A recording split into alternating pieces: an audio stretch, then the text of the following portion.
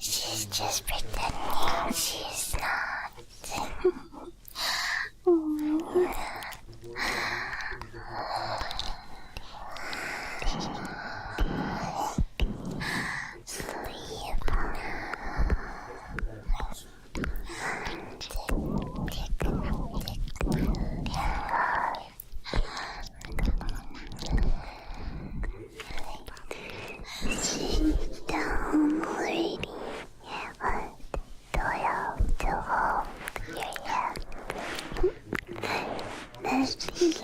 Some of the videos I made on spirituality and how that relates to semen retention and how semen retention helps to increase your spiritual awareness, I noticed those videos did okay. So I'm going to make more because that's really what I want to talk about, you know.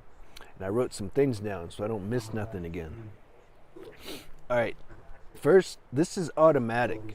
A person can't preserve their semen or their sexual energy if you're a woman. You can't be doing that and not experience any kind of, you can say, shift in consciousness or higher spiritual awareness. It's impossible because of the prana. See, when we're conserving, the sexual energy is full of prana. I mean, it creates babies, it creates human beings, so it must have some very potent ingredients in there, right? So if we're preserving that and not just wasting it because we're trying to escape some, you know, emotional turmoil or we want a dopamine hit. I mean, there's such better ways, man. If you want to escape some pain or if you want to get a dopamine hit, find another way to do that. Don't waste your energy, your most powerful energy.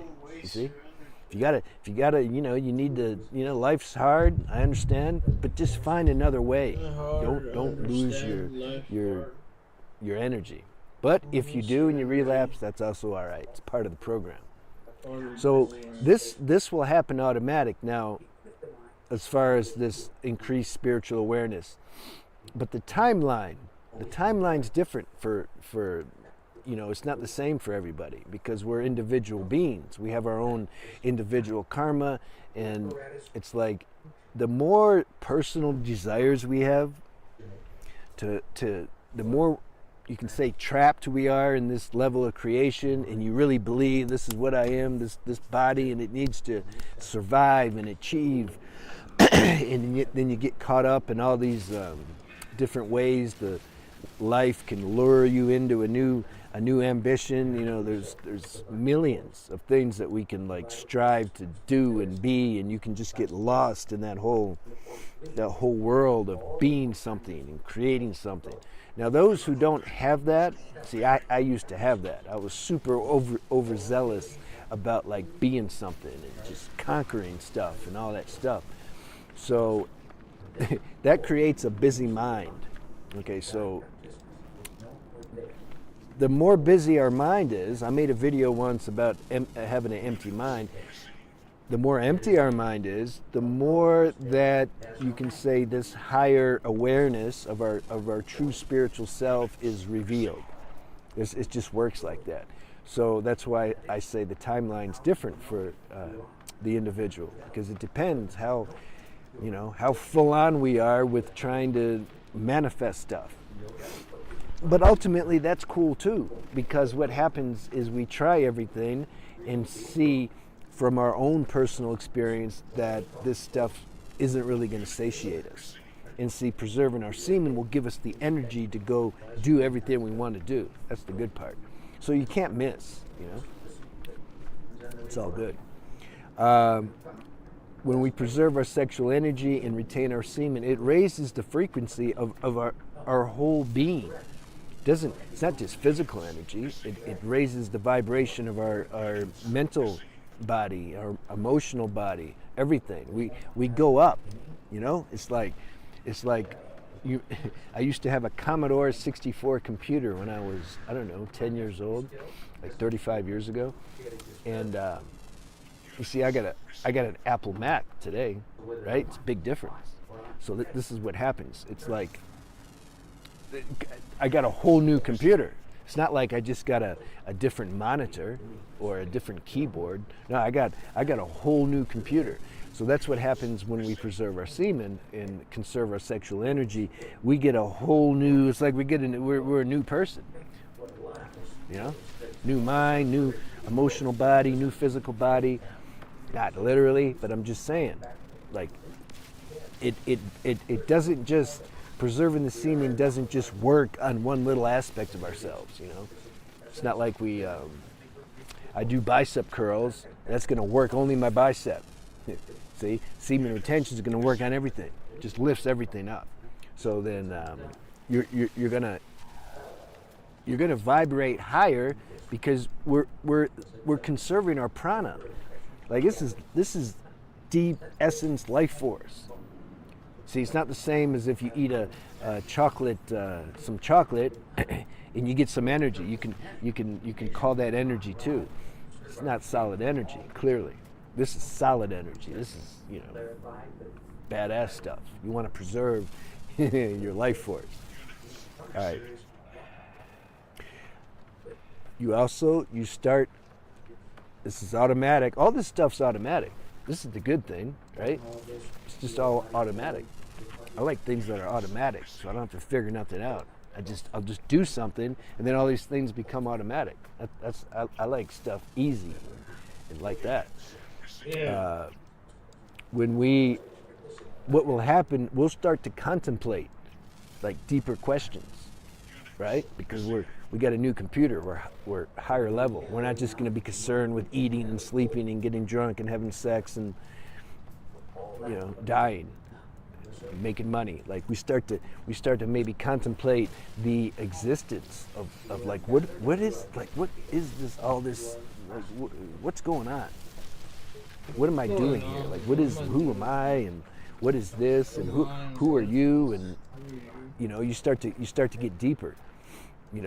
What's spirituality all about? And you just start questioning stuff.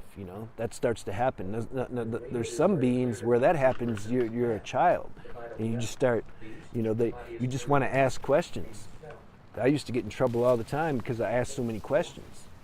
Because I just wanted to know, like, nobody could satisfy me,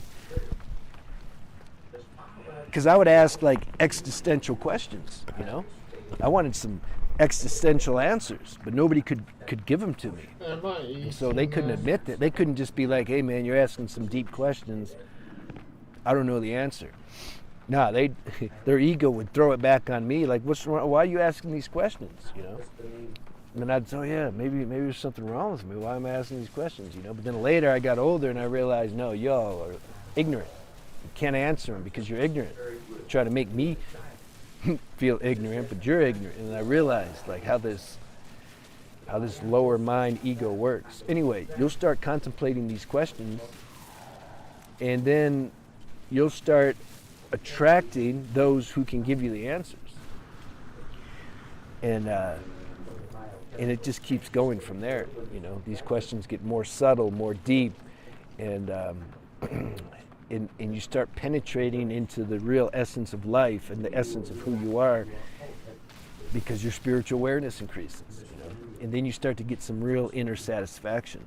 Start to get some satisfaction that the world can't give you. You're like, damn, the real juice, the real satiation is inside in some way. I can't figure that out, but that's where it's at. And see, so your consciousness just keeps expanding. It gets exponential after a certain point. You just can't stop growing, like a kid. You know how they grow really fast? That's what happens with this. Once you turn a certain corner with the spiritual awareness, it just keeps going.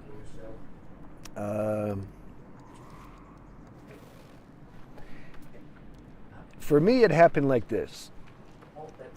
We start doing semen retention, our higher self kind of activates. Got the lower self, the ego mind that just wants to fulfill its sense pleasures and just ride the dopamine wave all the time. You can call that the lower self. Higher self is more like, let me introspect a little bit. Like, are these things I'm chasing really good for me? I notice when I have a quiet mind, there's this kind of uncaused happiness. I think I want to go that direction more than this lower sense pleasure chasing direction. That's an example of like higher self versus lower self. This is the game of life. So what happened for me when I started really got deep into semen retention, higher self started getting activated more. And then you get hooked. You see, you want to go further because I started preserving semen in my early 20s. I mean, I did it when I was a teenager, just instinctively. I just knew it was good. I'd have sex with my girlfriend.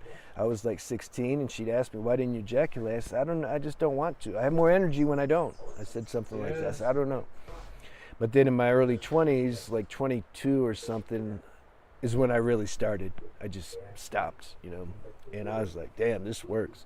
But I was still edging. So as the spiritual awareness increases, we start to want to go further. You start doing deeper introspection. You realize the edging is also, you can say, keeping the vibration low. And something inside the higher self, it wants to be full on. It wants to max out in its capacity to be purified, you can say, but without beating yourself up. It's the thing, you see.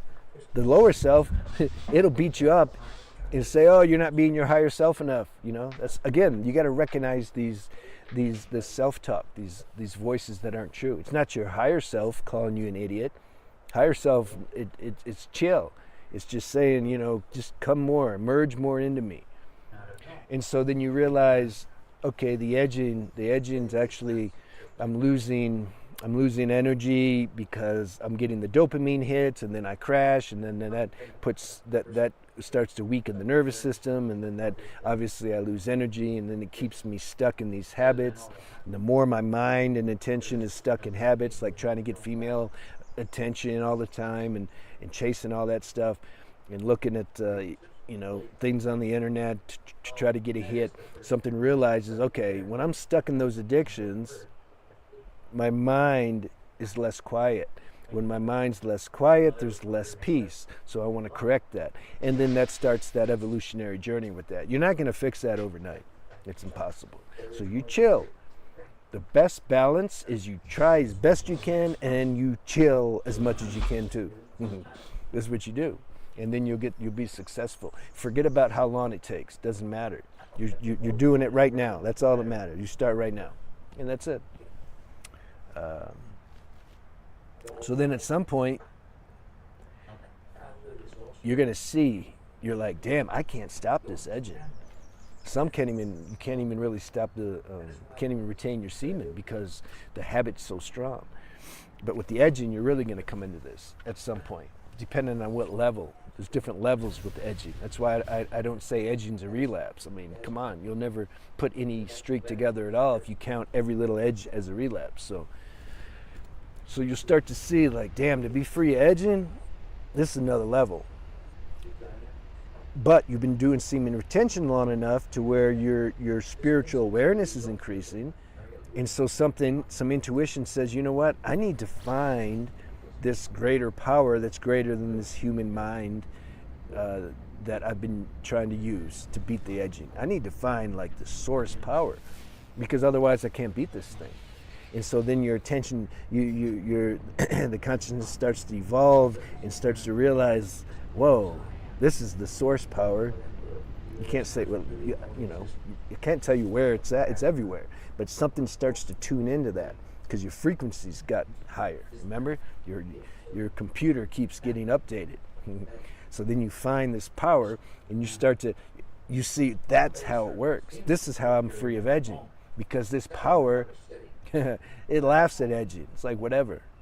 How's a girl gonna get like this is nothing. Like we're all consciousness. How are you gonna attract me? You're not even you look like a girl, but you're not a girl. You're consciousness. And I'm playing the role of a guy, but I mean that's just a role I'm playing. You start to see that. It's not a belief anymore. You start to see it, and things still come up like the tendency of Maya and which is the definition of Maya is like the what's the definition? It's like the cosmic joke. It's like the game of life. It's not really real, but it has relative realness. I'm not one of those people. Oh, nothing's real. No, it's this stuff feels very real, but you sometimes that gets you sometimes, and you can fall back into a tendency, but you wake up pretty quick. You're like, whoa, that almost got me, and you're even like, cool. I'd like to still feel that once in a while. I like to be got, So you somehow relax with everything. It's not a big deal, but you're in your power, so you can no longer, you can't really mess up too bad anymore because your frequency's higher. And then what happens? You start to depend on this source power more with your whole life, because why not? Like, how could you not? What do you want to depend on your little mind power? Like you've come into some real power now, so you're like, this is where it's at. It happens very natural, and your perception starts to change, how you view things, how you see things in the world. You don't criticize and have this self-judgment in your mind about yourself or other people. You see, once you go through these stages in yourself, automatically your compassion and understanding for other people increases, because we're all the same. The form, the exact specific things might be a little different, but in essence, like, we all got the same struggles and habits. So when you transcend that in yourself, now you're qualified to help other people.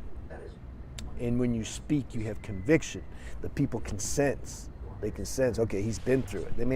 They don't formulate that thought, but they can just tell, like, if you go to somebody and you want advice for something, you know who knows and who don't.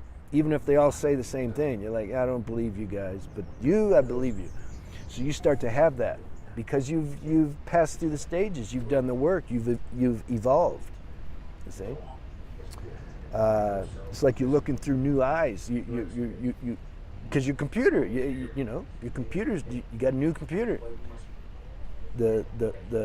Your hard drive has been updated. You just see things. Everything's different. The colors are better and more vivid, and just everything's cool. You see people in a different way. You understand, like, man, we're all just trying to do the best we can. Even those with strong egos, you realize, yeah, I understand. I know what that is. I used to be like that. That's why, like, there's only, my channel, I feel fortunate. I don't get a lot of dumb stuff, like comments, like people who are just miserable, and then they see like I'm not, and then you guys that are higher level and you leave comments, they see that you're not, and they get jealous because something in them wants to experience that. See, I understand that, so I can't really get mad at somebody who's going to try to leave a comment to shake me up. I don't take it personal. I instantly see my previous self in that person. I'm like, damn, they're suffering, But sometimes if it gets too much, I'll just have to kick them off the channel, because it lowers the vibration. I don't want to, but I'm just saying, So you get like that, like you just don't take things personal. But sometimes if you do take something personal, you don't take that personal either. Isn't that cool? Like, whoa, I just got personal, but whatever, I don't take it personal. That lets you come out of it quicker. You become more universal, not personal, because your spiritual awareness increased. Let me know how that video worked if you want to see more on these spiritual topics. And then those that do, go to my other channel, Spiritual Renaissance, because that's all I talk about. I get deep, sometimes too deep. Not really. All right, have a good day.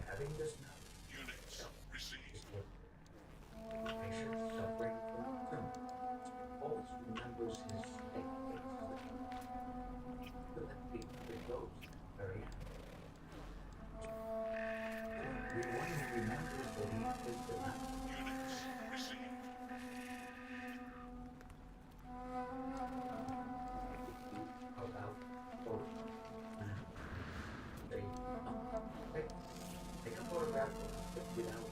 The days and months move on,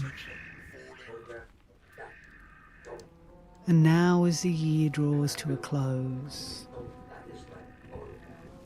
heaven sends down a chastening frost.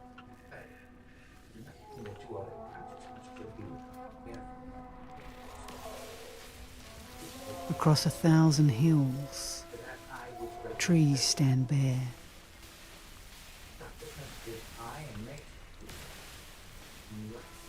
On myriad paths, scarcely a traveller.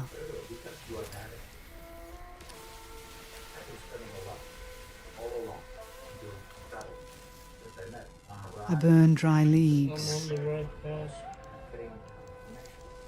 The long night passes. I'm on the right path.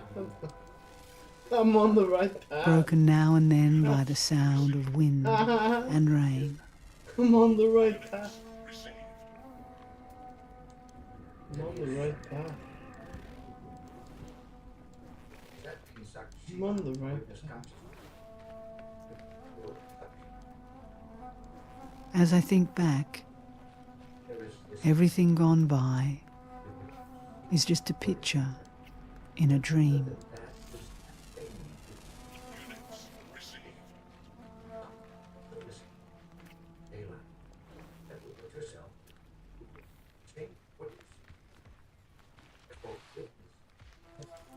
The end of the year, the whole world reels with the hustle and bustle of delivering gifts. Only my thatch hut remains peaceful and calm.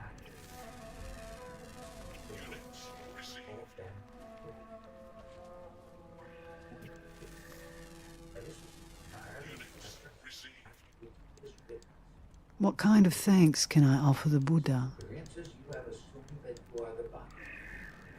One stick of incense, one period of meditation.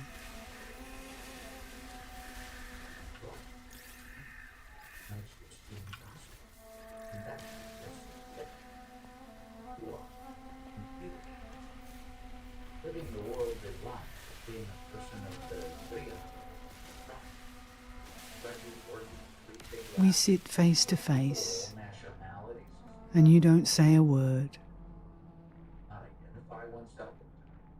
Yet your silence reveals the timeless essence of things. Generally, one identifies oneself with the body. Not do so. Body consciousness or Buddha, or something different. Open books lie strewn about the floor. And just beyond the bamboo shade, a gentle rain soaks the flowering plum. The same eye of which Maharaj talks.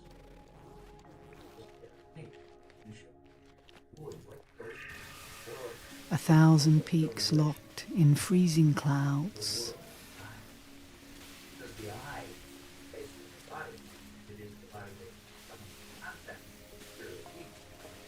Each day I sit in meditation, now and then hearing the snow softly drift against my window.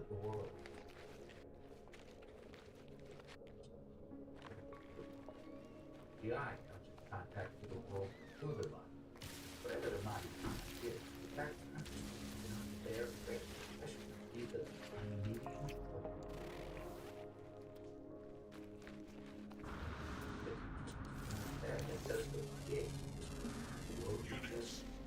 that is very correct. I want to ask you, in this whole world, what is the most profound, most wonderful thing? I understand that which you have understood. Work no more mischief with that. That not so. I have understood a Buddha. Sit erect and meditate right to the end.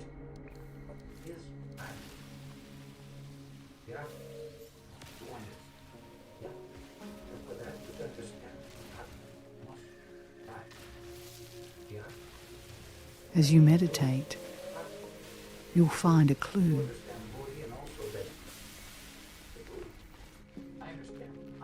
and everything will naturally become clear. I want to understand Atmayam, the Buddha, Atmayam, the Buddha. You should be understand this simple fact. That is that the experience only comes from Keep your concentration. both. And the experiences, Don't miss your chance. Radiation protection. there is Stabilizing. Buddha mind or whatever, will be there. The answer is obviously no. Being told it is basically not that After a while, so that your mind will be pure or feel on that and your wisdom ripe. there is can occur only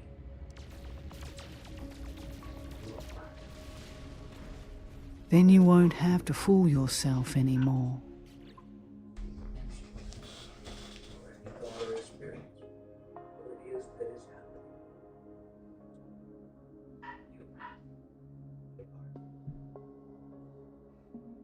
Stick to what?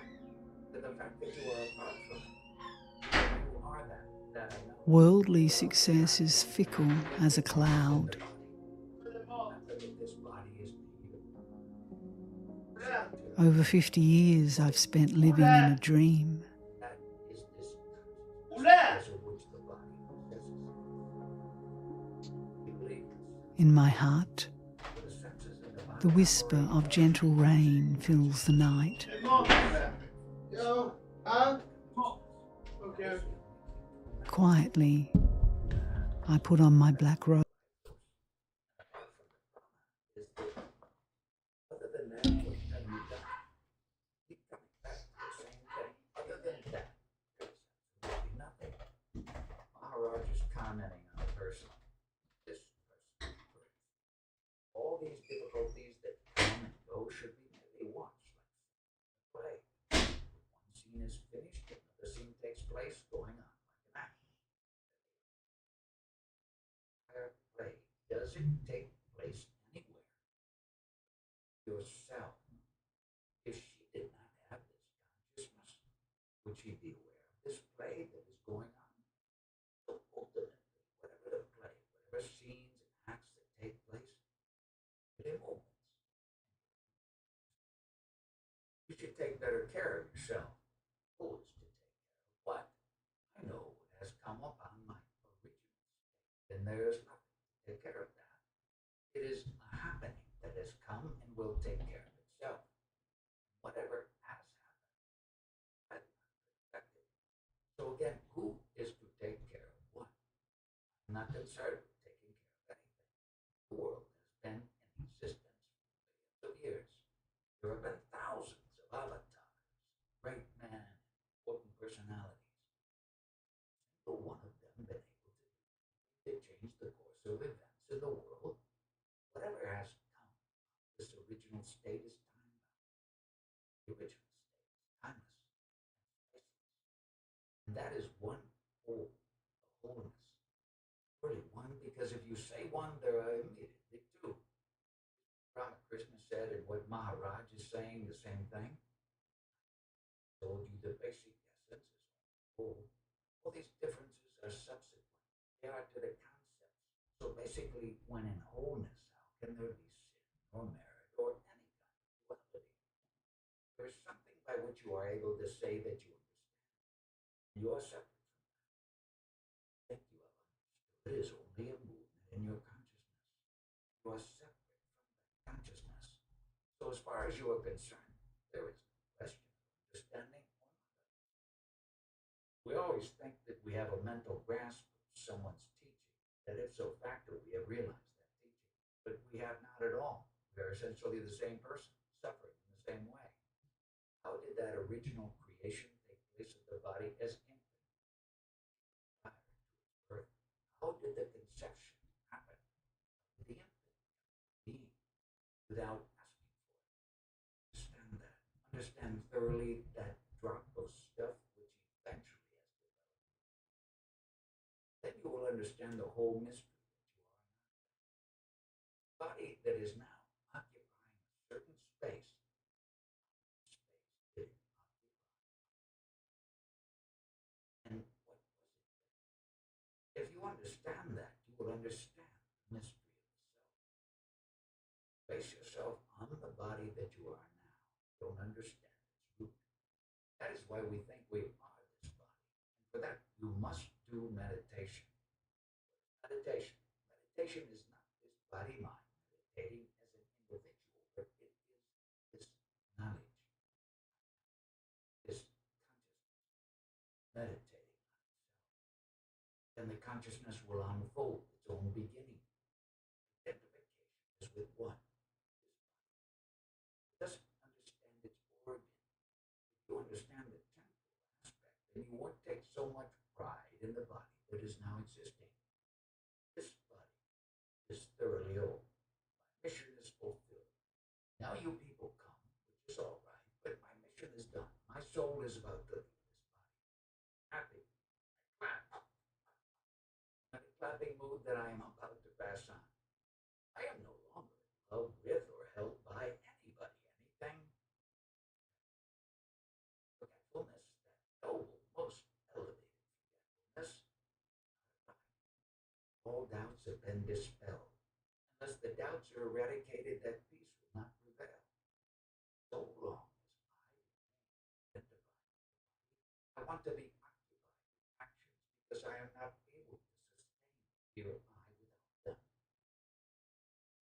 Because I identify with the body mind with all kinds of activities. I call it jiva atman, condition by the mind. And is the self that is occupied with all the activities.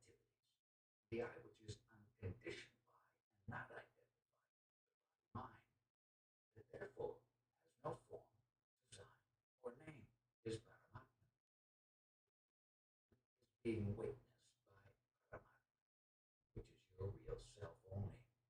What is it doing? Is it partaking in the working of the world?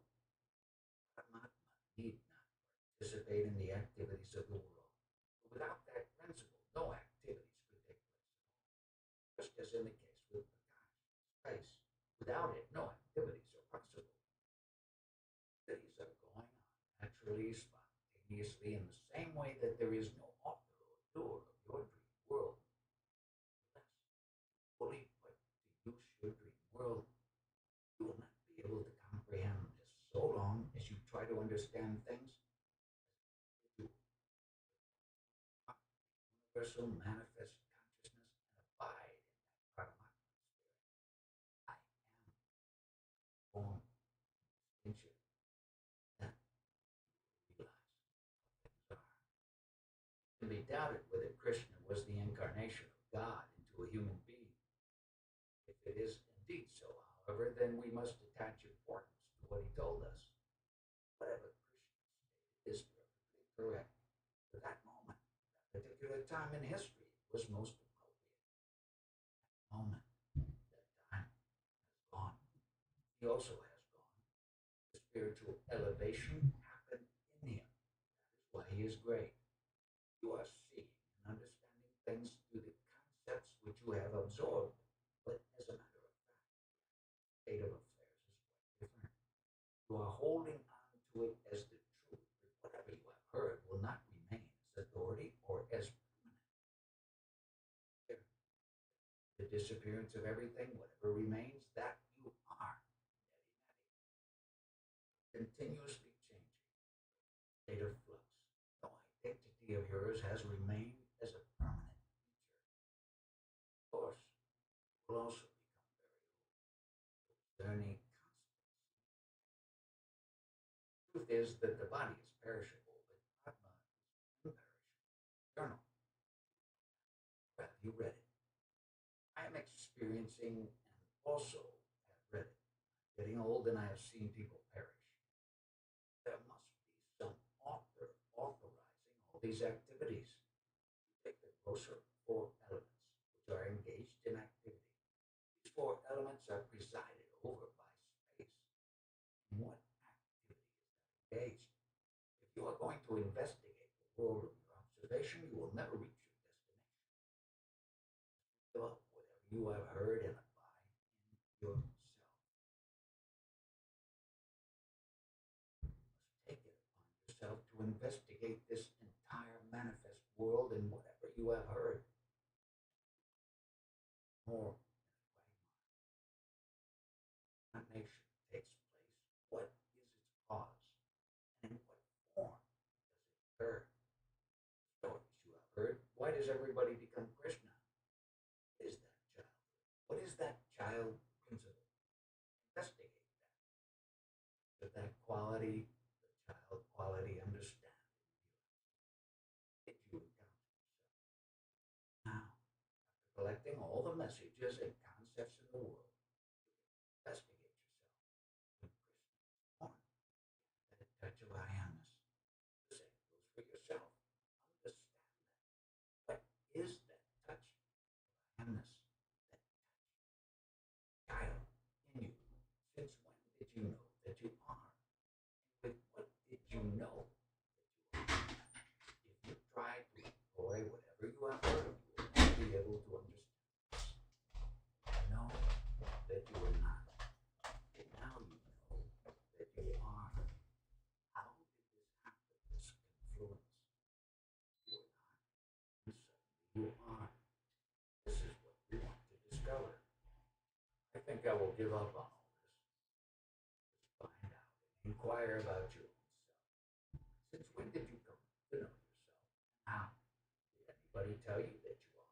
Or did you come to know yourself spontaneously? I was told, and also it kept recurring to me when I read Ramana Maharshi's questions. Who is it that dreams? Who is it that sleeps? Of your body.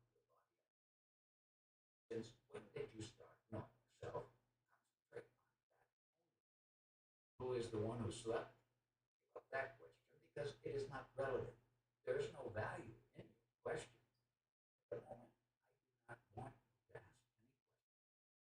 I'm driving you to the source and you'll be satisfied with your knowing what you are. You'll find out from you with what is it you know. Find yourself to this area. It's only on your knowing of that you are. How do you know you are? Just be there. I've been shadow boxing with the many concepts you have collected from the world. You are fighting with all that. What is the use of it? You know you are. How do you know it? What did you know? This is the sum total of my teaching needed to put you on the right track. Quintessence. All your questions are answered. My talks are very easy to understand. And when you understand all your questions are gone, it is a vicious circle. So long as you have questions, you cannot follow what is being said. What happens is that certain questions keep cropping up. Going for the basic questions only. What are you? Since when are you? You happen to be, and due to what are you? I don't want to deal with a lot of sundry questions. They have no value to me. If you like my teachings, you may sit here. Otherwise, by all means, quit this place. And any true spiritual search, whatever you have heard, whatever you have done, is of no use at all to arrive at the real truth. You are has happened due to what? First of all, the use that you are. Stay put there only with this you are. Be there. Then with the help of this you are witnessing the world. If you are not witnessing, you are. You will not be witnessing the world either. People also will not know that you are, and they will cremate you.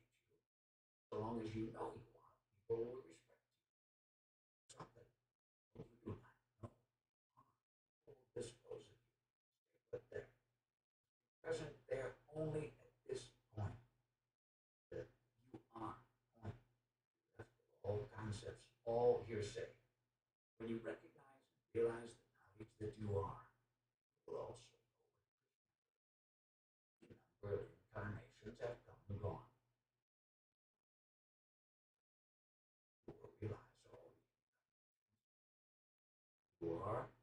world is. You also know that God is. You don't know you are. There's the world. There have been so many incarnations, and now you know, that you are is the divine principle because of which all the incarnations were. People have come here. But rarely has anybody, after listening to me, come closer to himself. Rarely anyone will understand what I am driving at. That person, in the process of understanding me, will come closer to himself. Who listens? Those who really understand will abide in themselves. You did not know your parents before your birth, nor did the parents know you. How did you are sprout in that particular situation? What is this amazing thing? Putting the same question. So the child also did not know his parents before his birth. The child says, here I am. How is that? This is self. That I got the news. I am. Have you any doubts that you are? No, that is self-evident. Prior to knowing that you are, what knowledge did you have? What question can you put at this point? What do you know? Young means to have an objective. It says something. You are that something. Being the being, I am. Meditate on something. That knowledge I am is yourself. Abide only there. At this point, because that is the beginning. One should not ask any questions until one has achieved the goal. When one achieves that, the questions will be dissolved. That is exactly what I am telling you. You know that you are is a very big miracle. This type of talk is not explained anywhere else. Very source, the seed of this philosophy. Will tell you to go and worship a certain God and you will get his blessing. And you'll be back. Away. Do this and you'll get that. The urge to understand the truth is definitely going to occur. But if you desire to inquire into this entire objective world and are captivated by it, so trying to learn all the history of Rama, Krishna, Christ, etc., never get satisfied. You'll have that peace and quietude only when you know yourself. When you have that intimate knowledge, you are. That it happened to be with what you are.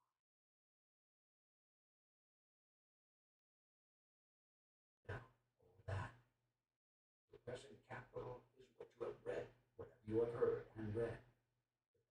Of investment is of no use in the spiritual field. As I tell you, abide in yourself, be your own being, then only will you get that peace and quietude. So I should not ask any questions? Correct. No questions. Just be what you are. As I tell you, when you abide in your own self, all your questions will be solved by the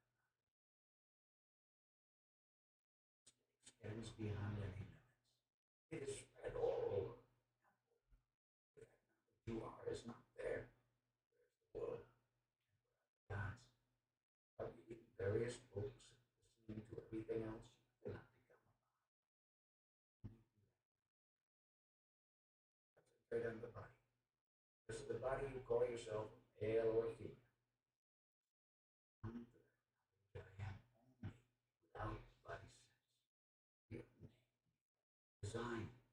But you have to employ name, form, and design for the sake of worldly activities. You are lucky. I am not expounding this in great detail to other people. To them, I simply say, you are, you, that now, you are. Accept that only and be on your way. Go meditate on anyone, any god or sage. That knowledge you are, don't embellish it.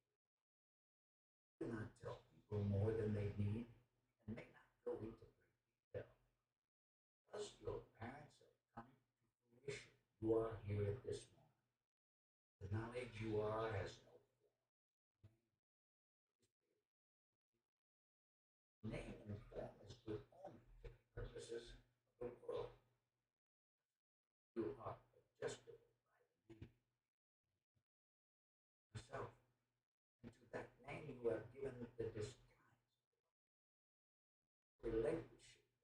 name that is imposed on you. Tell me. Nobody. Give your name. No name.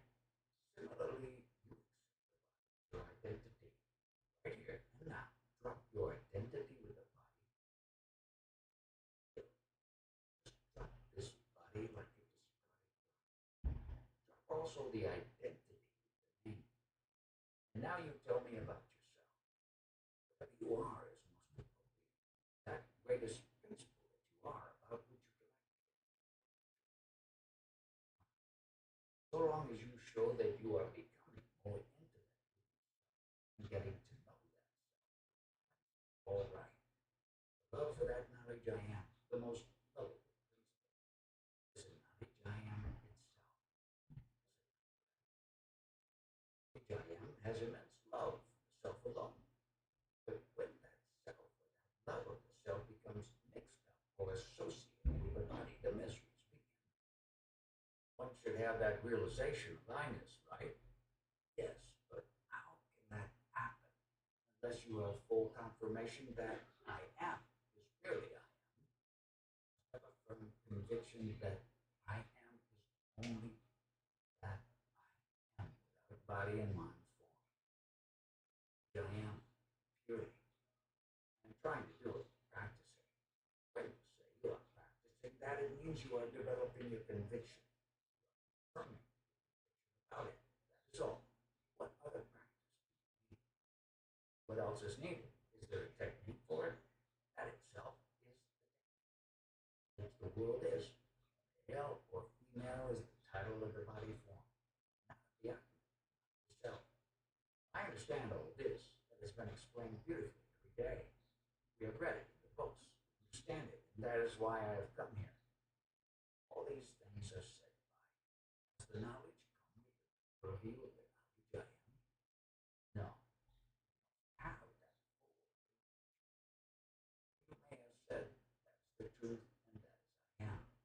There are no techniques except the technique that I am. Firm conviction that I am means I am only I. I'm trying to do that, and I think everyone here present is trying to do the same. When a guru is really a yoni, that is one who has realized himself, you should abide in him. This guru guides the disciple. No spiritual technique is necessary. There was a time when Arjuna also was not doing any spiritual practice. The armies were in the battle area and the horses were ready to rush at the enemy. It was available for Arjuna.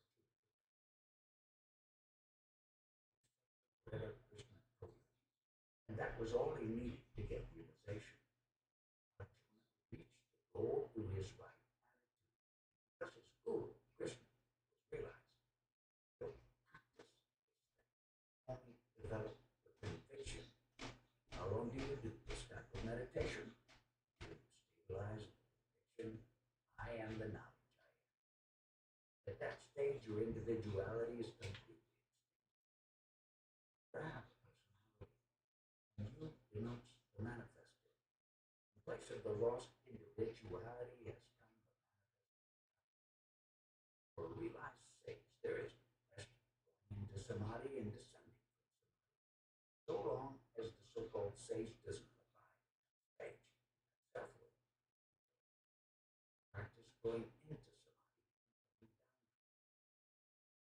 By sage, you mean individual? The word sadhaka is used here, and also mamukshi. Mamukshi is a lower stage and means inclined to spirituality. Sadhaka means one who thinks he is not body mind, but the manifest only.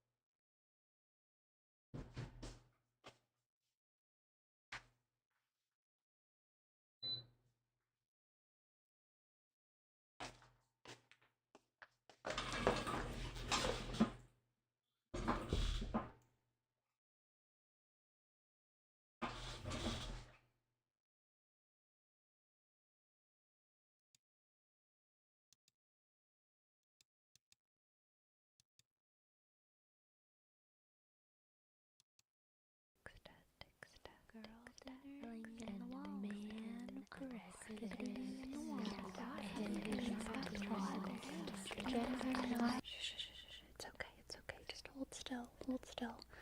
Oh, I can tell your brain is just absolutely buzzing with memes and brain rot, just on a loop, on a repetitive little flow of consciousness, word association loop of meme words. Oh gosh. Oh, it's really bad. Just hold still. I'm gonna do my best to remove some of that. Alright. You might feel a little pressure in your head and your ear, right over here. And the voices might get a little bit louder just for a split second, but I'm just going to stick this in here and pull some of that brain rot out. There you go. How does that feel?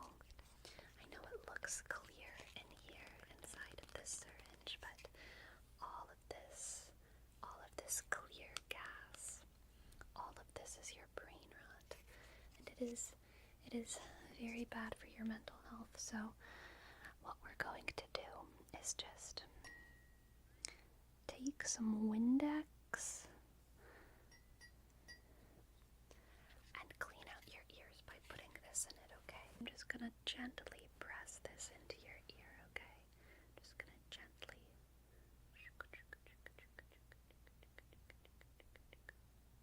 put that Windex right into your brain. There we go.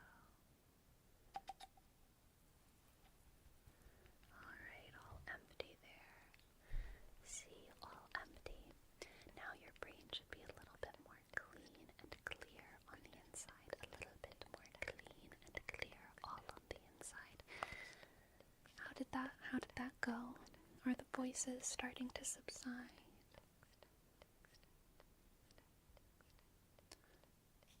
A little bit. That's good. That's good. Alright, now let's go ahead and do the other side, alright? Let's, I want you to maybe just rock your head a little bit this way. Try to get some of the brain rot to fall over to this side of your brain. Just shake it out like it's water, alright? And now I'm gonna put this syringe right here next to your ear. Right there. And I'm just gonna do my best to pull some of that out. Good. This will come in handy. I'm saving your brain rot as inspiration for ASMR videos, so I'm just gonna go ahead and put this on a USB drive really quick. There it is, nice and saved. Nice and saved. Now, let's put some more Windex. Just a little bit of Windex into your head. Alright. This is not sponsored. By the way, you could use any cleaning supplies, and I also recommend you do not do this without the guidance of a professional, okay? I am a professional brain rot remover. Do not do this at home, okay? So just hold your head still. Hold your head still, and I'm going to very, very, very gently just put all of this Windex right into your ear, right into your head, okay? Very good job. Let me just make sure it really all got in there. And a little bit of extra on the other side too. Just really making sure all those hard cleaning supplies go straight into your delicate little ears. Scratchy.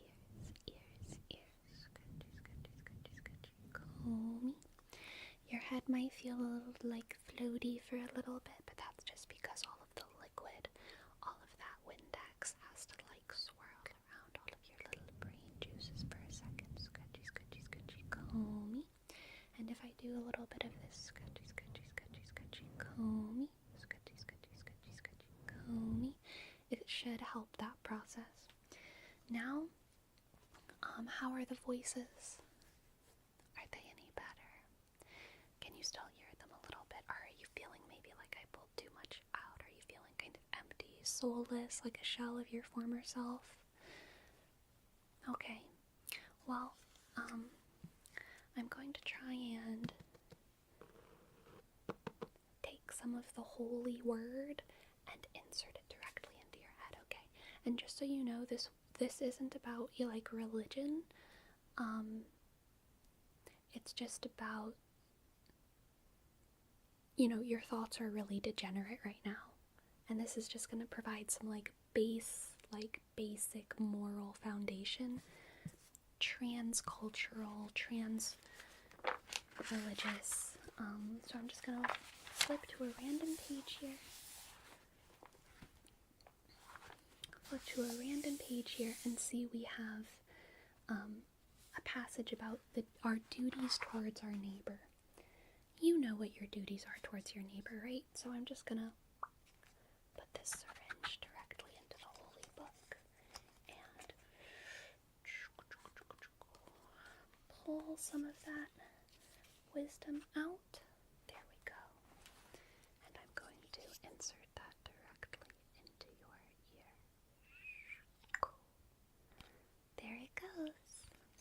And now we'll take a little bit more from the holy book. Let's see what this passage says. Deliver them that are led to death, and those that are drawn to death forbear not to deliver. If thou say, I have not strength enough, he that seeth in the heart, he understandeth, and nothing deceiveth the keeper of thy soul, and he shall render to a man according to his works. That means something. Let's put it directly right over here into your brain, okay? It's probably a good thing. It's probably fine. Let's put that right there.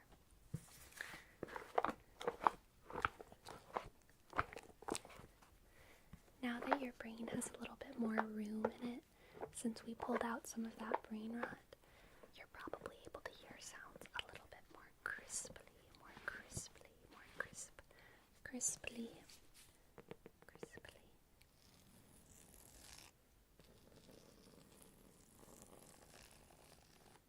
Crisply.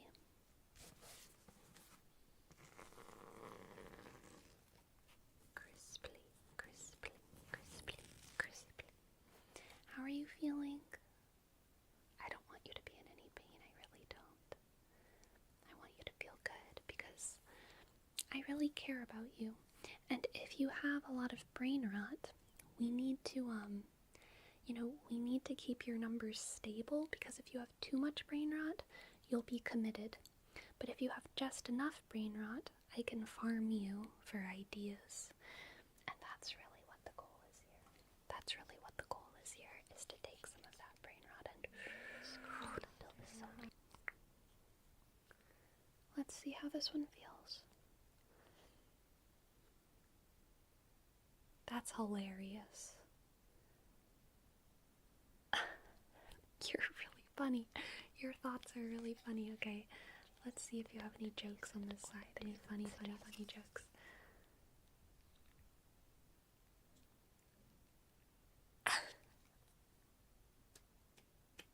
Oh my god, that's a knee slapper right there. That's pretty good.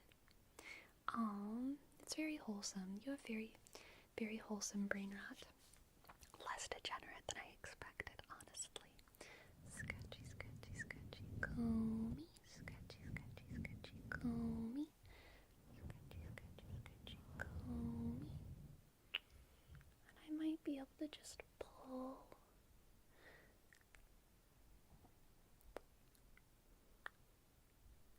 some of these individual wayward thoughts out of your brain. Individual wayward thoughts from your brain.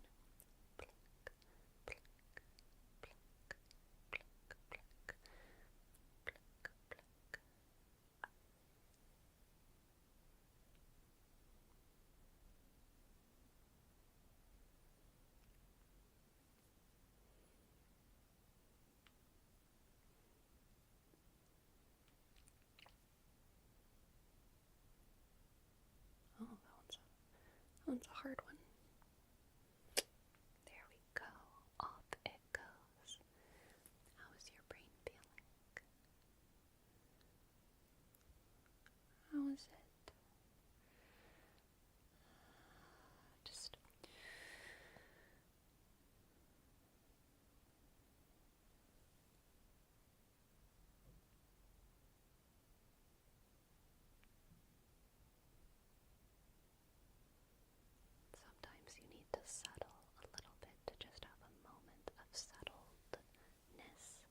so that you can reevaluate your current condition. How are you feeling? How are you feeling in there? How are you feeling? Scratchy, scratchy, scratchy, comb. Scratchy, scratchy, scratchy, comb. Would you like any more of it? You don't? You wouldn't? Are you sure? Okay, yeah. I'm not a thumper. It sounds nice though, doesn't it? Thump, thump, thump, thump, thump. I'm kidding. I'm not a thumper.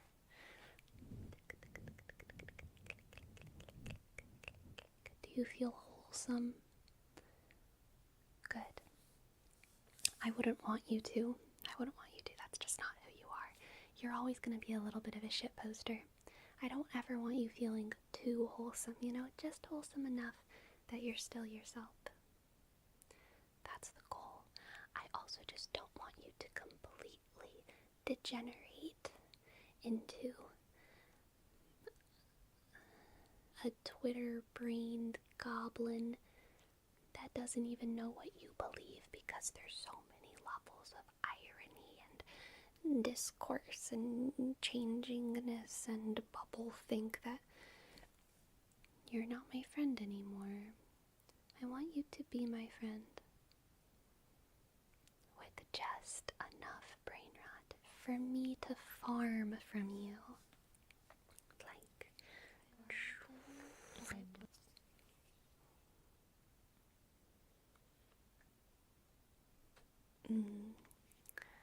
I'm saving that one for an ASMR video.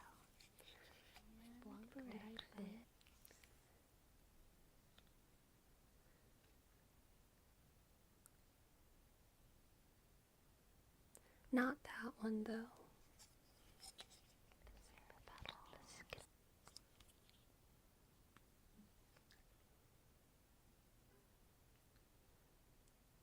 That one's kind of funny after a minute. At first it seems offensive, but then I got it.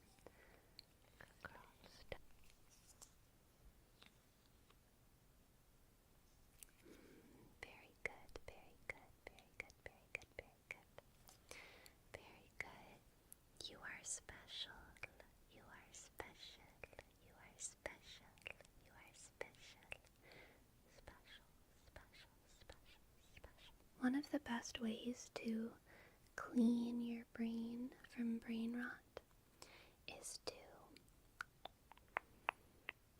instead of feeling like you need to detach yourself from culture, you can participate in it in a less mind-numbing way by watching like really good movies, playing really cool video games, doing something that makes you feel a little bit productive. Maybe you actually make fan art of something. Those can be really good ways to keep the brain juices flowing instead of building the dam inside of your brain, the dam made of memes that stops the rivers of creativity from flowing in and out, that stops your beautiful personality. Scratchy, scratchy, scratchy, comb. Scratchy, scratchy, scratchy, comb. Scratchy, scratchy, scratchy, comb. Scratchy, scratchy, scratchy, comb.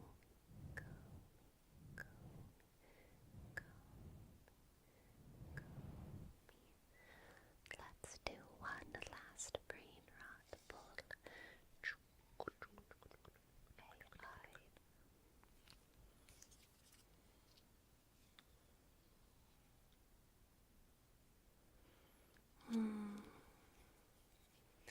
Oh, your head sounds just like you now. Wonderful.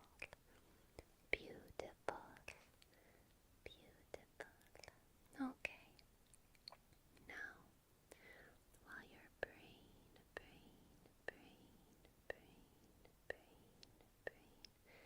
recharges from all of the brain rot extraction we've done, the brain rot draining that we've done,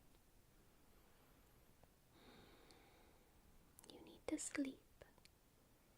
You need to sleep. You need to sleep so that that Windex can fully permeate your brain wrinkles. We don't want it to like get stuck anywhere, right? So you have to let it mix around. Let that Windex mix around in your brain, okay? Good. Just let that do its work. While you sleep, I'm just gonna show you some soap. Because I don't want some brain rot bullshit to autoplay once you finally find slumber. So I'm just gonna yap for a good long time about soap while you're sleeping. I'm just you don't really have to pay too much attention to it. But basically, I've partnered with Cheeky Soap. And you can go to usecheeky.com/sleepy to get 10% off of your order. And I'm just going to show you some of their boxes and stuff. This is lo-fi lavender. And it smells like you would expect it to smell. Very lavenderish. I really like the sounds of these boxes and their packaging in general.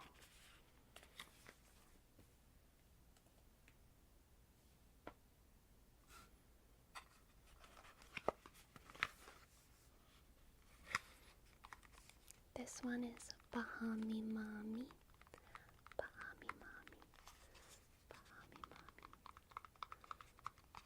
And it smells very tropical, kind of coconutty.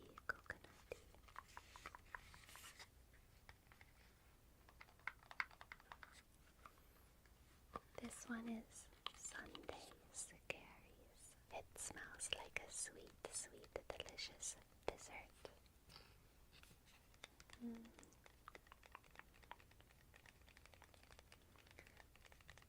Cheeky soaps are all natural, and they have moisturizing ingredients, and they have a very strong smell, so the smell really sticks to your body after you use them in the shower. Cheeky recently did a collaboration with Solo Leveling, which is a really great Korean anime, and it includes 4 new soaps. The first one is Night. To me, this one smells the most masculine. It kind of reminds me of rubber and leather. For me, it's not what I'm going for, but you might be into it if you want to smell like rubber and leather. This one is Aura.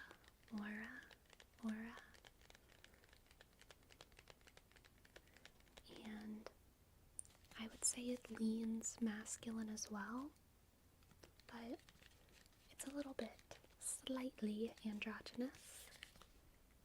This one is General. And this one is fully androgynous. I really like the smell of this one.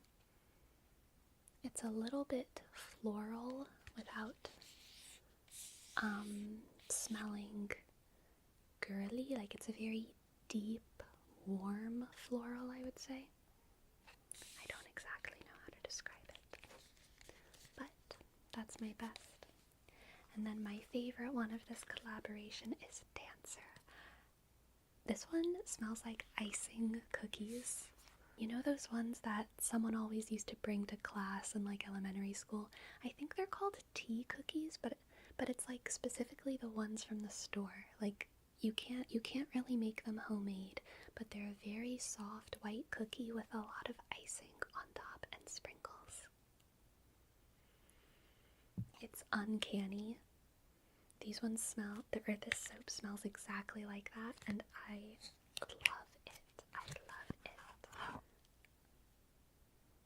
I love this soap so much, so much, so much, so much.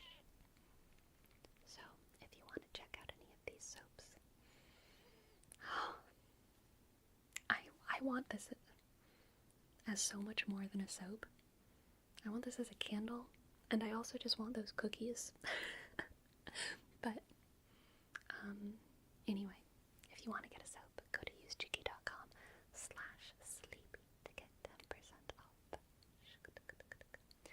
hope you are well rested, or well resting, and sleepy, sleepy, sleepy, sleepy, sleepy, sleepy, sleepy, and that you're fixing to have some good dreams. Good night, good night, good night. Good night, good night, good night, good night, good night. Something. I can take it off, but I was already wearing it. Nothing changed. Yeah, no, I swear. Like, you didn't notice? Well, then you must be really tired. How do you not notice someone in front of you is wearing a hat? That's like the first thing I notice whenever I talk to someone. I'm like, are they a hat wearer? What are they hiding? What are they hiding under there? I'm not hiding anything, by the way. I'm an open book. I was wearing this hat the whole time. I wouldn't lie to you. It would be a weird thing to lie about, wearing a hat. You're really tired.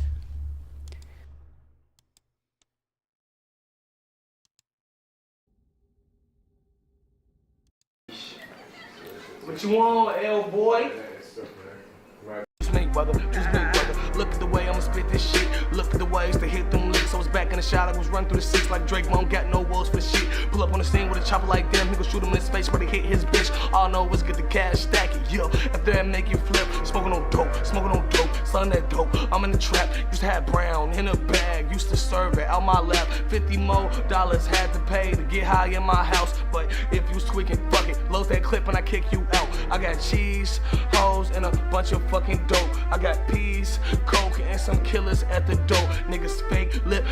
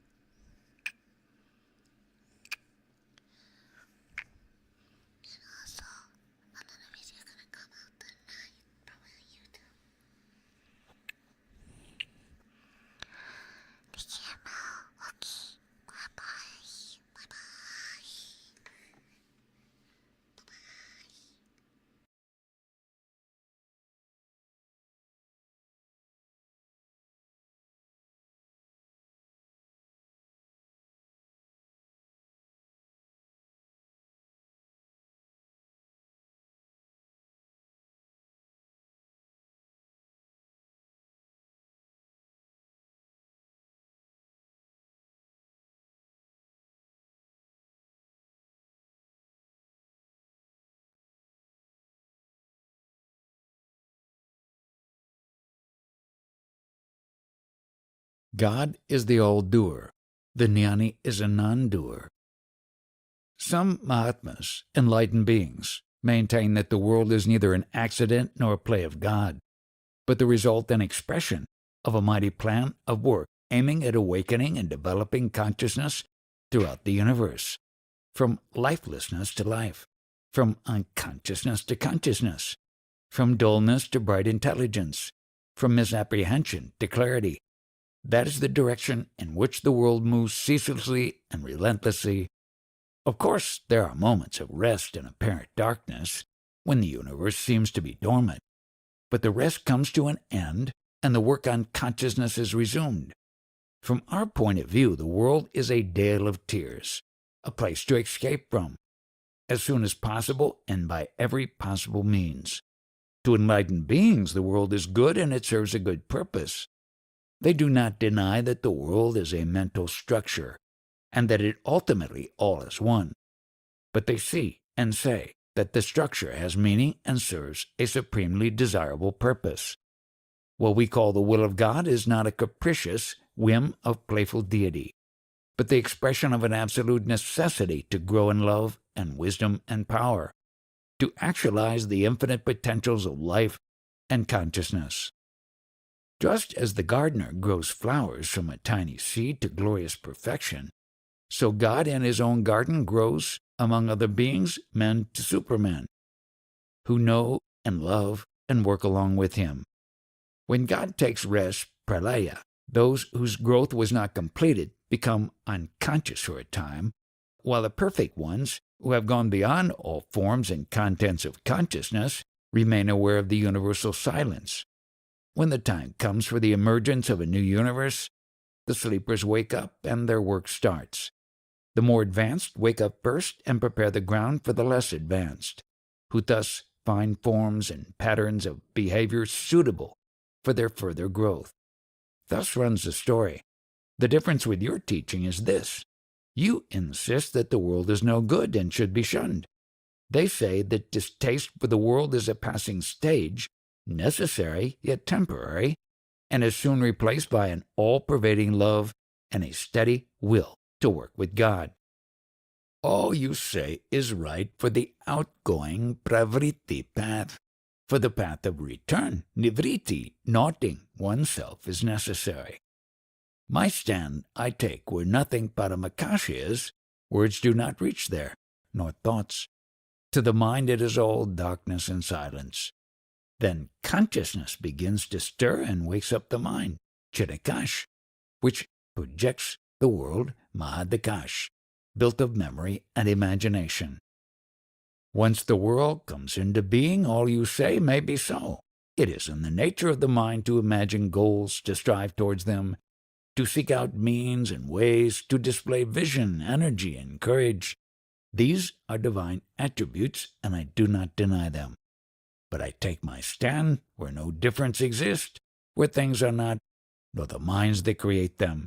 There I am at home. Whatever happens does not affect me. Things act on things, that is all. Free from memory and expectation. I am fresh, innocent, and wholehearted. Mind is the great worker, Mahakarta, and it needs rest. Needing nothing, I am unafraid. Whom to be afraid of? There is no separation. We are not separate selves. There is only one self, the supreme reality, in which the personal and the impersonal are one. All I want is to be able to help the world. Who says you cannot help? You made up your mind about what help means and needs, and you get yourself into a conflict between what you should and what you can, between necessity and ability. But why do we do so? Your mind projects a structure and you identify yourself with it. It is in the nature of desire to prompt the mind to create a world for its fulfillment.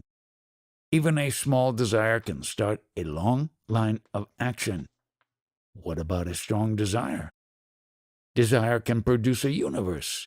Its powers are miraculous, just as a small matchstick can set a huge forest on fire.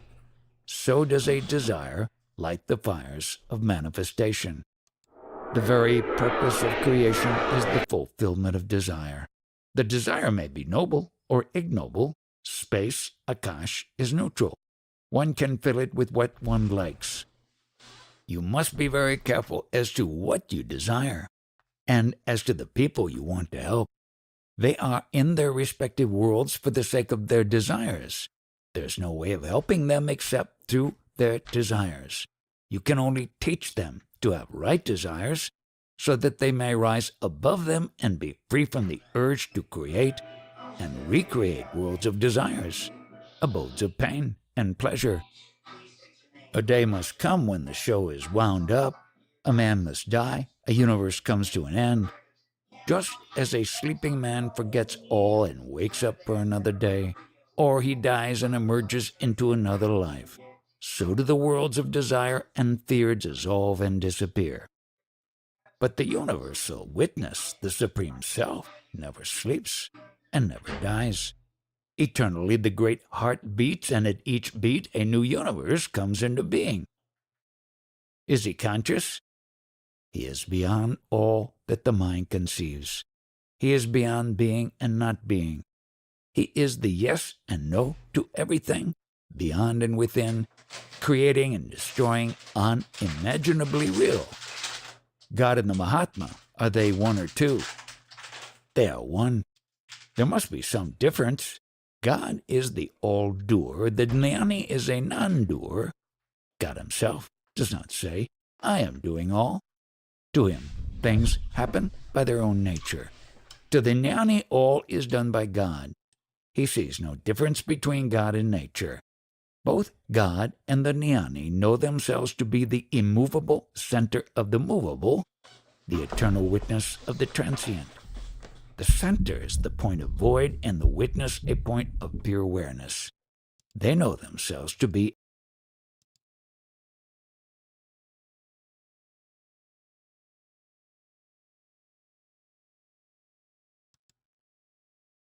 go to work, go to school, go to do anything, please do so. We're just here, like, chilling today. Welcome, welcome. Oh, good night, Ray Ray. Good night. Sleep well. Sleep well, sleep well, Ray Ray.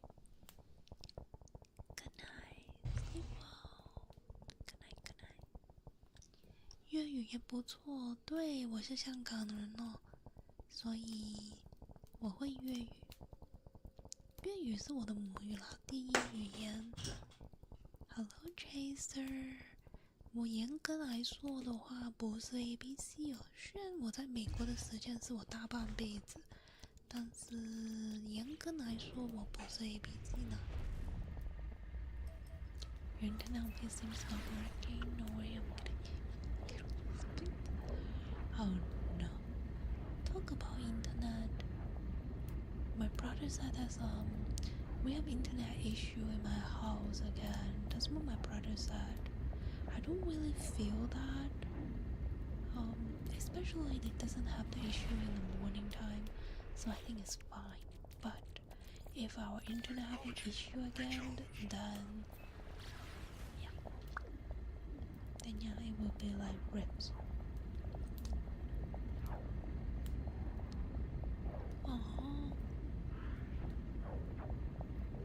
It's on your phone? On your PC? Would it be the Wi-Fi card or something then? I hope you do fix it though. Like not just stream, but like your other task on PC is gonna be annoying if it keep having internet issue. Kanjo, 你好 welcome back. Maybe the cable then? Thank you, welcome back. Hope you're doing great. Welcome back. Would it be the cable issue? Maybe it get loose or something?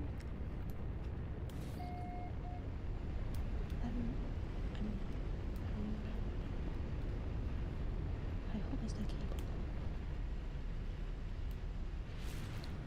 Yeah, it could be just coincidence. Maybe it's just the time be telling you that you should sleep. Wait, but like, what is your time zone? Are you nighttime? Maybe I tell you to sleep. Can I connect to Wi-Fi? Yeah. Mine is so far. It's 10 in the morning. Oh no. Your internet is like, it's wrong to wake up today this early. You should go to bed.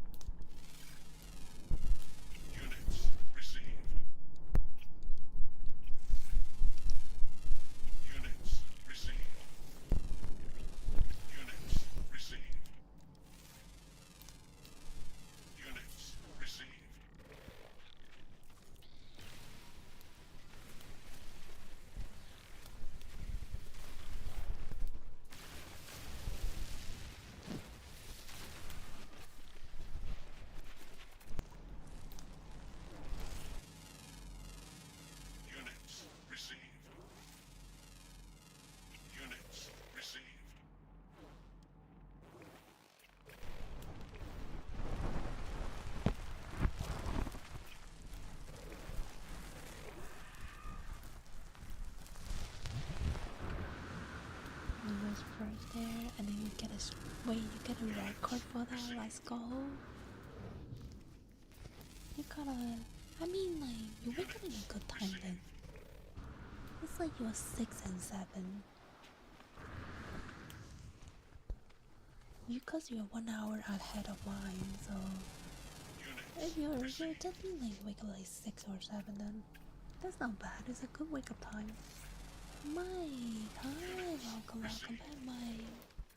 Oh, cause you didn't walk your dogs. Wait, then when do you go to bed then? Are you one of few people that also don't sleep? Come on. So deep. When do you go to bed then? You are like, I swear to God, I've met so many people that don't sleep at all when I start featuring, especially doing ASMR. Should I get 6 hours? Oh, that's not too bad then. Same here. I got 6 hours last night. But then this morning I read a post. They were like, if you get these signs, that means your lack of sleep. So, first one, let me get the post again. I really need to go over that with you guys, because I feel like I don't have enough sleep, because everything is right. Everything they said is right about me. So I'm like, I think I don't sleep enough. So they said wait, what? Did I delete my history? No, okay, found it. They said first, you are clumsy. So if you're walking, you will like hit on like chair, hit on table, and sometimes you drop stuff on your hand. This first one, right? And then second, you have more little movement. So like you shake your leg, you nod your table, and then third is you cross your leg. You cross your leg more, and then you put your head, you put your like chin on your hand, kind of stuff. You know how we're on a table, we can't do like this. Put our face and chin on our hand to like do things. Little movement basically, and cross our leg. But most important symptom, you will suddenly forget things. So like you have something need to do, but you forget it the next minute. And then they were like, you will always like touch your ears or touch your hair, touch your face, touch your necklace, like constantly like touching something. And then your mood would be, you have mood swing. Easier to get annoyed, easier to get angry. And then you will have issue of understanding things. So like not just understand it, but like you have to listen multiple times in order to like register it in your head. And also you will mistype, misspell a lot.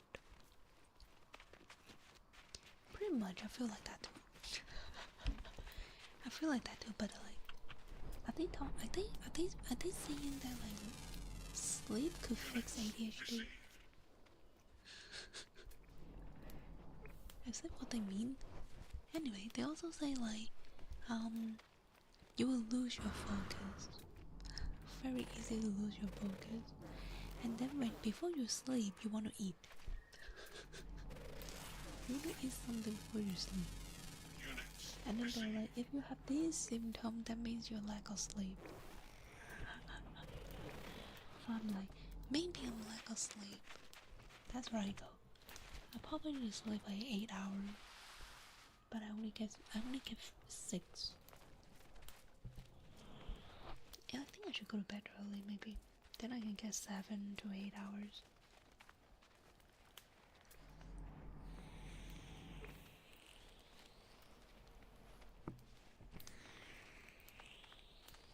Yeah, I tried that, but they're like, also, sacrifice. Welcome back. We're doing great. Hello, Frank. Welcome back, Frank. Also, NN. Hi, NN.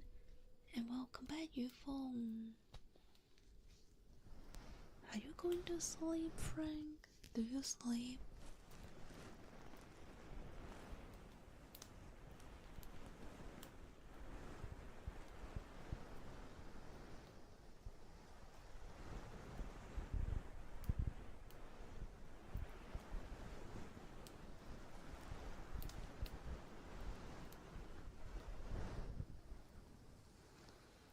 Aww.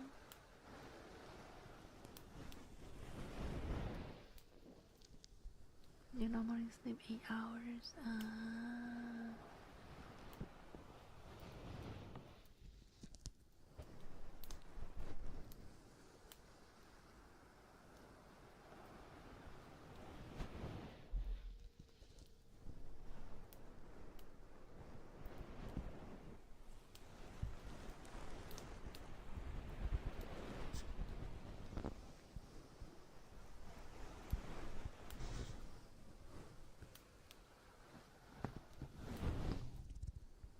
Wi-Fi router, you got this.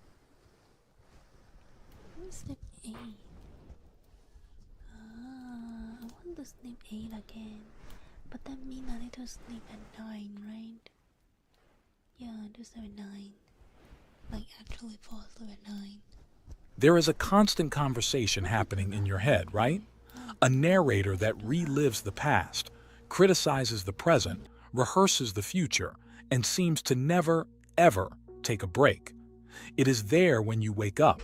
It goes with you in the shower, comments on your work, and especially shows up with full force when you try to rest at night. It is a life companion you never chose, but that seems to own the space. And because it never stops, you believe that this voice is you. And so, your solution is always to try to fix what it says. Think in a more positive way. Worry less. Control anxiety. It is a fight that has no end. The big point here is that the deep and immediate change you are looking for should not be to control this voice, but to understand its true nature. Because the more you try to silence the mind, the more it screams, the more you live inside it. So, the first big step is to stop living in your head. There is a fundamental difference between being the thinker and being the one who notices the thought. And it is in this small distance that everything starts to change. The problem is that when you do not notice this difference, you start to think that the flow of thoughts, worries, analysis, and judgments are the essence of who you are. And because of this belief, your solution for the suffering it causes is always to try to fix what it says. This creates a battle fought inside your own being, a war of attrition, exhausting that does not seem to end. Because for every negative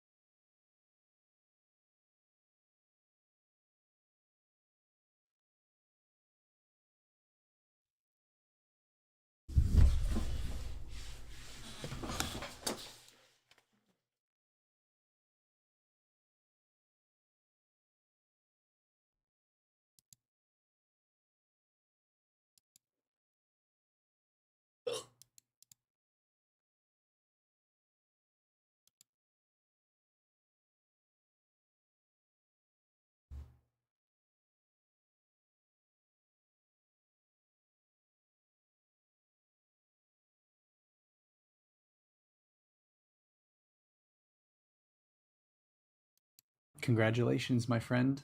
You have shifted. You wouldn't be seeing this otherwise. So welcome to this reality where we are a match energetically, vibrationally with each other, with this new possibility and paradigm of creating together. Now comes the real moment of truth. As I've called it before, the next day challenge. And it really is a kind of test. Whether you like it or not, this is the way of frequency. It is the way of the universe to see whether you are truly committed to this version of you that you have stepped into, that you have shifted into.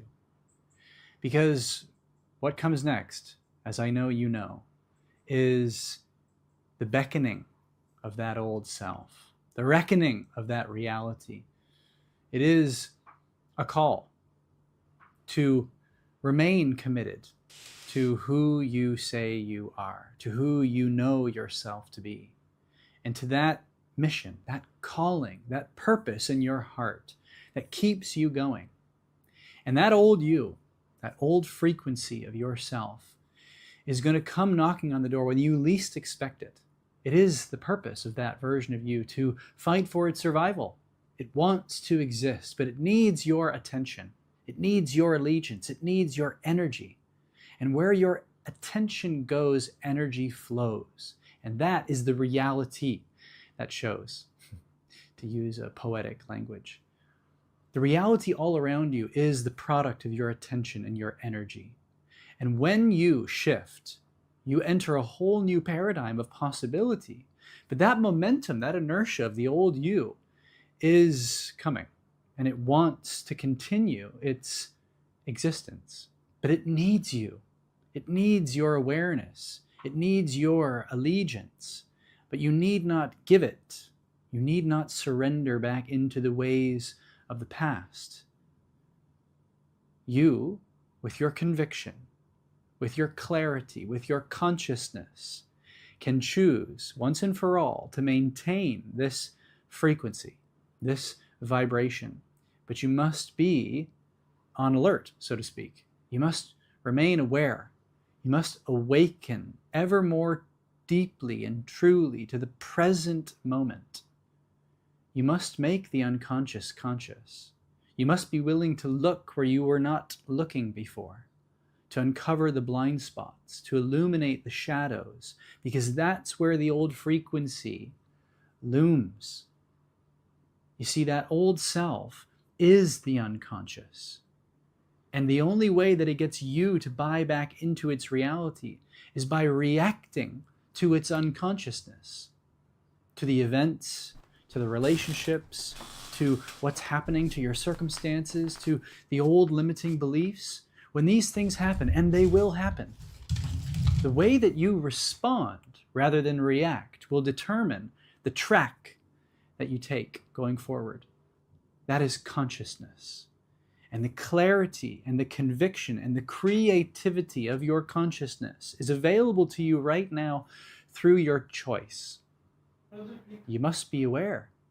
You must be willing to make that choice with courage, because in that moment, in that test, in that trial, that choice is available to you, but the courage that you must summon within you to make that choice, despite your circumstances, despite the feeling that you feel in that moment, despite the memories and the past experiences, all of which are going to try to convince you of what you know.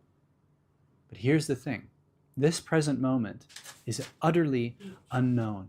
And when you are willing to surrender to that, which is the bulk of who you truly are, that 99.99999% of your true self, which is invisible, which is unknown, which is nonsensical, it is non-linear, it is utterly quantum. And in that void, in that unknown, there is everything that you truly desire and more.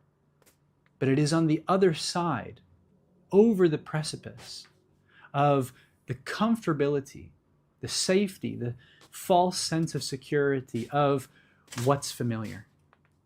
And that's why it takes courage, because it's literally the repatterning the reprogramming of your mind.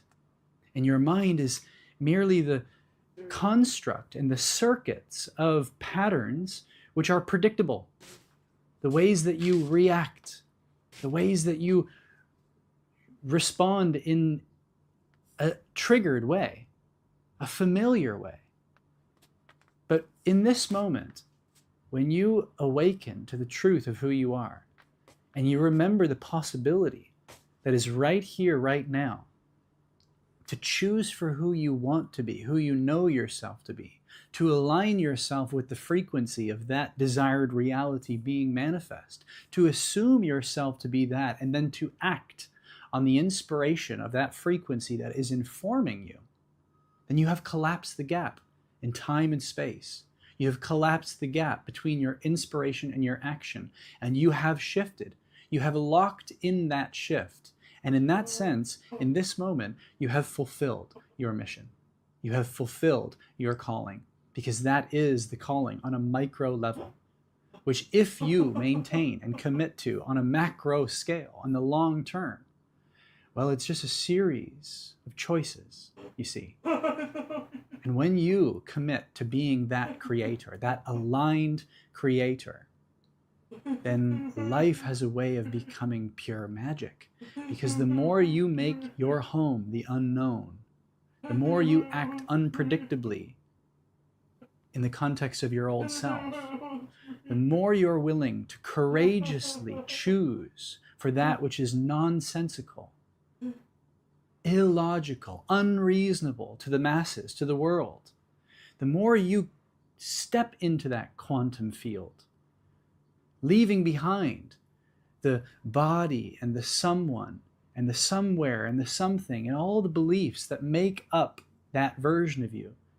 And you pass through the eye of the needle, that quantum portal where time and space are merely perceptions, and you collapse those perceptions with a choice. And in that choice is the freedom, is the boundless, timeless, limitless power of your true potential, which is to create your reality through your belief.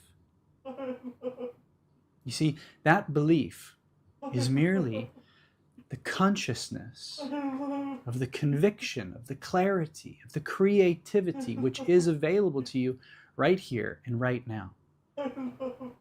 But you see, the constraints and the limitations of the past, of your environment, of your circumstances, are not actually bound to limit you.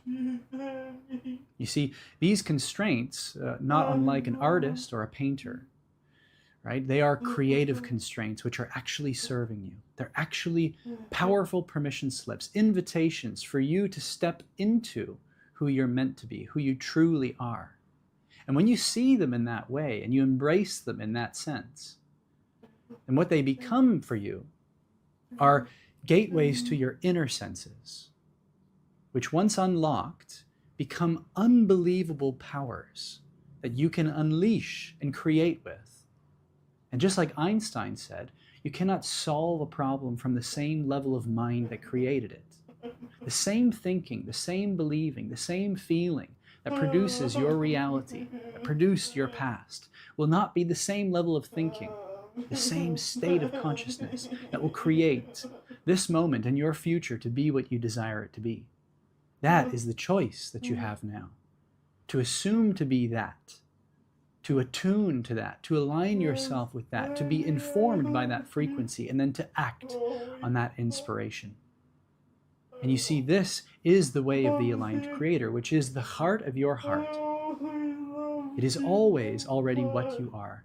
But through the belief in yourself, you cultivate an unwavering connection with that higher self. And when you trust in yourself and you act on that inspiration, then you forge an unbreakable self-credibility which allows you to create the unthinkable. This is your birthright. This is your destiny. It is always already a possibility for you right now. But you must choose for it. And you must cultivate that muscle of choosing for that, assuming to be that, aligning with that, and behaving as that. I'm about to open up a very unique mentorship and mastermind. This is going to be a new way of doing this kind of program, where these two elements come together, and over months together, we work within this portal, within this quantum field, collapsing time and space, collapsing the gap between inspiration and action, quantum leaping, creating and manifesting the desired reality that you know in your heart, that you know you're worthy of, that you know you're ready for, that you know that you're capable of creating. And together, with a collective, with a community, with a group of creators, we will do this. And you'll be with me, with this group, for several weeks, in which we will have multiple sessions. And I'm just opening up the wait list for this now. We'll be beginning in a little over a month. And if you're interested in joining this, comment creator down below, and I'll send you more information about this.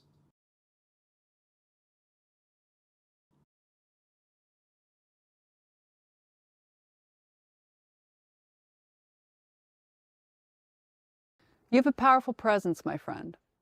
I can say this because I almost did not create this video message, and yet when I paused to tune in, I felt a very strong, clear, unwavering yes, that there was indeed a message to bring forward.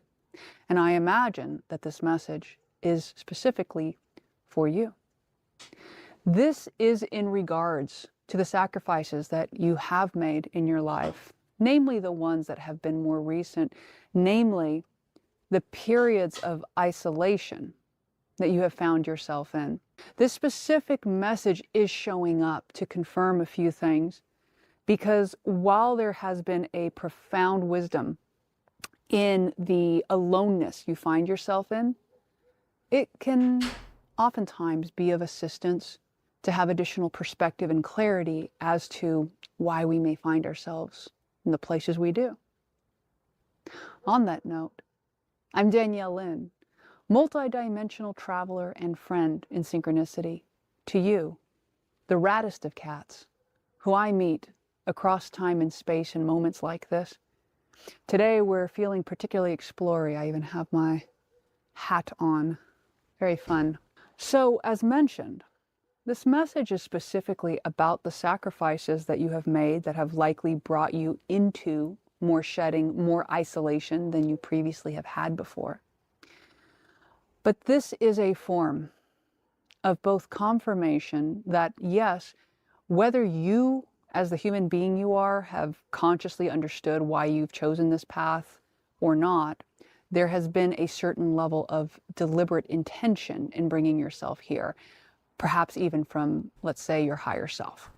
So first, let's speak a little bit about the sacrifices and the nature of the sacrifices, in the sense that in your choice, in your deliberate choice, and say no to things that no longer resonate with you, you might feel like there is a lot that has already been released. And I imagine, sometimes we release things and we're like, oh, that feels great to release. But sometimes we even release things that we love. Sometimes we release connections and time with people that we love. And I will first say that it is very inspired and inspiring if you have found yourself here on this video knowing that you have made certain sacrifices because deep inside you understood that this was not only the resonant path, but the way to both deeply love yourself through saying authentic yeses and nos, and deeply honor and love another, even if perhaps at the time they didn't see it that way. So that's my first reflection to you. I'll then go on to say that in a very deliberate way, this period of shedding and isolation that you have or had put yourself through was not only intentional for you to refine the connection that you have with yourself within, but to those of you who are specifically drawn to this message, it's also reflecting to you that you are indeed calling in a highly resonant partnership or connection. Now, this might be romantic, it might be creative-based, business-based. What seems really clear about it is that this is a partnership that has been established beyond this lifetime, meaning deep level soul connection, something I sometimes feel like higher selves conspiring and then choosing to incarnate in the world kind of connection. And it seemed like the only way that you could meet at this rendezvous point in reality with this being was to go through the steps that you did in order to, let's say, arrive at a certain place in time, maybe not have certain other people or relationships in your life that might have blocked or stood between that connection.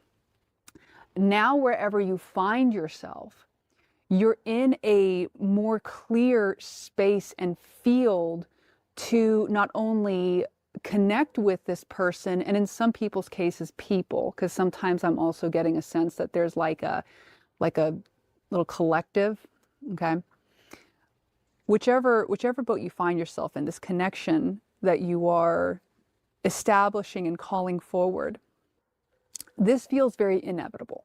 This is the first thing that I will say. So it's not something you have to try and rush and hurry and find. So if there's any part of you that feels like you have to seek, this is first offering a mirror to say, hey, what you already want, desire, are inspired by feels the same with you. And you don't need to try harder to connect with it. The more that you allow yourself to ground deeply in who you are, to establish that connection first within yourself, to listen to the inspiration of your heart each day, to listen to the message, to listen to the directive of that inner space each day, the more and more you will easily find yourself navigating the pathway. Because remember, I said there's a degree of inevitability here. So sometimes I say maybe we can arrive at the destination by tumbling down the hill, or we might notice the path and take the steps. Either way, we're arriving, and here is some reflection so that as you coordinate within both yourself and with those you're connecting with, you can give yourself a nice big breath of relief. You can really let yourself land in this moment, in your body and in your own presence. Because as I have mentioned before, if you've tuned into my other messages, this is a resonance-based reality. It's not an effort or pushing or force-based reality. As you resonate, so you magnetize or repel. So tending to your inner state, cultivating, I was going to say creating, but I'm going to say cultivating an environment in which you are more naturally able to be as you are some of the things that you can do that will allow you to have more, what we're going to say, insights, inspirations, likelihood of choosing choices that are easeful and resonant for you in connection to this. This particular connection feels like it reflects certain lifelong visions for you. And as mentioned, there feels like there's this co-creative element or expressive element to it. Something that through connecting with this, you bring a magnificent vision forward. Now, this comes in great part because you are meeting this connection from a place of wholeness within yourself first.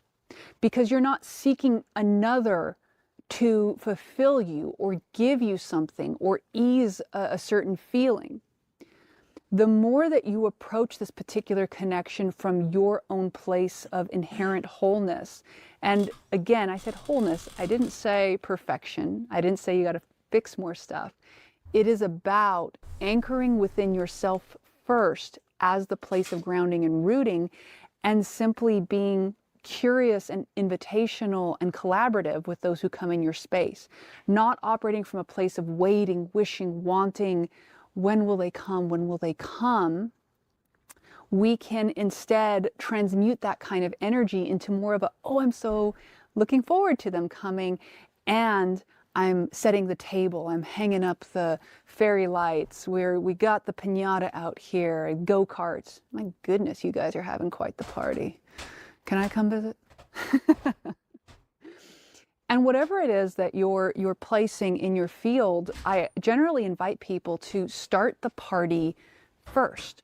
Start the party in knowing and anticipation that through you embodying the energy now of having a wonderful time, that's the quality of energy that you're signaling and others are responding to and coming in towards.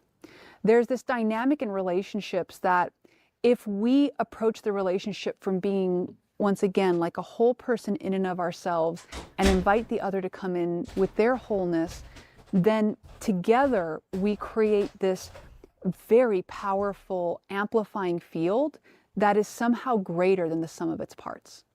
And this happens in group dynamics as well. This happens when we have really coherent groups come together. One of the things that we've been doing in the Self-Alchemy Lab is we do these things called resonance shifts, where we focus together with intention. And for a set number of days, we join up as a group. We join up at the start on a call, and then through the days, and through that, we notice an individual and a collective shift through that focus of intention. We also do these things called intention groups. So we focus on an intention. People can come into this group, and we do it a couple times a week, and as a group meditate on the intention. So whether you feel inspired to check out the Self-Alchemy Lab and hop into one of these rad groups, this is one of the powerful ways, one of the very powerful ways to yes and with another in your reality. So I invite you to explore playing with that in whatever way is alive for you. Because this world is all about focusing and amplifying and playing with what is truly alive for you at your core. Not what you think you need to be or what you think you need to do, but what is truly, truly, truly, truly alive for you at your core. I know that especially if you've been listening to these messages for a while, you have really allowed yourself to cultivate significantly your sense of self, your sense of I am. And that's truly inspired, truly inspired. And I'm sharing this from what I see in the frequency field, you know, because a person can hear this and kind of go, yeah, everyone's like this. But I really mean this specifically, that you have a specific code or frequency. It is something truly awe-inspiring. When I think of awe-inspiring, people going like, oh, it inspires them into awe. And it's not that you're doing it to inspire awe. It's just that awe is the natural response when a being allows themselves to connect to the unity in the core of who they are and gives themselves permission to live the embodiment of what they are here to do and be. Now, I will add to that. It's not about an external creation. It's more like the way you're living. I'll give you an example. Steve Irwin, he lived in many ways an awe-inspiring life. And I mean, we could point to something, oh, when he wrestled the crocodile or when he did this, but the truth is, it was just the collection of his various ways of being. Bob Ross lived a very awe-inspiring life. And it wasn't just that he was painting, it's that he had a deliberate intention, a connection, being as he is, being as he was. And in this way, I point to them as archetypes. Not that you must be seen by so many people, but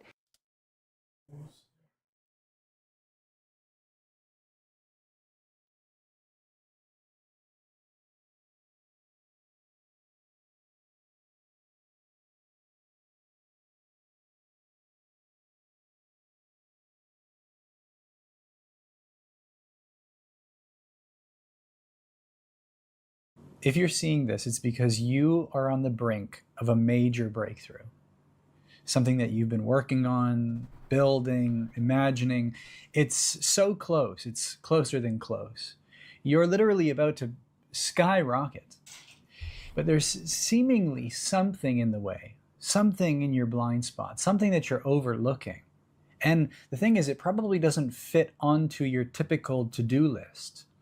It's probably not one of the things in your day-to-day routine that you're avoiding doing. It's more subtle than that. And in truth, it's a kind of fear, a kind of doubt, a kind of lingering insecurity in the background, which is calling to you. That fear is your calling.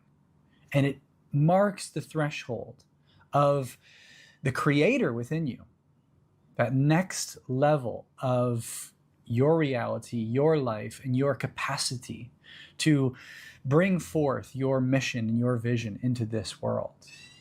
And it's the one thing at the root of everything that's kind of holding it all back, as if everything's on standstill, on waiting, right?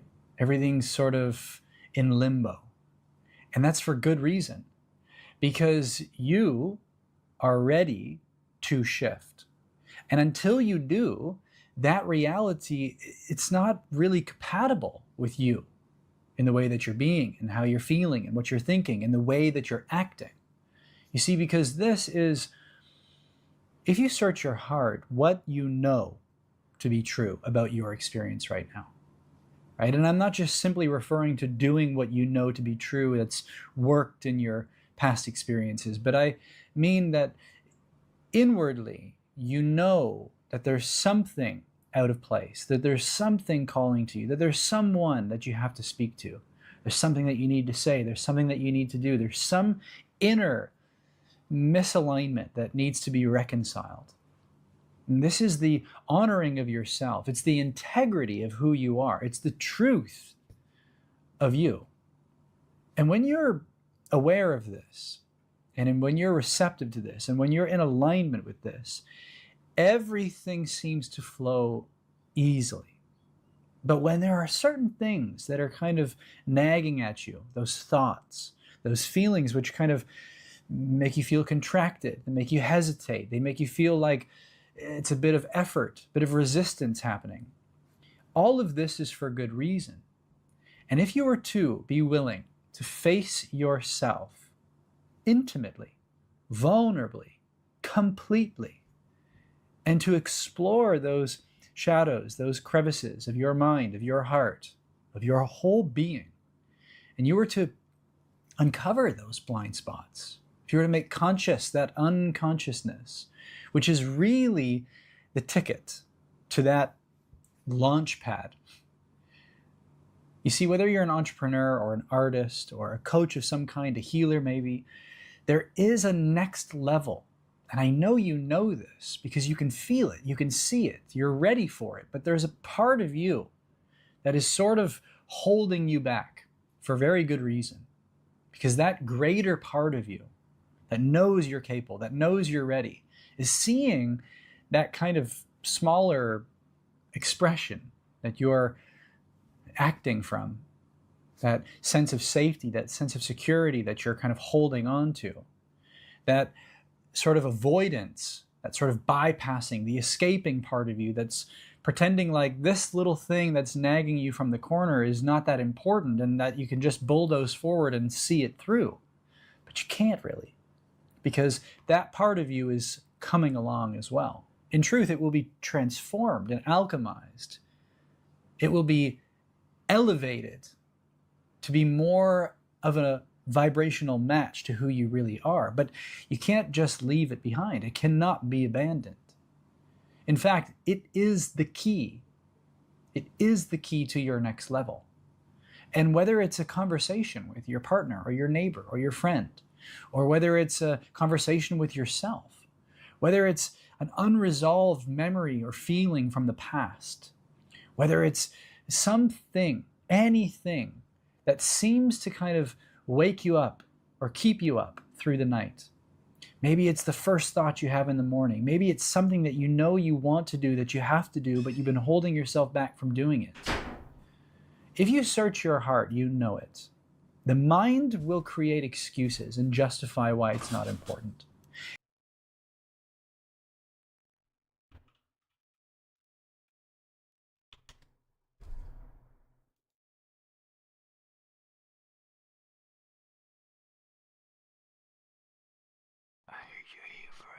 massage. Alright. I'll give you one for free this time, but next time you better pay me. Alright, here we go.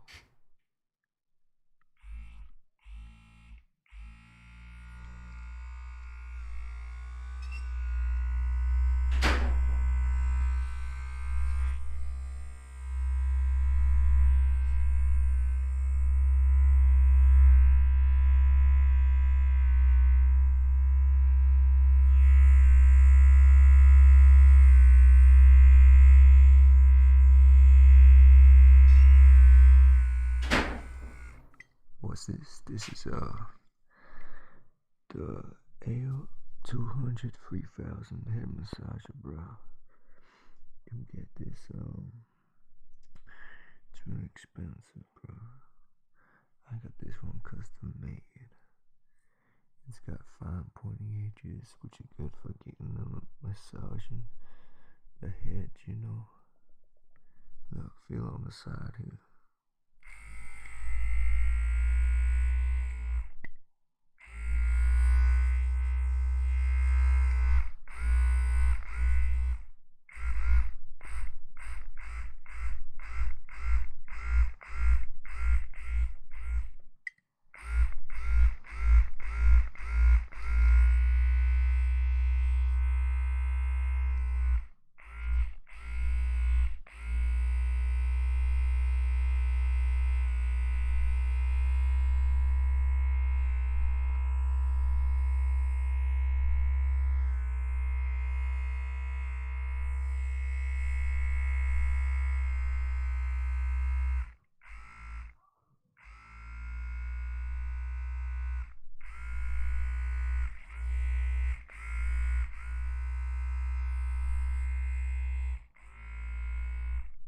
Hold up, let me just get a brush. I need to brush your hair out the way.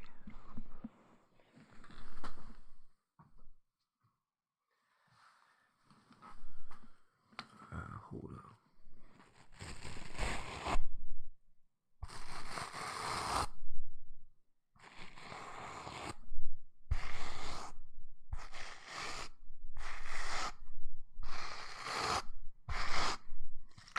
Should be good. Let's go.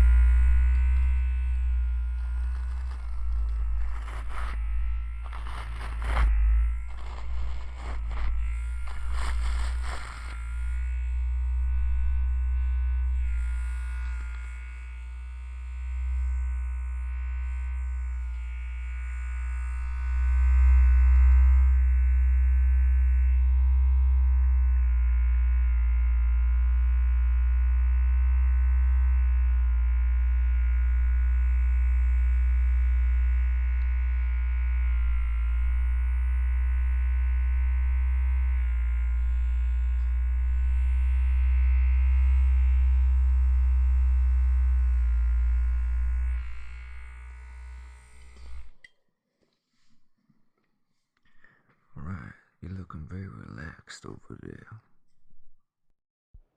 Hello, welcome to this test. We'll be testing your autonomous meridian response.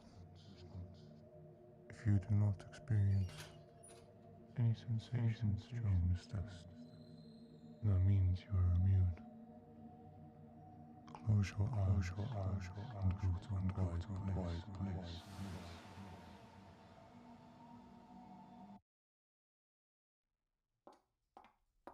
Oh, je t'aime. Ti amo, ti voglio tanto bene.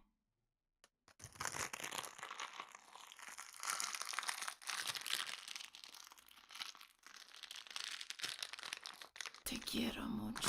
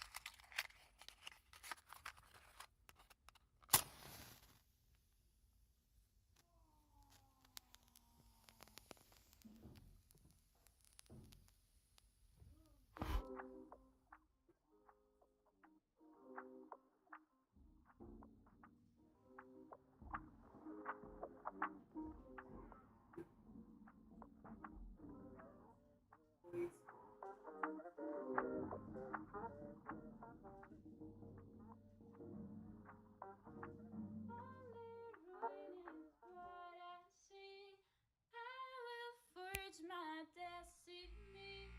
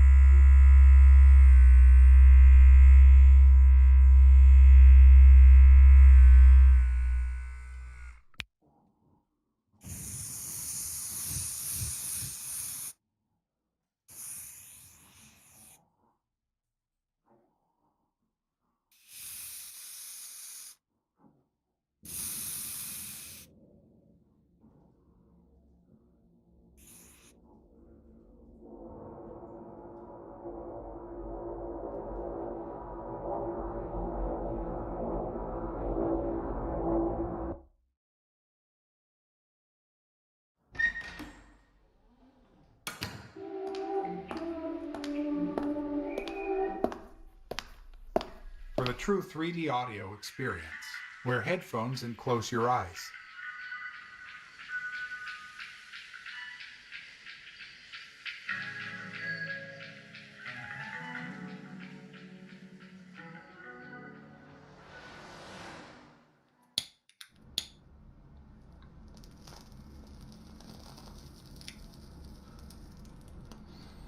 We got ways of making you talk. You'd better behave, or we're gonna put you in concrete galoshes.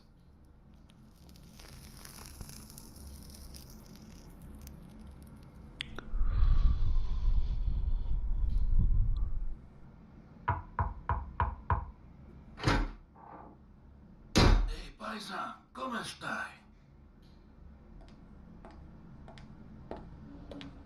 Baci la mano. You come to the right guy. Come over here, let me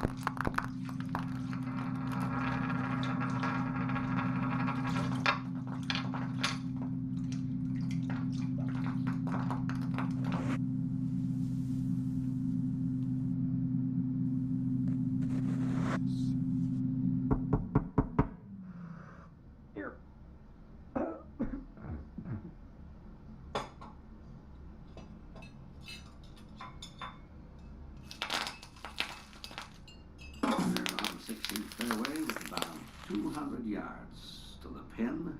He's currently 3 under, 2 behind the leader. This is a very tricky shot with the water in front of the right of the green. And he's wide and just the right club. And it looks like he's going to lay out. Looks like a 7-iron. Here it is. Perfect distance and just to the left of the green. An easy chip from here, the short putt from a nice second putter. Now,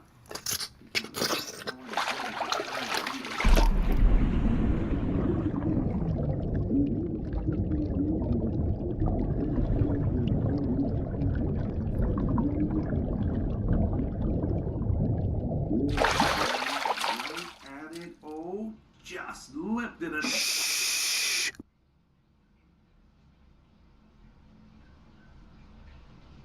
I just returning by something to his claims and time by a couple of small traders who need to teach because of tips of things. Simply listening to chase. So that time, can't fight for the switches. So long tolerant team at the touch. Life cemetery and cemetery. Which at times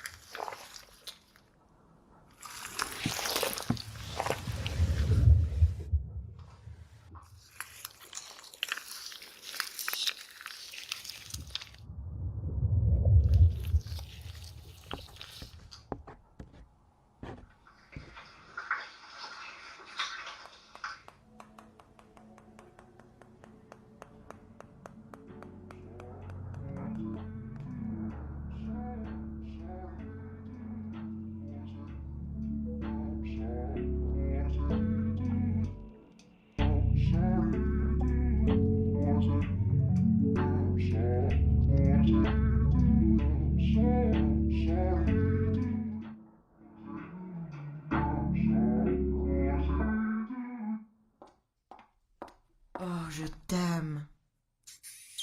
Ti amo, ti voglio tanto bene.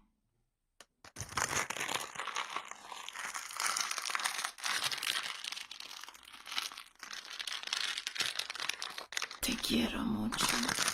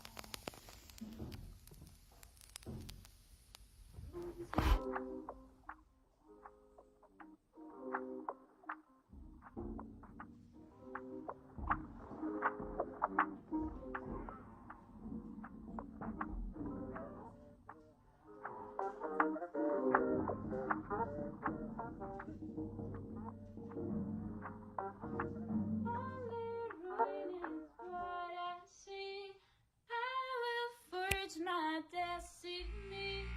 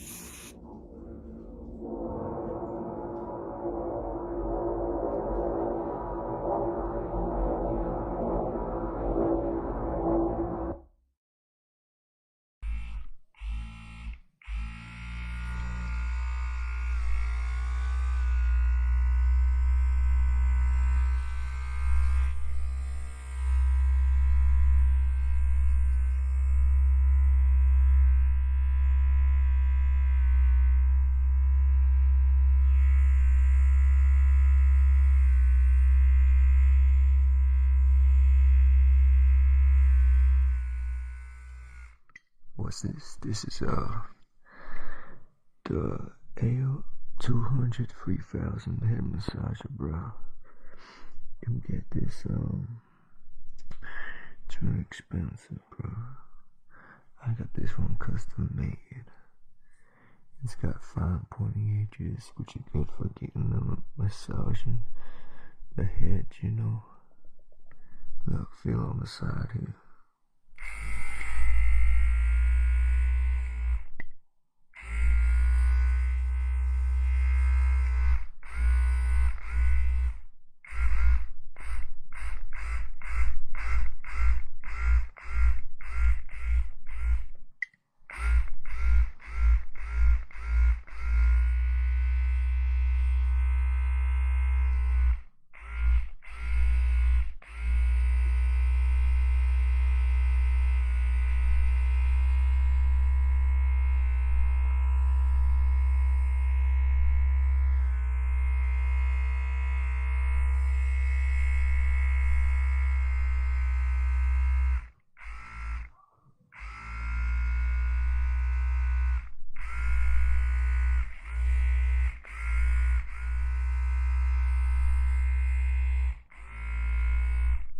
Hold up, let me just get a brush. I need to brush your hair out the way.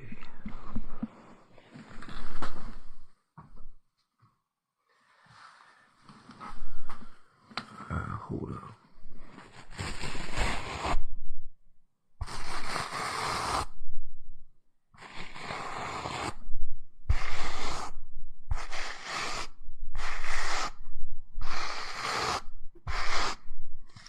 This should be good. Let's go.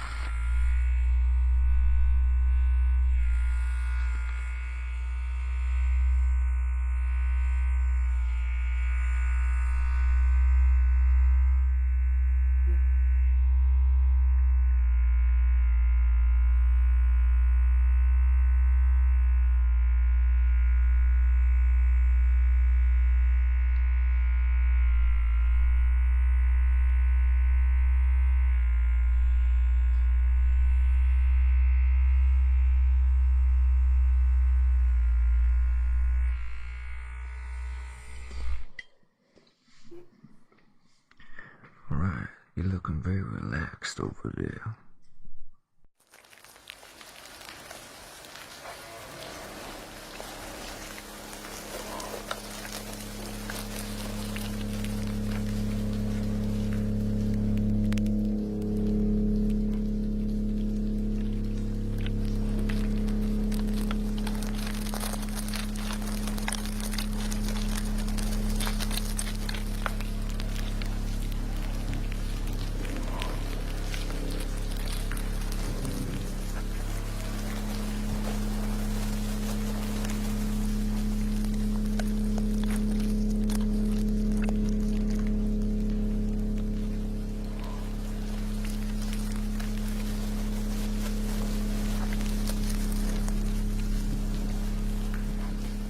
Wear headphones and close your eyes.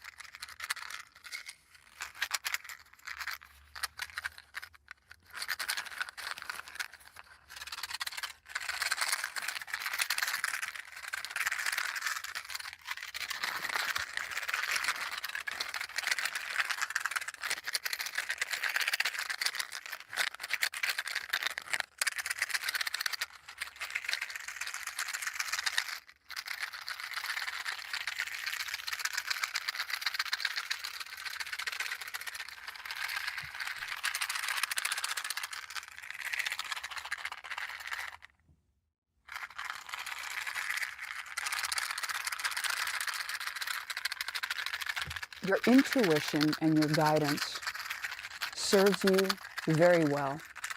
It has helped you arrive to this now moment in your life.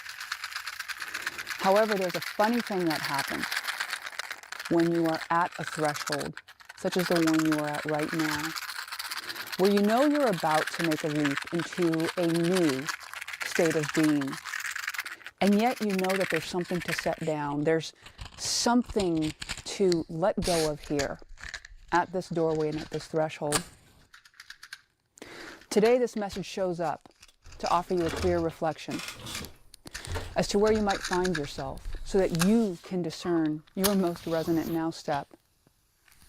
By the way, I'm Danielle Lynn, friend and connector across and beyond time and space, meeting with the rad cats, such as yourself, who are choosing to be intentional co-creators of your own reality. When you are as intuitive and perceptive as you are, there can be a tendency to consciously or unconsciously lean on readings as a form of stability because you have seen how powerful they can be. You've seen how accurate the reflections can be, and they may have assisted you walking through certain unknown corridors. The very funny thing that I find, and I find this as well, as someone who tunes in to a lot of readings, who uses my own intuition, there's certain thresholds that we arrive at where you're being invited to set down the attachment to the knowing, to the next step, to the intuition, to set down the attachment to feel fully ready before you take the step. It reminds me of that scene in one of the Indiana Jones movies, spoiler alert, where he's standing over this void, or standing next to this void, can't see the way across, but he knows he needs to make a leap of faith. And so he steps forward with both feet, putting his weight on it, and finds that there is an invisible bridge so that he could walk across. There is a similar cadence here in the energetic field in which you have enough information to know your next step. And it's going to be fairly specific for you tuning in, but you have enough information already to know that there's a now step to take. There's a certain point where there's no more preparation to be made, no more plans to be drawn up, no more things to think about or consider. There's do or do not, be or do not. This is the moment you find yourself at. I invite you to take a breath in if you would like to explore this. I like to breathe in through my nose and really bring it into my gut area when I'm contemplating something that I'm feeling into. And as you do this, you can imagine, if you like, a choice point to make. Something you've been chewing on, something that you have been feeling perhaps has been in the works, but you haven't known what step to take. There is a step here for you. It's not about knowing the entire vision as it comes forward. It's not even about answering the question of, is this right or wrong? Because that itself can be stuck in a mental corridor. What I invite you to find out at this point, if you like, you take a breath in, and you can answer this question for yourself right now. You say, is this direction the direction for me to take right now? And then breathe out. Now feel within yourself, within your body. Do you contract? Do you relax? Do you sense anything at all? What comes forward? The answer is here. What we're feeling into is how clearly you're allowing yourself to receive the answer right now. If you felt your answer, share with us in the comments. If you didn't, I'm going to invite you to take another breath in and out, and then ask yourself, what can I allow myself to know right now? What am I willing to allow myself to know right now. And then leave your mind blank, leave your space blank, and just be.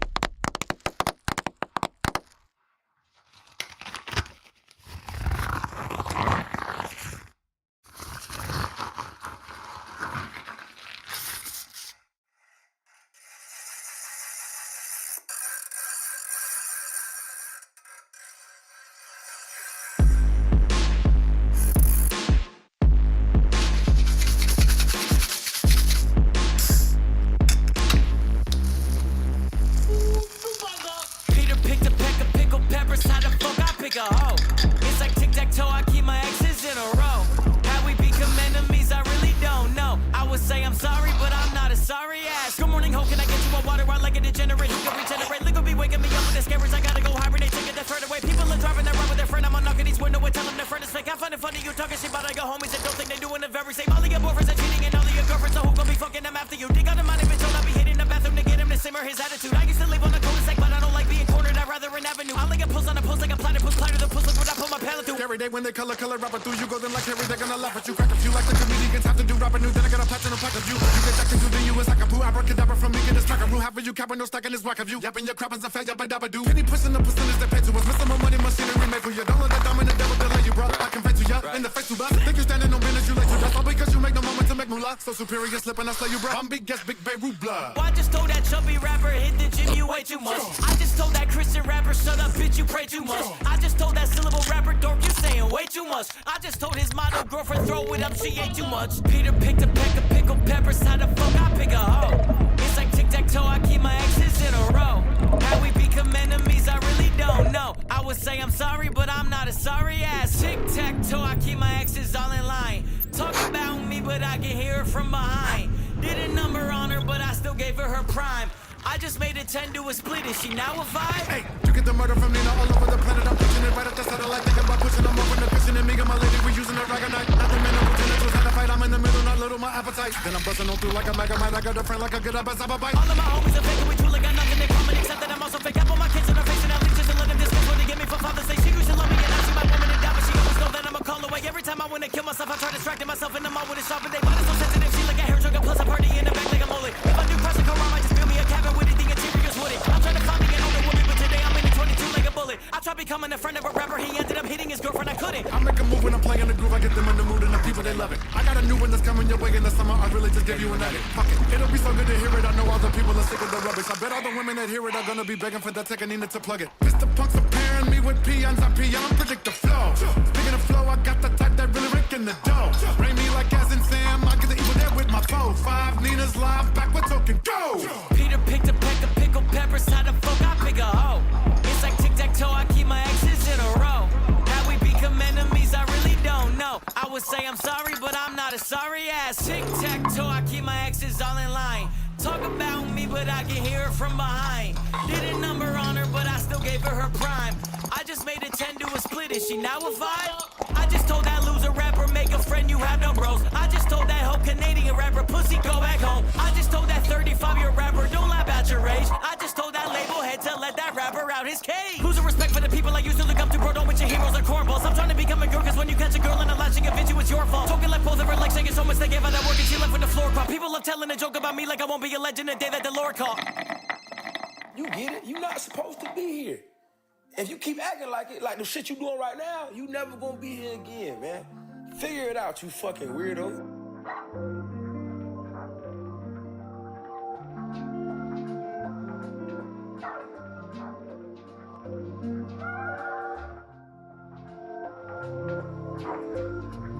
Honey?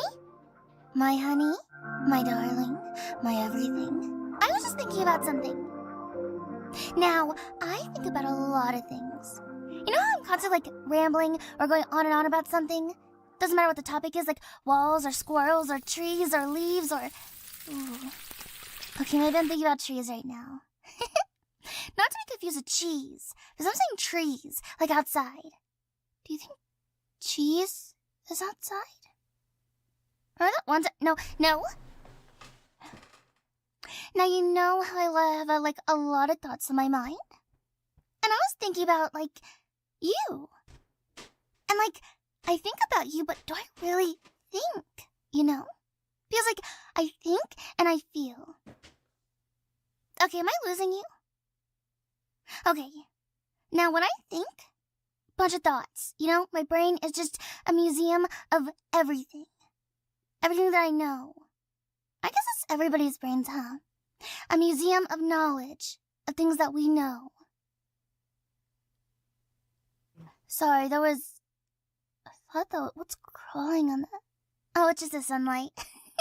Against the wall. Okay, right, something about a museum brain. Anyways, in the heart, it just feels like it has its own brain. But, like, it's not thinking, it's feeling.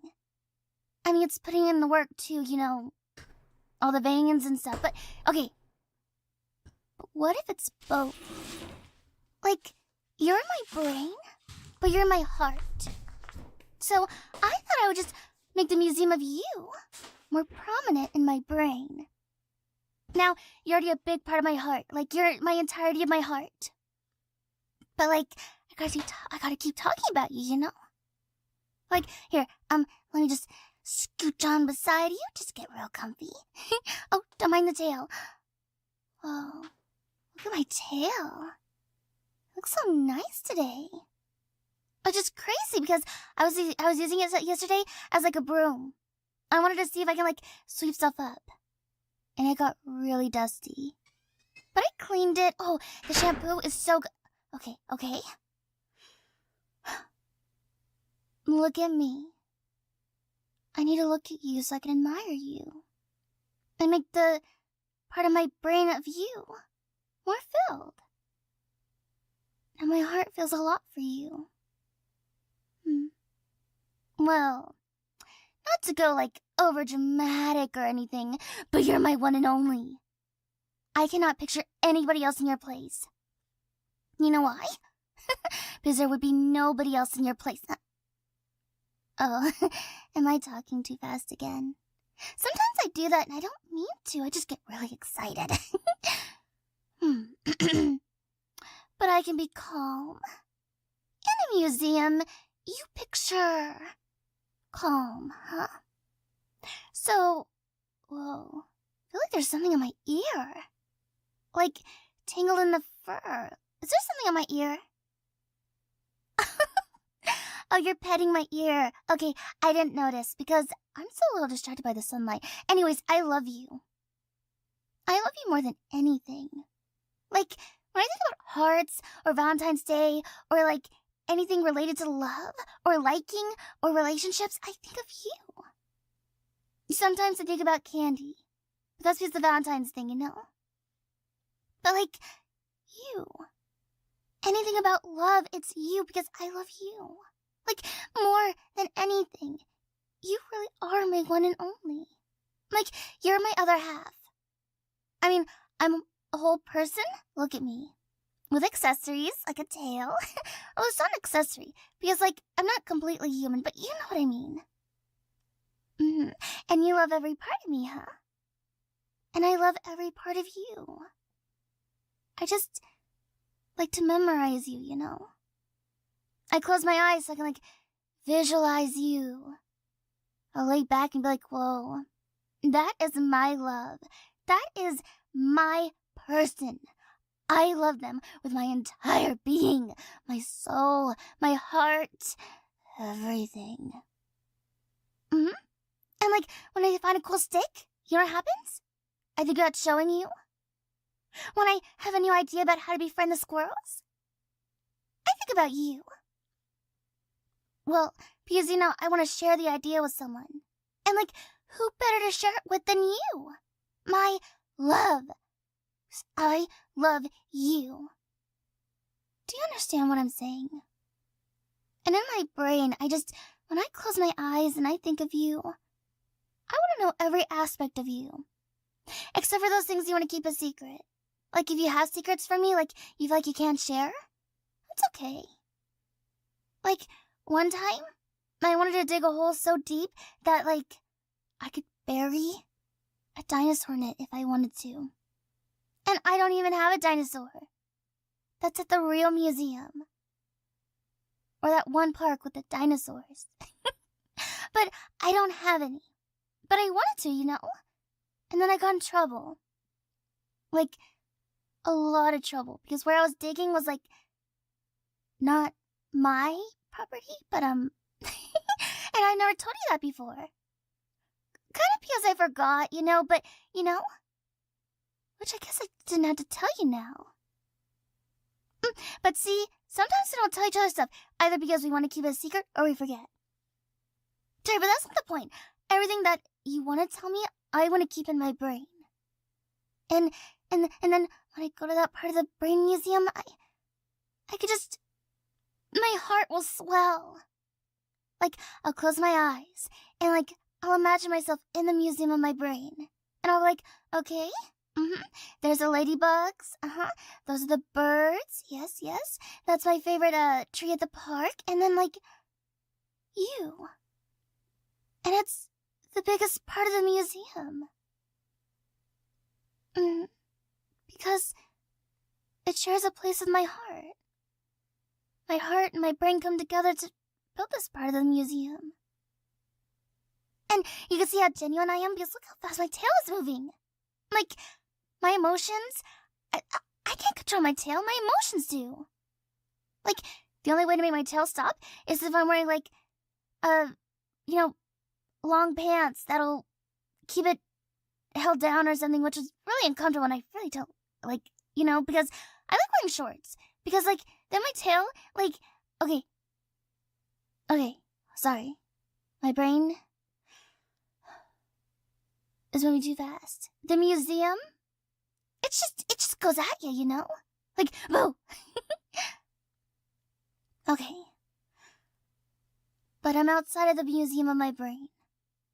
Okay, well, my brain is always in my head, but I'm right here with you. So right here, I can hold you.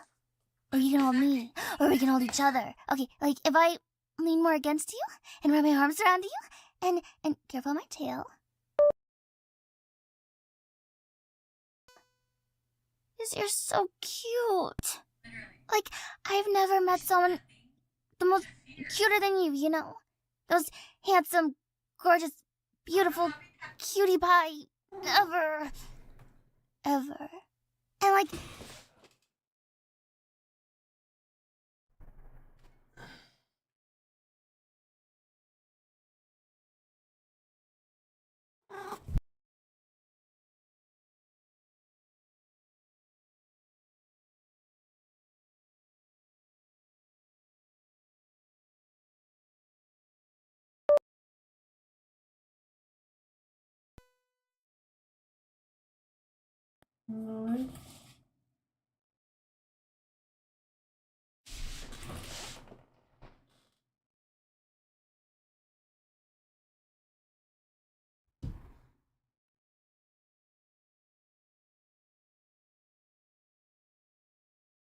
Your intuition and your guidance, even if it's one where I don't fully know where the next step leads, and then take that step or don't.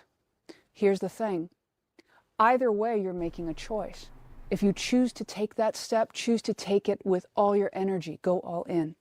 If you choose to not take the step, do the same thing. Choose to not take the step and then bring your energy all the way in. In other words, completely close that door in that moment. This is the place where you will find clarity. Because what ends up happening is some people live in the threshold. They don't fully step in, they don't fully back out because on some level they're afraid of making the wrong choice. They're afraid of missing out on the opportunity, or they're afraid of stepping forward and being like, oh, I regret making that opportunity choice. But at a certain point, what you are doing is you are making a choice to be in limbo. That is what the threshold ambivalent middle point is. And that's not a judgment towards you, and nor do you need to judge yourself for it. In fact, I imagine that part of the reason you're tuning into this message is there is an aspect of you that is ready to simply make a choice with where you are at right now. Because let's say you chose not to make the choice. You step back, you close the door. Your energy comes back to you. Even if you're like, oh yeah, that would have been a good choice to make after the fact. What happens? 2 more doors open up for you. New doors, new possibilities in which you can step forward and make a choice again. Let's say you step through, you're all in. Now you're in the experience, your energy comes with you. You experience the moment, and then a new choice point comes up again. 2 more doors open up. Now you get to make your next step. Because this reality, on some form or another, is essentially an endless field of potential doorways, thresholds, places for you to experience yourself with each choice and each encounter. Because it's not about the decision you are making so much as it is the experience you are allowing yourself to have through the decision-making process. And in this way, you're not only experiencing your world, you're experiencing yourself through the shape of your choices, through the way you're interfacing. You make a choice you don't prefer, well, then you get to make a new choice in the next moment. You make a choice you do prefer, then you get to attune and see if you want to keep making similar choices. Life isn't about perfection. It's not about getting it right or getting it wrong. This is a very narrow view of how reality works. You are an ever-changing being in an ever-changing reality. The gift of choice is the gift you give yourself to live fully. The gift that you give yourself to make mistakes, to have successes. And instead of taking the life path so seriously, you start to realize that every single one of us has times of rising, times of falling, times of successes, times of challenges. And it's not about trying to run away from life or over-control or manage it. It's about allowing yourself to move through these opportunities in a way that reflects your natural inner dance, one that you enjoy, one that makes you laugh, one that inspires you to keep dancing, to find new moves, to see what happens. This is your experiment experience, my friend. This is your life to embody.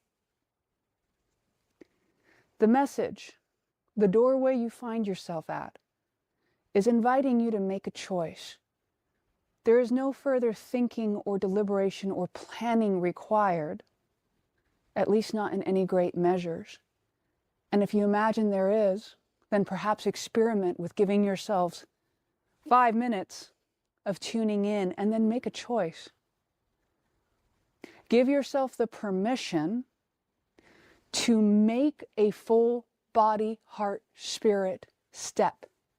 Give yourself permission to take a step without needing to know the outcome, because through taking the step, you're actually directing and guiding the outcome.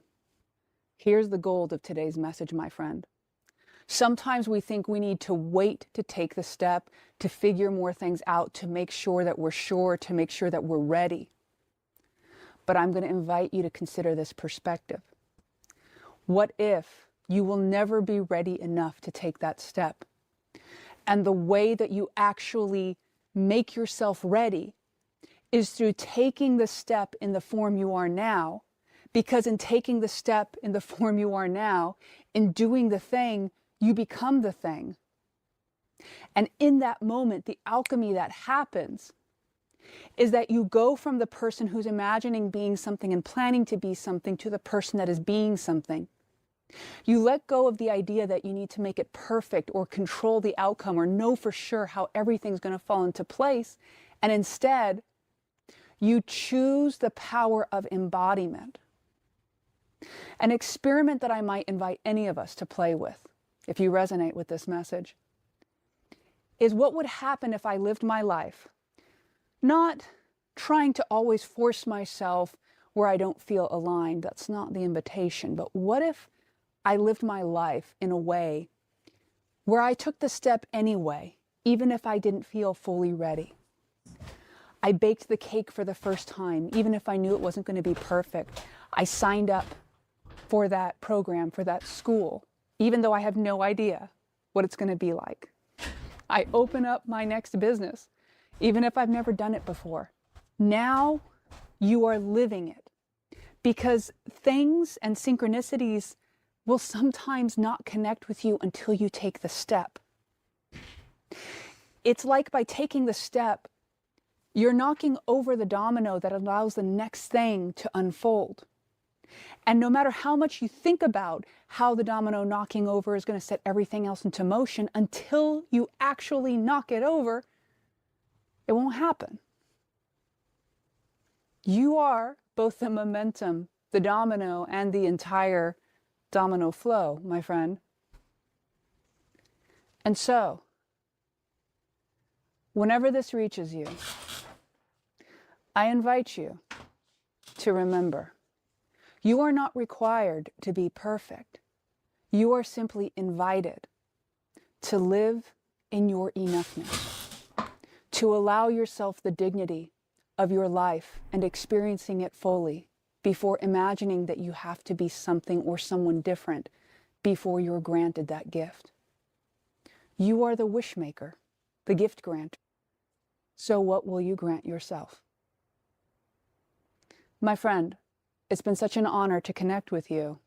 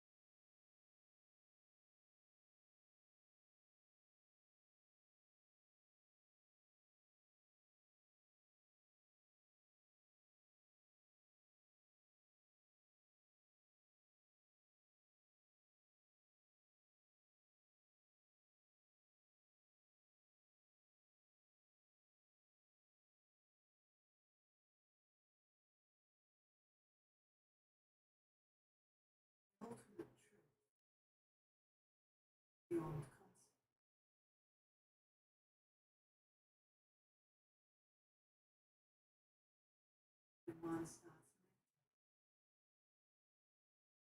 You have to see it. The process of seeing.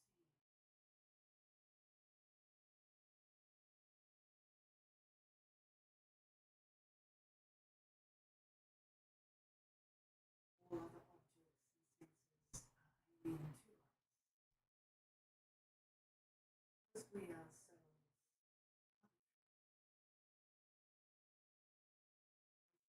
ourselves.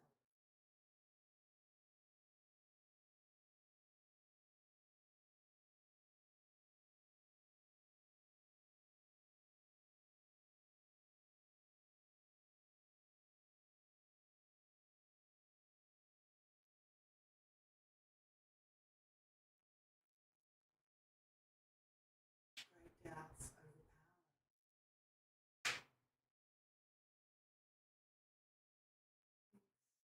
Operates on what is everlasting.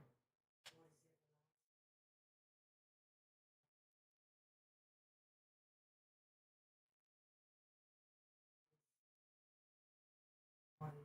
not so. They're not any of the things that exist in this world. None of these.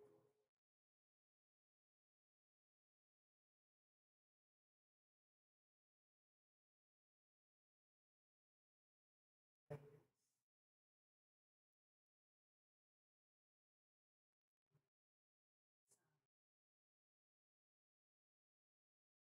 find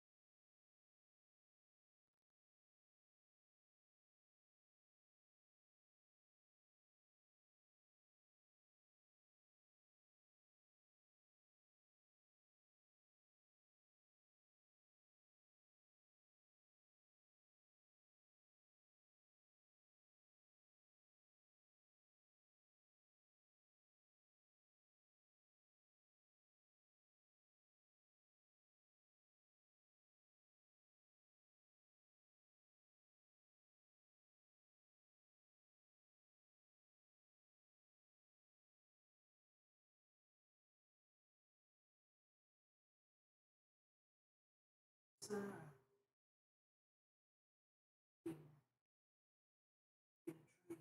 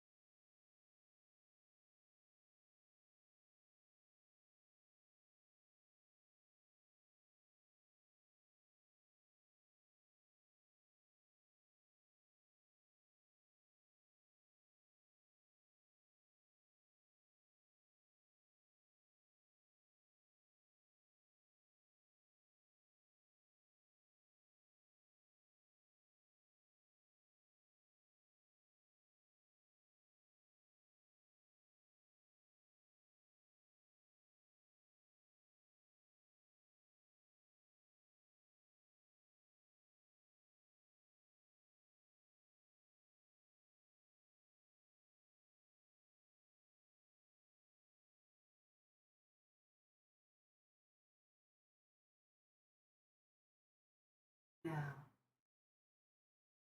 traits are dispelled in the spacious state, enlightened intent, is the true nature of phenomena.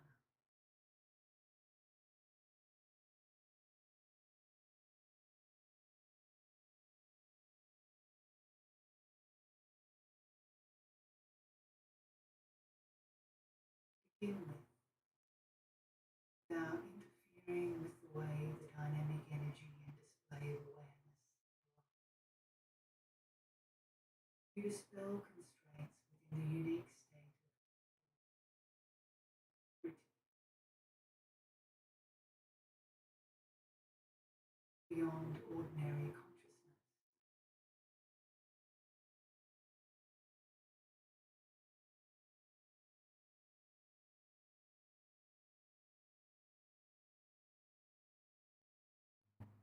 If you are not distracted from the essence of awareness as the unity of emptiness and lucidity,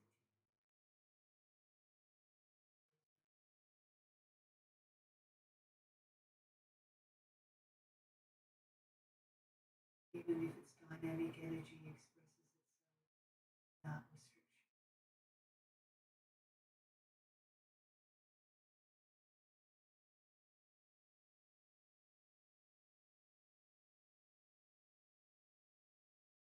This is illustrated by the fact that as long as a crystal remains in place, there is nothing contradictory about a five-colored light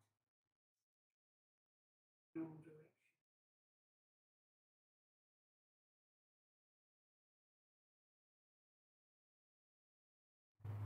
It is not as though you hold your consciousness, which arises without restriction, in a single content.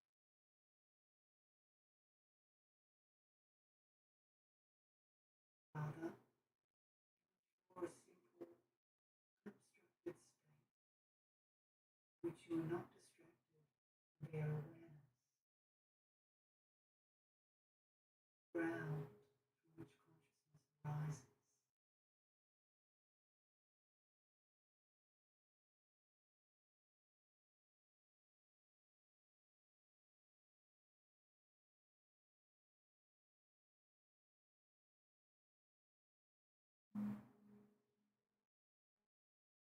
So, you might think, one be distracted by allowing proliferating thoughts however they will.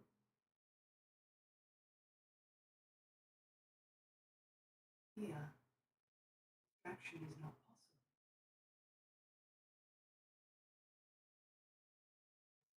Energy moves outward. Awareness remains focused within. And as its radiance turns back inward, dynamic energy is free. Ground of being. Because it is never separate from the unified sphere. It is the bare essence of awareness.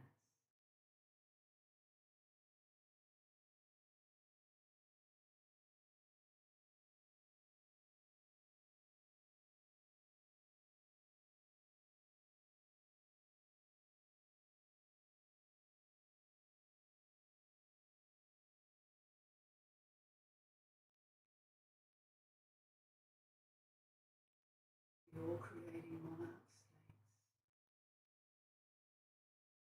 In the oneness within the basic space of phenomena, there is nothing to traverse. Even intimate contact with the meaning of the heart essence. There is no distraction.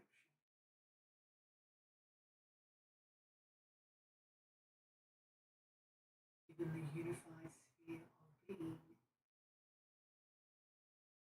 not proliferate anywhere.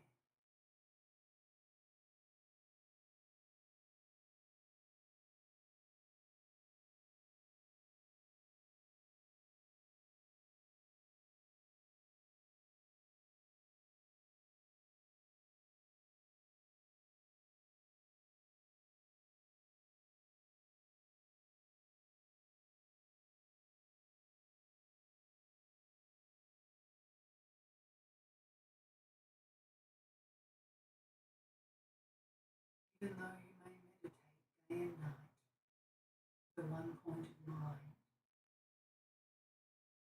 you are fixated on or attached to meditative experiences, clarity, or non-conceptual awareness. Meditation will be identical to meditative stability of the gods. Will not be able to lift you a bit farther out of samsara.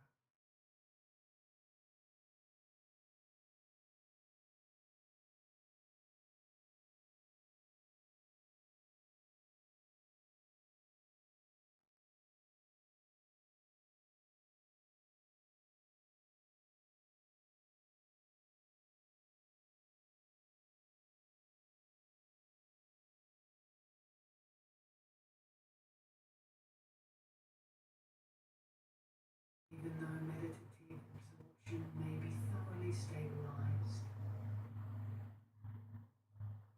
if one indulges in overt fixation, be on the level of a full demon.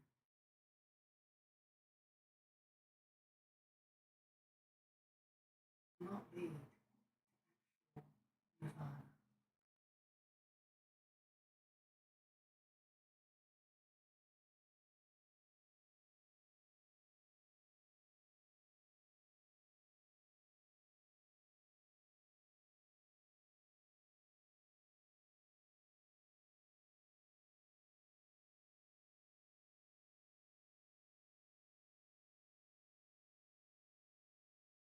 Yogins come to a realization of their awareness. Even though, due to its dynamic energy, they're conscious of sense objects, energy does not fall outside the scope of its true nature of phenomena.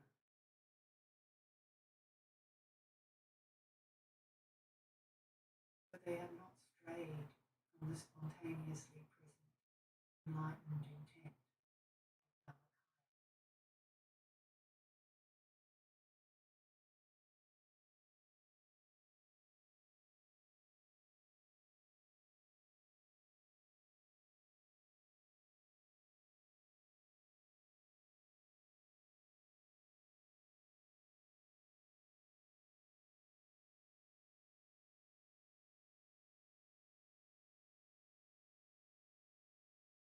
You're creating monarch states.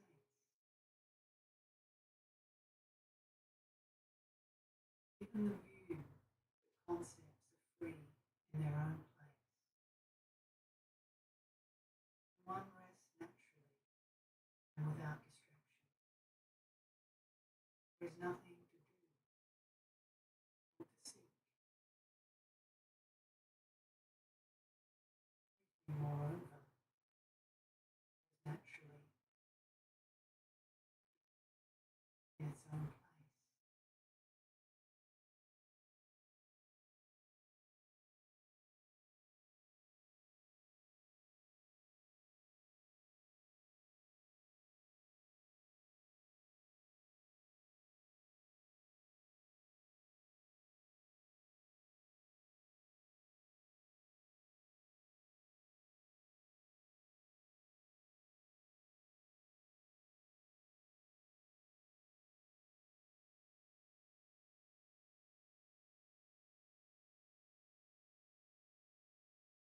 Let me summarize the significant points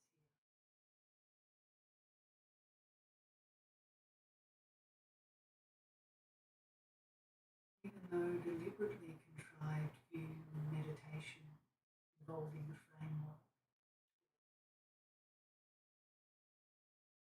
you should understand they are within the realm of ordinary characteristics.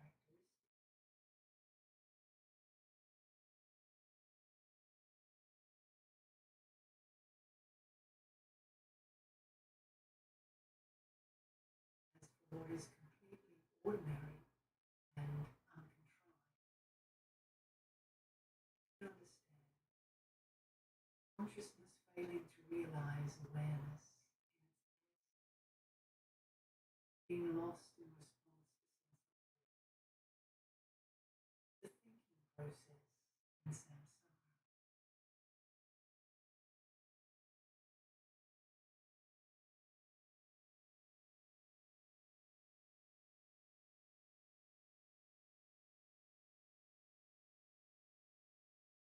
the distortions of hope and fear do not intrude on the state of unobstructed awareness.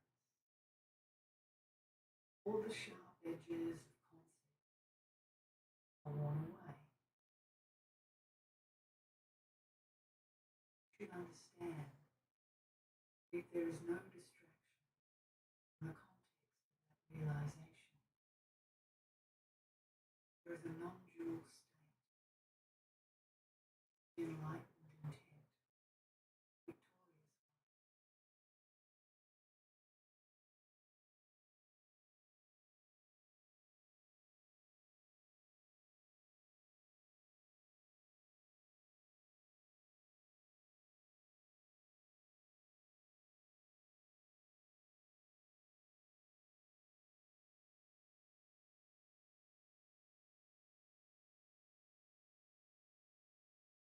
Main tantra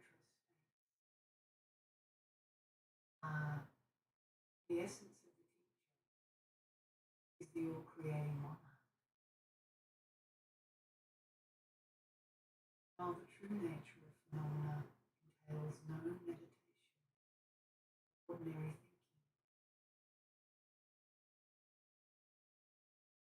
to abide in some vague state without thinking of something.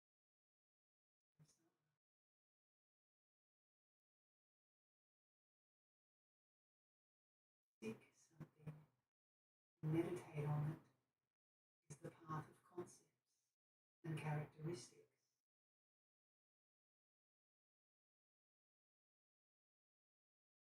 Therefore, the all-creating one does not proclaim that freedom lies in abiding in meditative absorption. It involves hope and fear.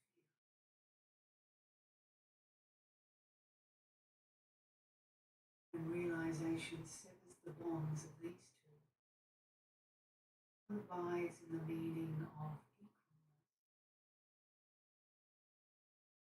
the absence of opposite. So the enlightened intent of me, the all-creating one, is spontaneously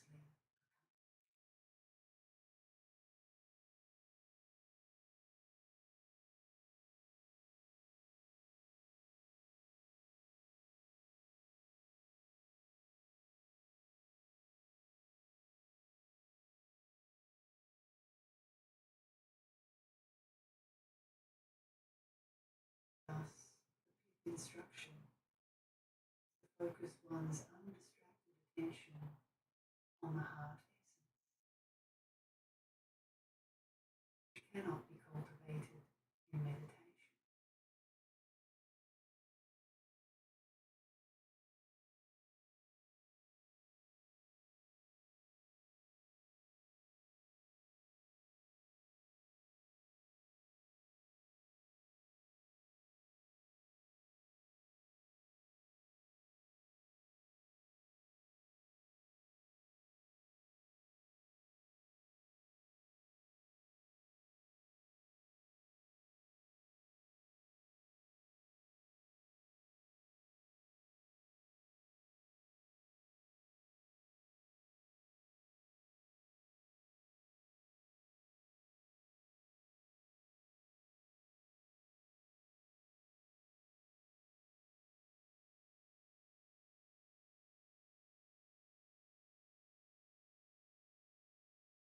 Having dispelled constraints in the essence of enlightened intent, which is beyond ordinary consciousness, embrace that intent, transcendence of the proliferation and resolution of thought and recollection.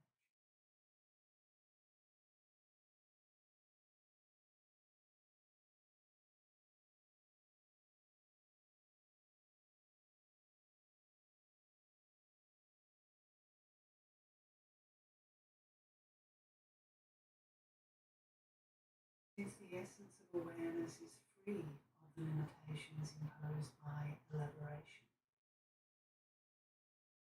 crucial that the spiritual path of yogins who desire enlightenment not deviate from Perfection will not be attained if the ground and path are at crossroads.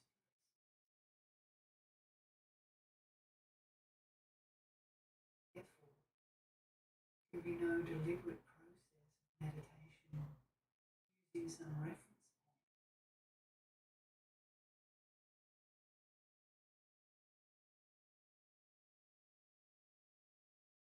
There is simply no strain from the naturally pure state,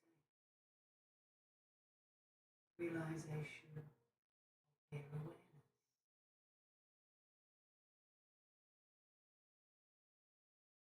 This is the enlightened intent of naturally occurring timeless awareness.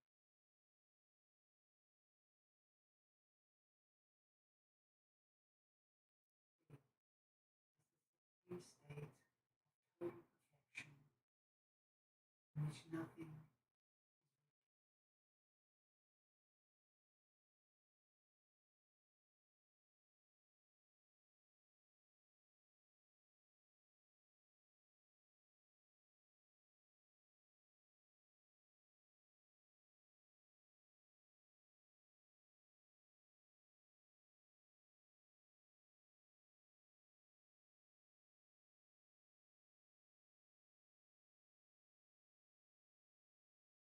great Garuda states.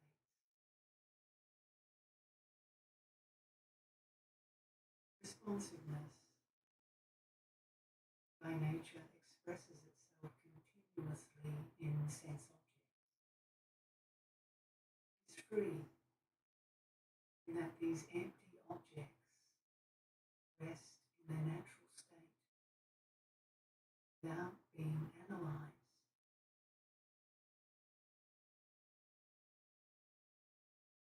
The very absence of extremes purifies the avenues to rebirth in higher realms.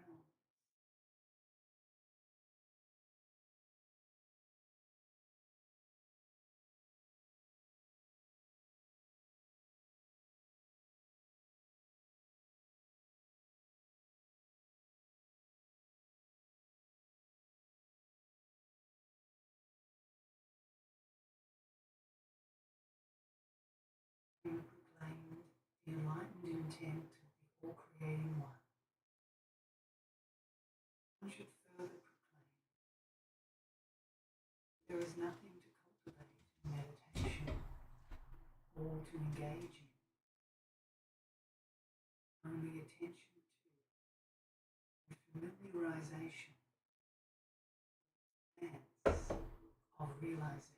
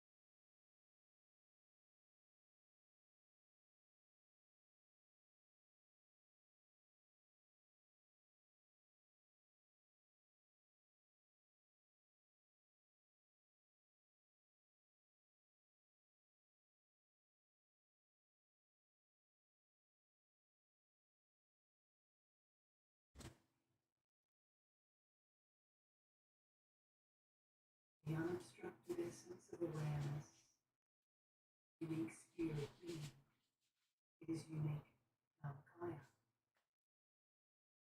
From the standpoint of its being free of the limitations imposed by elaboration, it is great perfection, pure, free of limitation.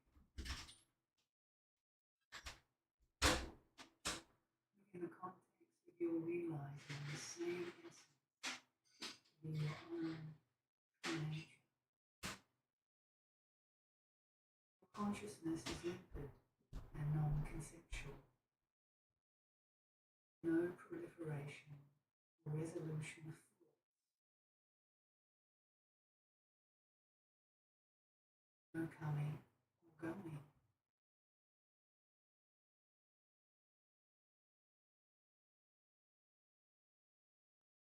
this is the unique state, the lucid meditation.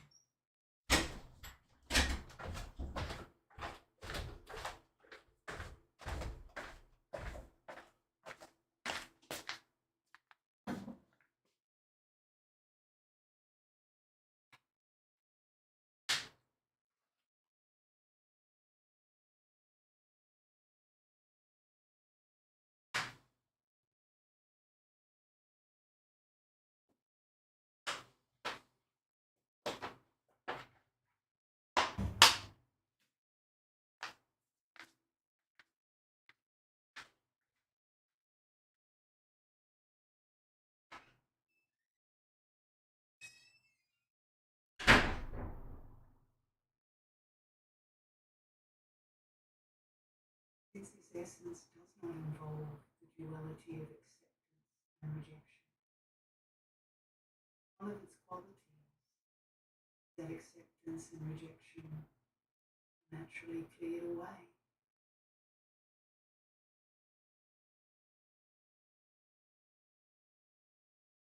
This is the unique state of non-dual conduct.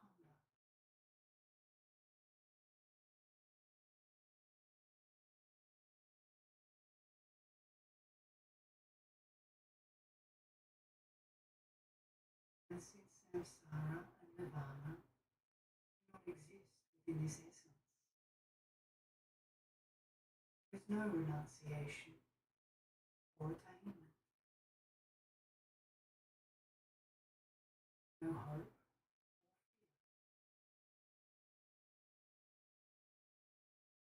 So this is the unique fruition state.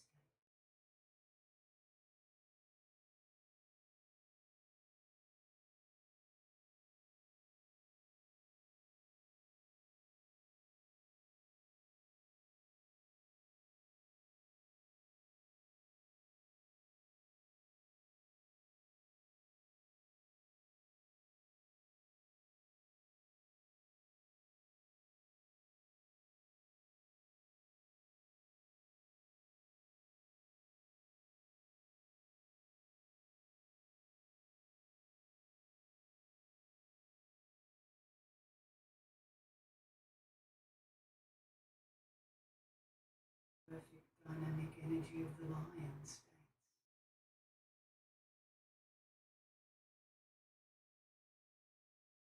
Conduct beyond the dualities of reifying attachment.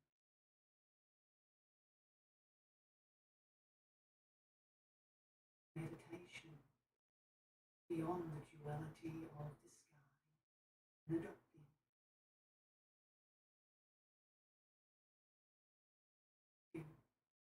Beyond extremes and bias.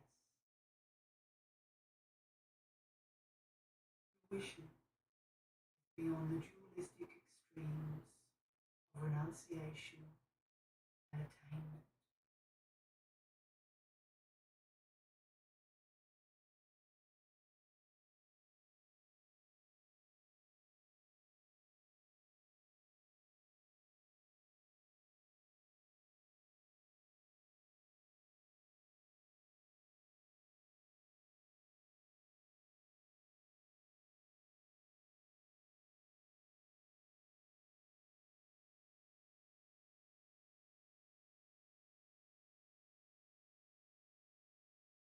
Since everything is free of constraints within naturally occurring timeless awareness, it is embraced as a supremely spacious, uniform ground.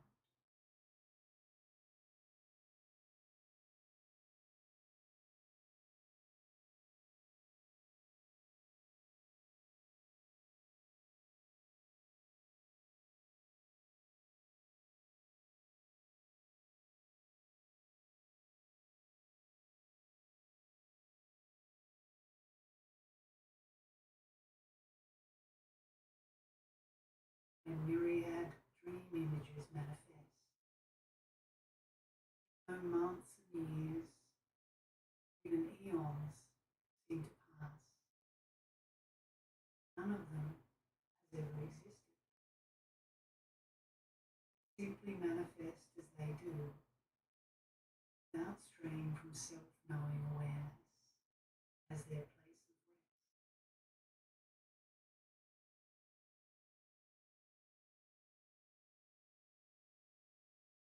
Similarly, you should understand that even though everything seems to manifest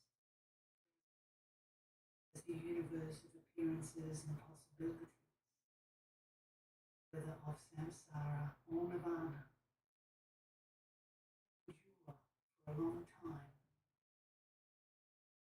none of it strays from the basic space that is its essence.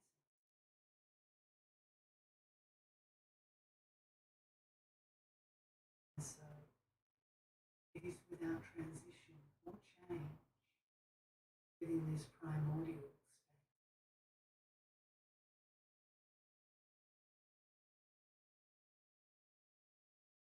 Free of any substance, our natural expression, emptiness.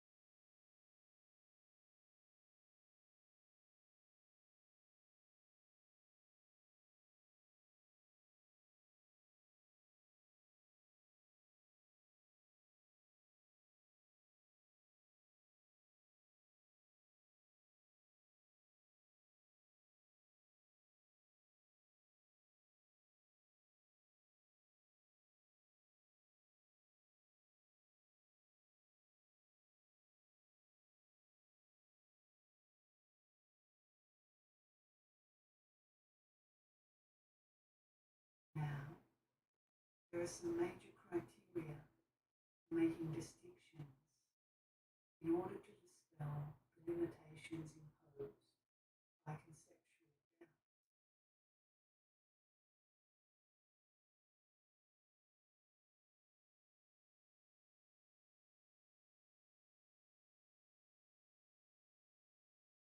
One such clear distinction to be made concerns resting within naturally occurring enlightened intent.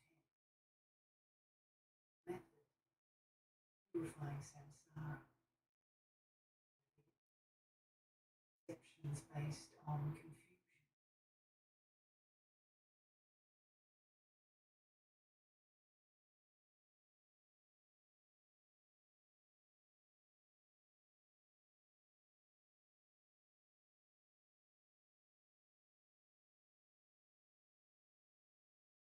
The essence of self-knowing awareness is not reified as an object,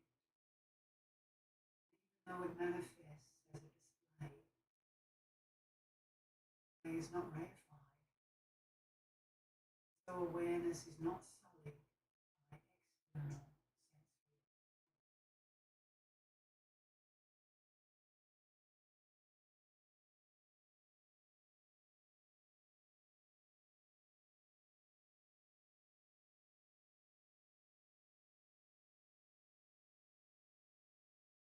Inwardly, you do not reify what arises within mind due to its dynamic energy, so it is emptied of karma and afflictive emotions.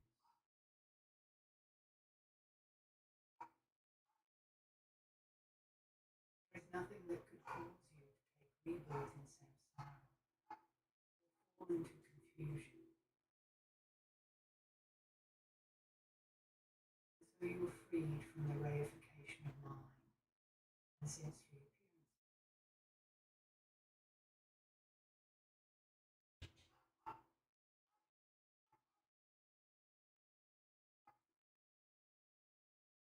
Stronghold of dualistic perception crumbles. Awareness becomes fully evident as an unobstructed state, devoid of confused perception.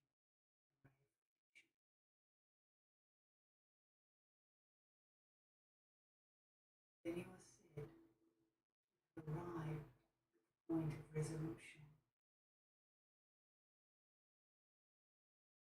You have reached the pure realm of Samantabhadra.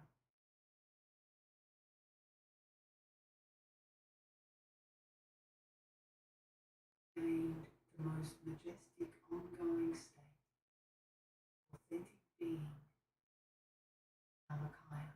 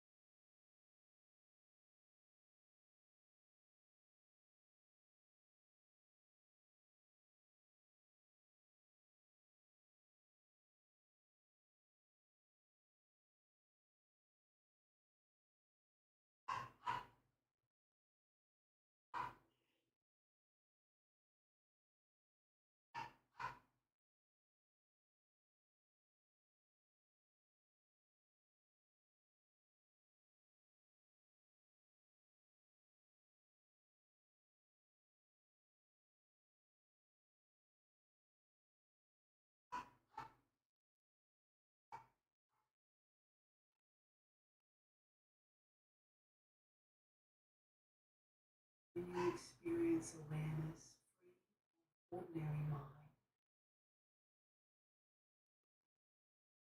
so free of ordinary mind's confused perception. So there is no place to go, only the unique state of Buddhahood.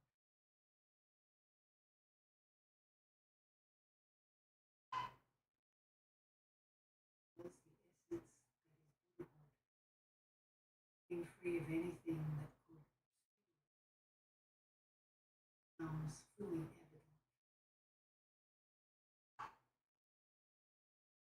When awareness is involved with ordinary mind, think of an ordinary being. When it is free of ordinary mind,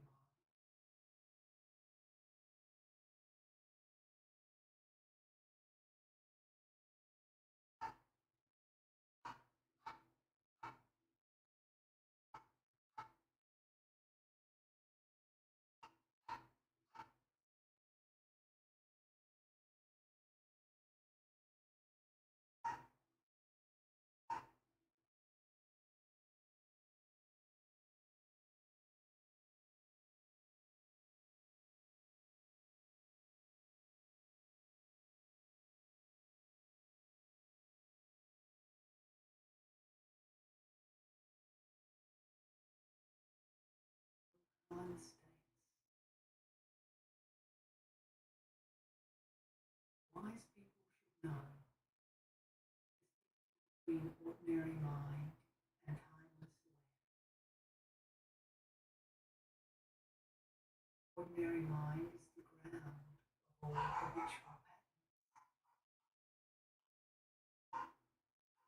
It is the distortion common to ordinary beings. Reification of mind.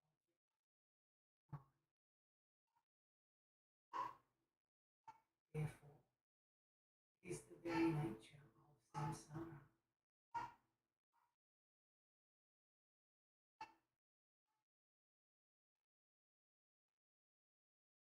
If there is freedom in ordinary mind,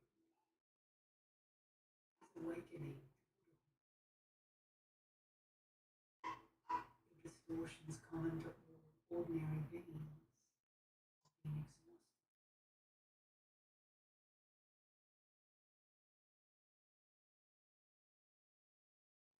Driven by ordinary mind.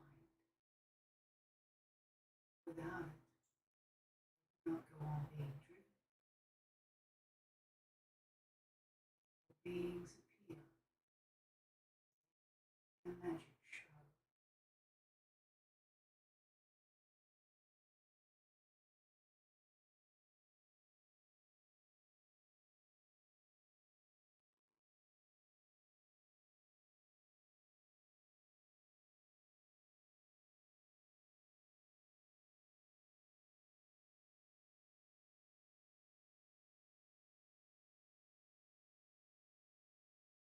Due to the ordinary mind, reifies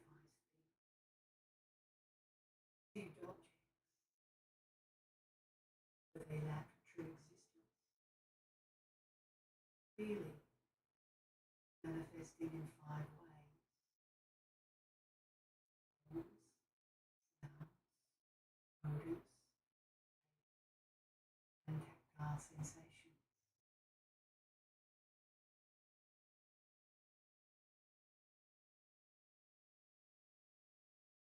The ordinary mind that reifies itself, karma and its inevitable consequences, as well as afflictive emotions,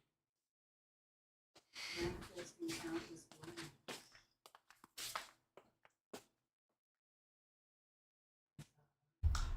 The reification of objects, analysis,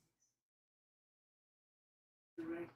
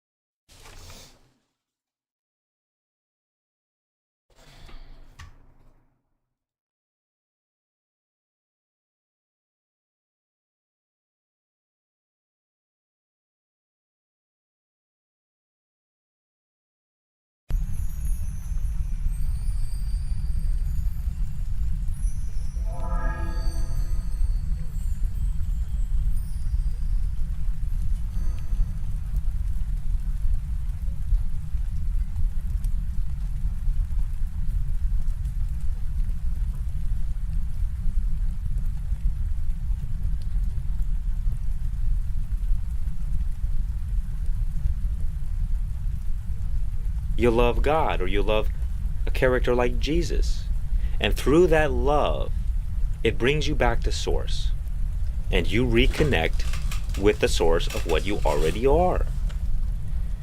You, as a separate individual mind, merge back with your creator. That is also you.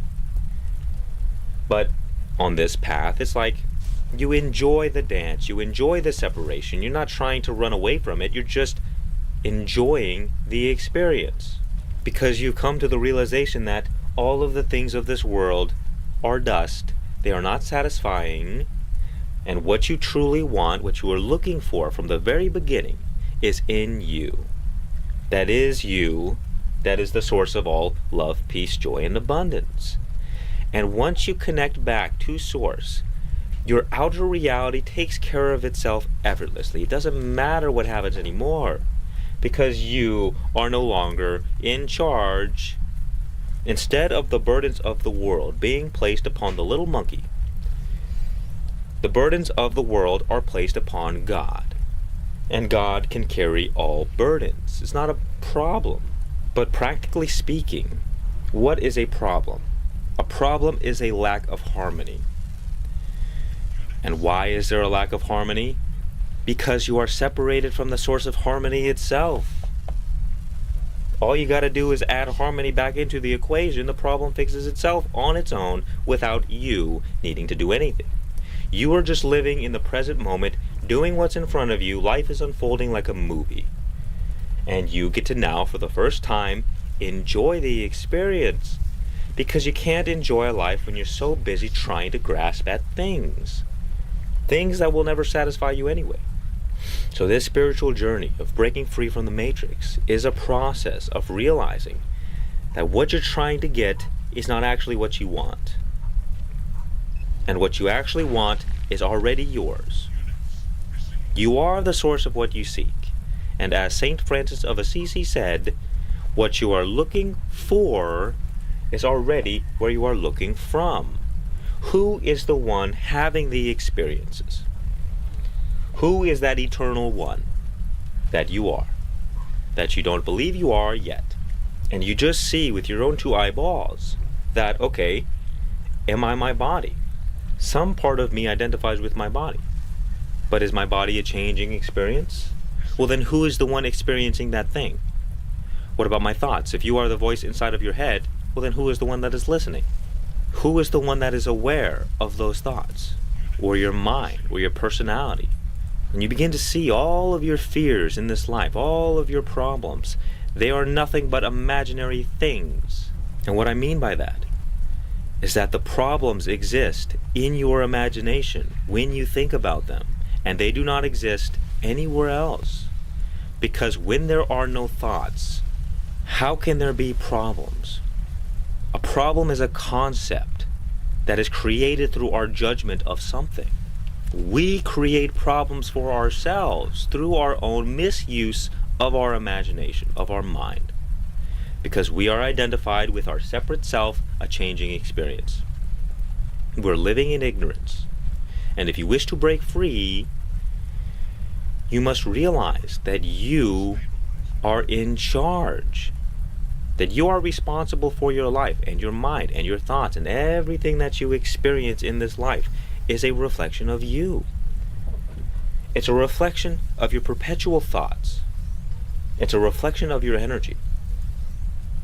And your energy has been stolen by what I call the monster mind, which is the master of the matrix. That is the whole point of it all. The matrix uses you like a battery in the matrix. Wait, lots of matrix. The matrix uses you like a battery, stealing your fundamental light, draining you of everything. And that is why you see people slave their lives away. The whole system is set up of the world, or let's say the illusion. It's set up to get you to believe that you are less, so that you give your valuable life juices away of your own consent. Because the forces of darkness, the forces of evil, they cannot steal your life unless you give it away, which everyone does. What does that look like practically? It looks like I'm going to settle for working at McDonald's because times are hard. I got no money. I gotta survive. I'm not enough. I don't have enough. So I gotta slave away, and I'm just gonna slave away my life. The only thing that is actually valuable. For money that has no value at all, I'm just fooled into believing it has value, and I rationalize it in my head that, okay, well, this is tolerable, this is acceptable because, well, everyone's struggling with the same thing. It's hard times for everyone. It's all false. It's all fake. We believe it into existence. We believe the hell realm into existence. Everything is just energy. It's just information. And you feed that information through what you focus on. You give it your energy because your energy is your creative power. What you focus on, you create. So you believe into existence the very things that you hate, the very things that keep you enslaved. That is why the only prison in existence is the one in your own mind. And you are the prisoner and the jailer. And that prison is reinforced through your thoughts, through your beliefs, through the stories that you tell yourself about who you are and the way that life is. And that's why you got to be very careful of who you listen to, because other people will enslave you to their reality of what they think is true. And because we, as little monkeys, we look to others to say, well, are you experiencing what I'm experiencing? Well, if we experience the same thing, well, then it must be true, right? Right? Well, most people are living in a hell realm, and most people don't realize their power. Because if you realize that you had the infinite power of God at your fingertips, you would not believe stupid things. You would not try and be a realist and say, well, the economy is bad. Well, who cares if the economy is bad? You are the source of God that has infinite power. Infinite power. But we just don't have access to that power. Why? Because our power is being held hostage through our identification with our body and our mind. And the more we identify with our body-mind, the more we are a slave to the earthly plane. And the whole game is to take your consciousness away from the body-mind and return it back into itself. And as you return back into your true self, you gain more and more power. That is why someone like Jesus can perform miracles, heal people, because life, at its fundamental level, and nobody's going to believe this, especially not your scientist friends, on the surface it appears there is separation. There is changing experiences, and there is the unchanging.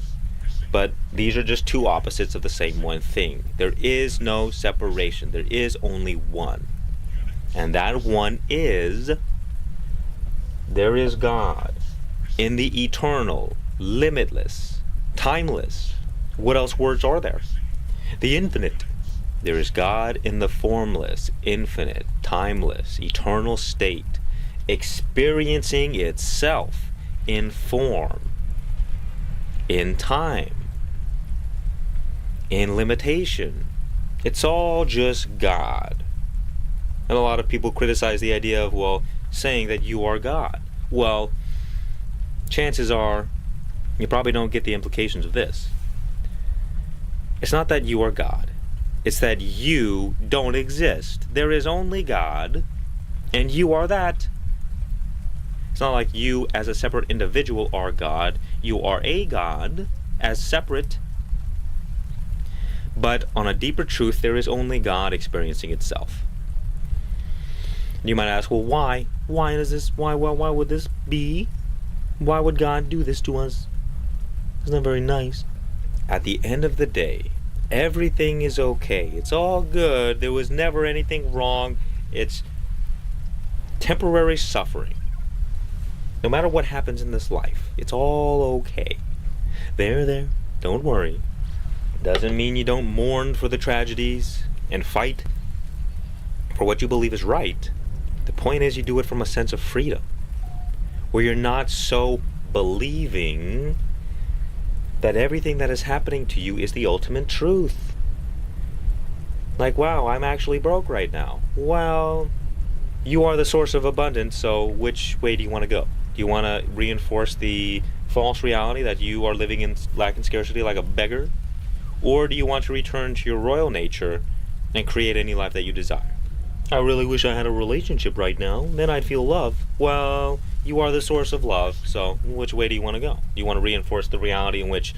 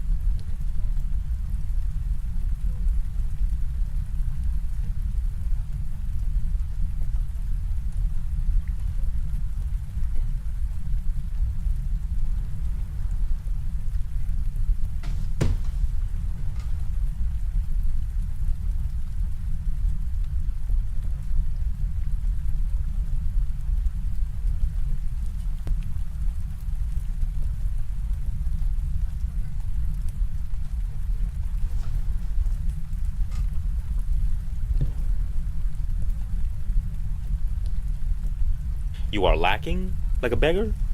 Or do you want to return to your royal consciousness? The reason that God has set up this game like this is very simple. Let's say I snapped my fingers and made you perfect, right? I made you eternal. I made you all-knowing. Now what do you do? Answer me this. Anything you think of, any idea, any answer that you can respond to me to is irrelevant. Because in an instant, it's already done. I want to do this, oh, it's already done. I want to know this, oh, it's already done. Because you're already perfect. And from the state of perfection, there is no point to existence. There is no reason to be alive. God is bored, so God had to make this game as entertainment. God is an adrenaline junkie, apparently. So God plays this game of hide and seek with us. The only way for God to be surprised is for God to forget that God was God. So we go through these experiences thinking that they're real, but at the end of the day, it's all okay, it's all good, you're already in heaven. There's nothing to worry about. But we get to enact as actors these roles, these stories of life, of our life, and they're all equally beautiful. Well, maybe not equally. They're all beautiful, some more beautiful than others. But God enjoys them all through us. And if you did not experience the suffering, the illusion, the matrix, well then what is the point of becoming free? There is no joy in that. There is no purpose. There is nothing. Without the evil, there is no point for the hero. And without the hero, there's no story. So we are so obsessed about getting rid of these problems, fighting the matrix, doing all this stuff. And we don't realize that the point of it all was to act and to dance and to play these roles and not take them so seriously. You take your seriousness with a playful attitude. And as it is said, when you learn to laugh at the devil, he begins to leave you alone. Because the forces of darkness, the forces of evil, the matrix, they have to manipulate you into believing that they have power. That is why the demons, they got scary faces. So you are frightened. But think about the boogeyman. You're laying in bed, and the boogeyman comes in your imagination, and you start to get afraid. Oh no, the boogeyman is under my bed, he's in my closet. He must be gay. Well, in the moment you realize the boogeyman is gay, well then he disappears. Because he's not scary anymore. What's he gonna do? Don't go down that train of thought, please. But think about it. You look under your bed, you look in the closet, there's no boogeyman. What happens? The boogeyman disappears. You're no longer afraid because the boogeyman was only in your existence. Or it only exists in your imagination. Probably gonna be raked over the coals for that one. If you make fun of me, I swear to God, I'll banish you to the Shadow Realms. And Mr. Mouse will have his way. I sure hope you like cheese, bucko. Or bucka, if you're a female. Thank you for defending me, Mr. Mouse. Think of life like this. If life was a movie and you were the actor, from the movie's perspective, you're playing your role to the best of your ability. You're being as you are. And that means going through life, overcoming your struggles and difficulties, rising up. But at the end of it all, underneath the whole game, as you are acting, you never forget that you are an actor. Whereas most people in life, they're method acting. They have forgotten that they are not the mask that they are wearing. They're sleepwalking through life. They're stuck in the illusion of the Matrix. And even in the movie, the villain and the hero, they're at each other's throats. They're fighting each other. They hate each other. But the actors themselves are both in service for the whole thing. But what do? Because we are attached to this animal body that fundamentally wants to pursue pleasure and avoid pain, we look at the darkness, we look at the bad stuff, and we say, we have to desperately get rid of this. But as you retract your consciousness back into itself, you realize that the darkness and the light are equally important to all things. So when you go through those problems or those struggles, you stop viewing them as problems and struggles, and you see them as in service to your highest spiritual growth. So you're no longer living life miserably, desperately trying to escape your current circumstances. But now you're dancing through life with grace, and you effortlessly find success, because now you finally awaken to the game that God is trying to play with you. God is not trying to punish you, you're just misusing your mind. Once you break free from the illusion, it's all easy from there. Not because life itself becomes easy, or that you get rid of problems and struggles. It's that you're no longer fooled by them, but you see clearly that it's just you and God enjoying this dance together. And sometimes you forget, oh no, the bad guys, the problems, the demons, they're out for my cheeks.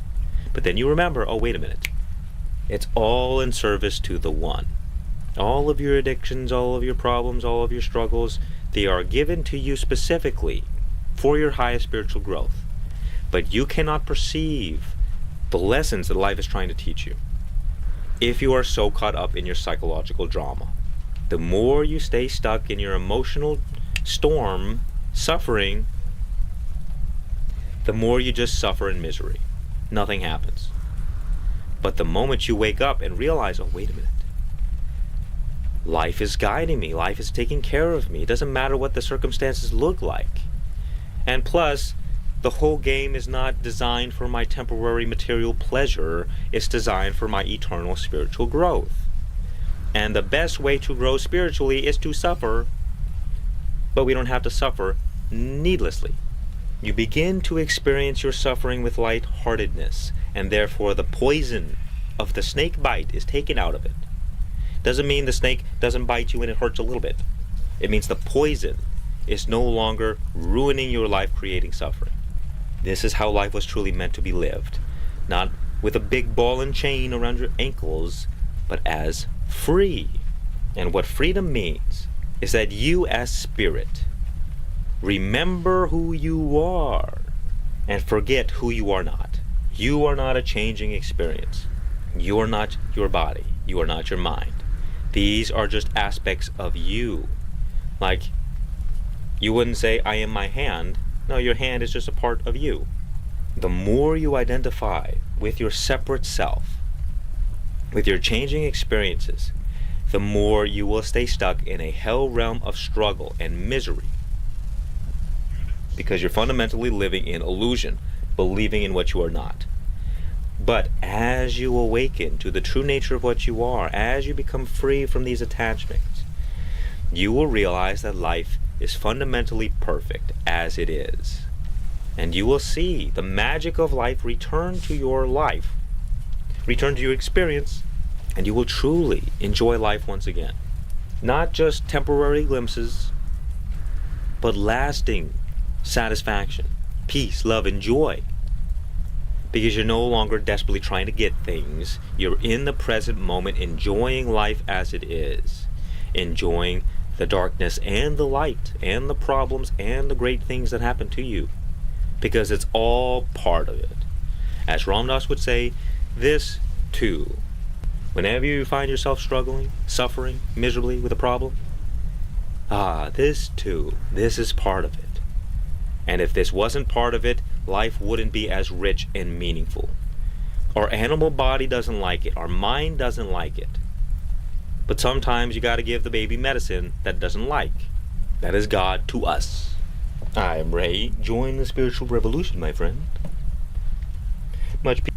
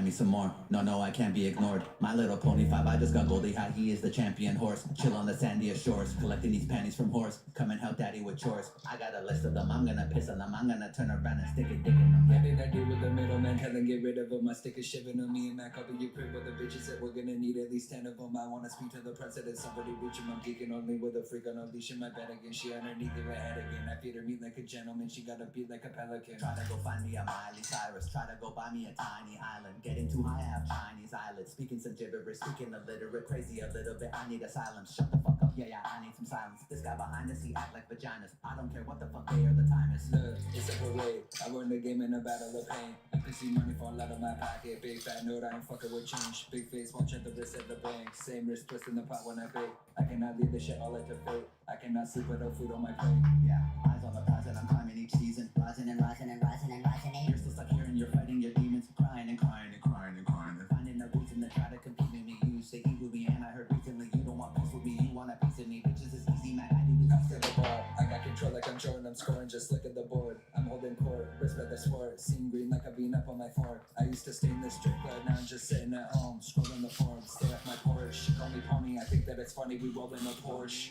Made me a milli, I need like 3 more. Only spit gas, someone hand me a torch. Kill motherfuckers, I have no remorse. I don't need Juno or Grammy Awards. I need a boo and a family of 4. Not being rude, but what can I afford? Ford. Yeah, no, I won't ever end up poor. Looking to better my wealth. I throw the double G up on my belt. I only invest in shit when it counts. I pop a beat just to sell the sound. I built the rocket ship all on my own. They watch my career take off of the ground. Start with a spark and I burn down the house. I tell them bark and they turn into hounds.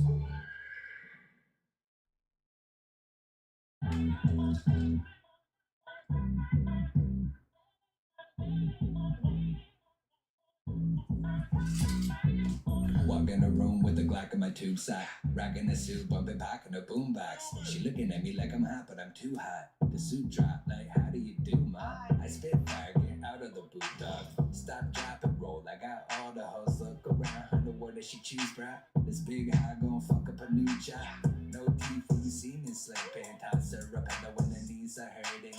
They beat, yeah, my dick enormous. In the sheet, my girl scream like Tina Turner. My brain weak, so I keep a journal. The right names of people I need to murder. Trust me, dog, you don't wanna beef with me. You much rather eat on a vegan burger. Oh yeah, 1, 2, 3. Bitches in the backseat, rolling with me. We be on the way to the spot for the drugs. 3, 2, 1, we just wanna have fun. Oh yeah, 1, 2, 3. Bitches in the backseat, rolling with me. We be on the way to the spot for the drugs. 3, 2, 1, 3, 2, 1. Right before I wrote this, I swear I thought I had writer's block. It's 5 o'clock, I've been staring straight since like 9 o'clock. So kinda sauced, I've been sipping on this ayahuasca. I might have lost what I'm getting all inside my socks. Where my shit at? Tell me where my shit at. Where's my favorite fit? Help me, tell me where my big hat. What the fuck? Where'd I put that plastic bag? I'm acting insane, start to blow up like I have grenades. Made at Vegas rooms in the afternoon. I wasn't being rude when I laughed at you. Hallucinating, not hating, don't have no attitude. See my reflection and press the flow down the avenue. Palm Beach, Malibu, palm weed, pass the food. Need the munchies, go hunting and fill up half the room. And a bitch to give me brain like it's back to school. Oh yeah, 1, 2, 3. Bitches in the backseat, rolling with me. We be on the way to the spot for the drugs. 3, 2, 1, we just wanna have fun. Oh yeah, 1, 2, 3. Bitches in the backseat, rolling with me. We be on the way to the spot for the drugs. 3, 2, 1, 3, 2, 1. I'm the 1, 1, 1, 1, 1, 1, 1, 1, 1, 1, 1. Every morning when I wake up, I get drunk. It's the only way I ever had some fun. Got a gun on my lap, you better run. I'm the 1, 1, 1, 1, 1, 1, 1, 1. Yeah, all these other rappers act tutti frutti. Yeah.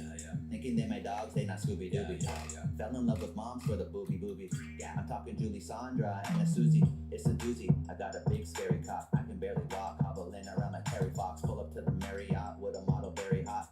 Watch her lick like a cherry top. Yeah. And all these creepy hoes look like Ruby Rose. Yeah. As far as foodies go, I eat booty hoes. When I'm in Mexico, I call Julio. He got something that I need that go through my nose. Whoa. I feel beautiful. Got my hair this bitch and my cuticles. Yeah, I'm a careless bitch in the studios. I don't have no problem with it when I know that I'm the 1, 1, 1, 1, 1, 1, 1, 1, 1, 1, 1. Every morning when I wake up, I get drunk. It's the only way I ever had some fun. Got a gun on my lap,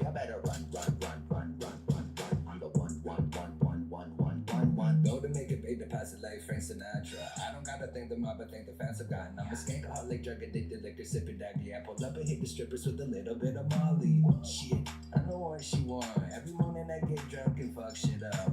Shit, I know what she want. Pretty face with a big old bubble butt. Ba-dunk-a-dunk-a-dunk-a-dunk. She wanna cuddle, but I am not a cuddle bug. Ba-dunk-a-dunk-a-dunk-a-dunk. Back it up and drop it like a semi-trap. Summon the beat, no one fucker with me. Stomp in your face, I'ma leave a little blood of the street. Or better yet, yeah, I'ma leave with some of your teeth. Before this rap shit, I was just a thug of the street.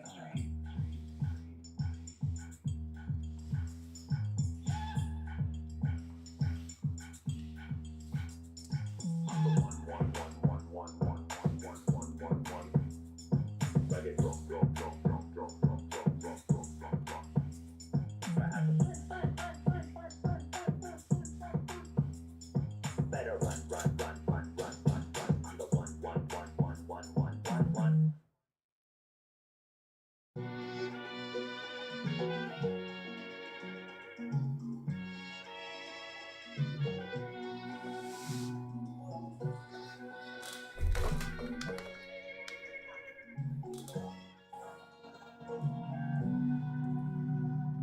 Walking through the Taj Mahal, think I see some baklava. Lady had a big plate, I reached for one and dropped them all. Jesus fucking Christ. DC, that's not how you talk to God. Yeah, I know I'm often wrong. I know I'm more often on. I don't fight in with myself like you know off the gun. Mama told me, knock it off. Then she heard a rocket launch. Sorry, Mom, I told you that he brought a bomb. Who? Him? You? No. Me? No.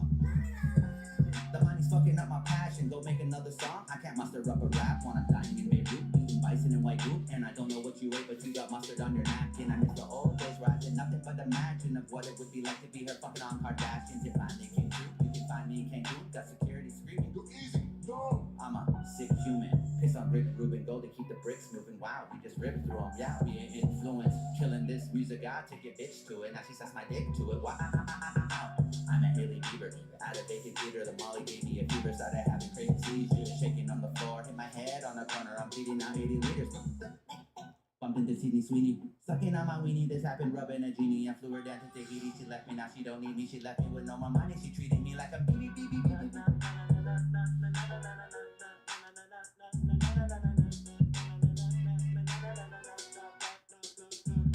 In the straight club, just hoping to get my nuts sucked. But that's what doing drugs does. But I big, don't get another one in a month, cuz. Well, that's what doing drugs does. I no regrets, but I'm over life. I'm endorsing death. I'm a corpse at best. I supported the feeling of being so depressed that instead of going for gold, you'd rather go to bed. What's the move? What's the move? Mr. Ryan spin back on the juice. He's looking much, much better than he was in June. I ain't judging, I'm hoping that wasn't rude. I just wanna marry Ariana Grande. Or maybe Eric Andre. If we have babies, I'll name them Larry and Bombay. Or maybe Jerry and John James. I get carried away, it's very scary, I feel like. Well, maybe I feel like Kanye. Bipolar, my mind ought to be tamed. I go tell easy to carry me cause I'm not right to his back out. He had to carry me all night. I was high on life and then I hit the pipe. Now life feels like a terrible scene I saw twice. But I came up from giving drugs and I'm I used to look straight at my mama and yell dog life. Now I love when mama can give me hugs. I smoking no something stronger than opium in my lung. It feel great, ooh yeah, alright.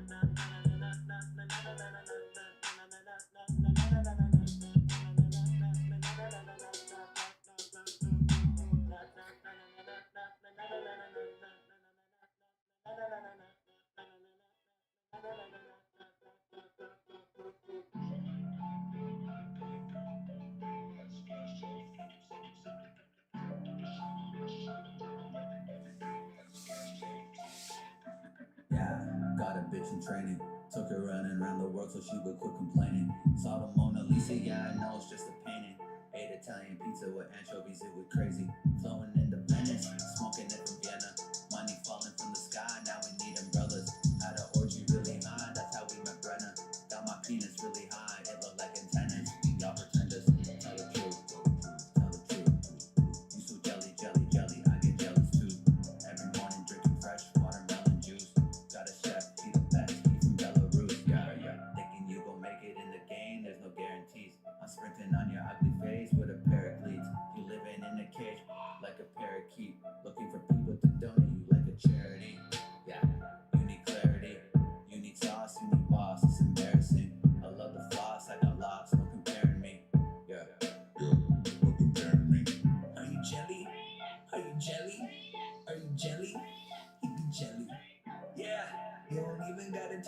could see it on your face when I pull up in a Bentley. I got cheap bitches sucking on my pickle. That's a double dribble. Better call the ref and let him check. Cody Scotty Pippen. When I wanna eat up on a booty, tell you out of it. Let the shotty hit him in his body. Now his body missing. Oh yeah. Call me David Copperfield. I could make you rethink everything you ever thought was real. Oh yeah, yeah, yeah. That's the way it goes. I could pull the rabbit out the pie with the bag of blow. I'ma whip it till my wrist is hurt. Lazy out of soda, I throw one like Forrest Whitaker. You see, we got Big Bird, no little bird, junkie on the block, look like Borg up in Middle Earth. Oh God, think I need to call my jet, fly to Budapest to get lucid, let go of stupid stress. You see me? I just wanna be okay. The devil reach for my soul, I'm playing keep away. Are you jelly? Are you jelly? Are you jelly? You be jelly. Yeah. You don't even gotta tell me, I could see it on your face when I pull up in a Bentley.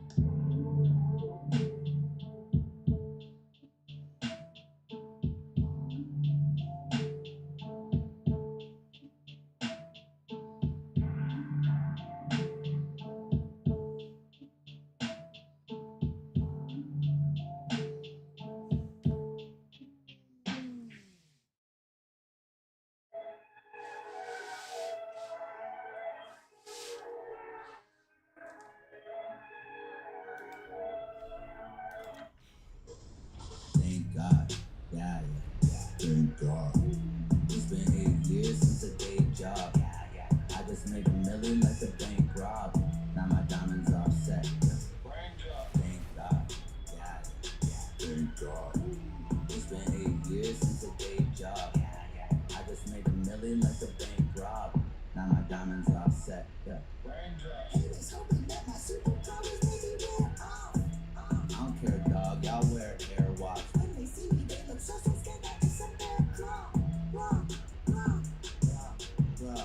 Yeah, I used to have so much disparity. Stayed up all night, getting high, thinking carefully, hoping I can make it to a point where people cherish me, compare me to their favorites, but I'm stranger. I need more. Yeah, I worked hard, now I get whatever I need. Apples, bananas, oranges, carrots, beets, pears of peach, organic greens, the rarest beef, expensive wines, paired with cheese, plus the climb on every pole. And I never share my weed, thank God. Yeah. Thank God. It's been 8 years since a day job. I just made $1 million like a bank rob. Now my diamonds offset. Thank God. Yeah. Thank God. It's been 8 years since a day job. I just made $1 million like a bank rob. Now my diamonds offset. Yeah. My clothes collection so expensive. I know I let it get way out of hand, man. It's so extensive. I know I'm selfish. I grew up poor, now I'm sorta wealthy. I hope you get it. A lot of days I felt so pathetic with no intention. I told my therapist I think you need to up my meds, but he said I should try out crack, so I just bought some drugs instead. If you catch me overdose and poke me with an Narcan, call the ambulance before I go. I'll pay the bar time. I don't mean to be a bother. I seem to be the problem. I've been winning ever since I found a genie in a bottle. Could you pinch me? Am I dreaming? Cause it seems I hit the lotto. Catch me in the Benz, I got a freaky little model. Hopping all up on it like a motherfucking bunny rabbit. Go the only father baddest. You just met you tugging in a musty cap and busting in an acting. Plus you suck at rapping every single night. I thank God I'm a lucky bastard. Thank God. Yeah. Thank God. It's been 8 years since a day job. I just made $1 million like a bank rob. Now my diamonds offset. Yeah. Thank God. Yeah. Thank God. It's been 8 years since a day job. I just made $1 million like a bank rob. Now my diamonds offset. Yeah.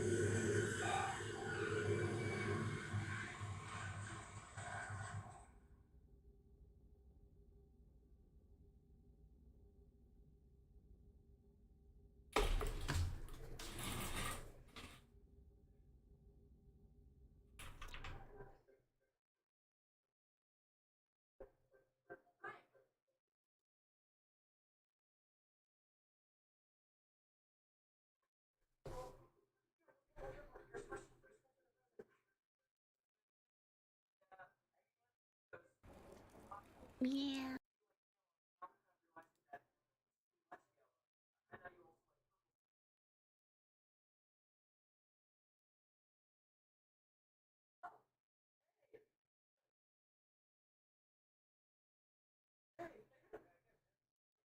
Cerca. Oh, friend. Oh. Damn, where y'all boys going? Bruh. Damn, let me come join y'all. Hold up.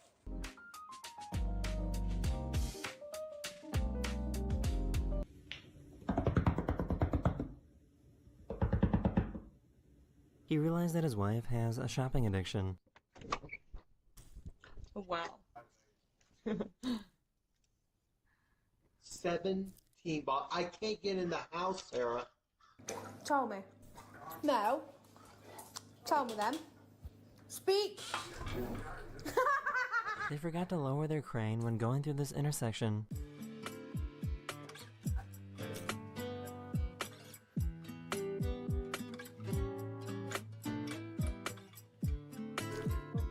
Oh no. He probably would have done this for a PB&J sandwich. Would you punch me in the face for $3 million? Jesus Christ.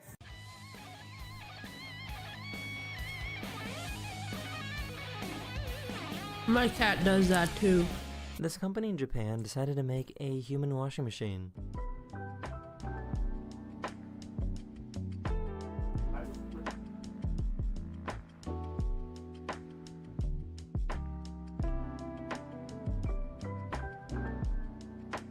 I'm gonna taste these for you, make sure they're not poison, bro.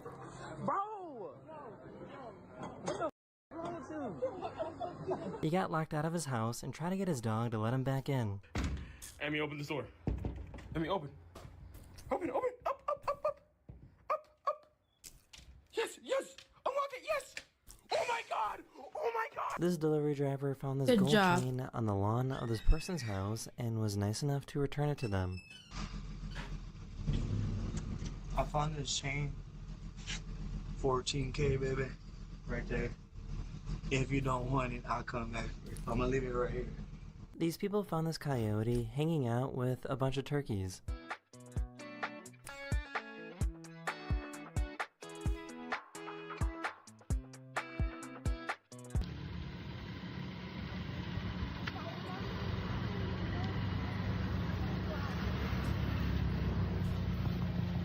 China is testing out these robots that can direct traffic.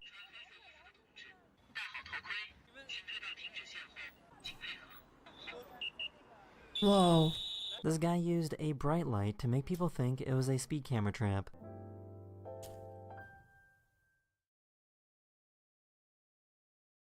She was in China and she wanted to see if she could communicate without knowing the language.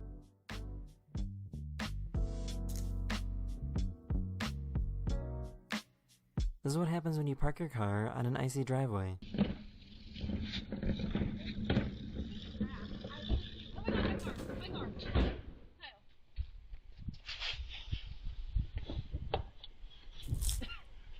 Are you kidding? Why did nobody teach them how to sing Happy Birthday? Mama, we love you. Mama, we love you. What the fuck? This is so creepy. We just want to tell you that we adore you. This might be the nastiest looking cheese I've ever seen.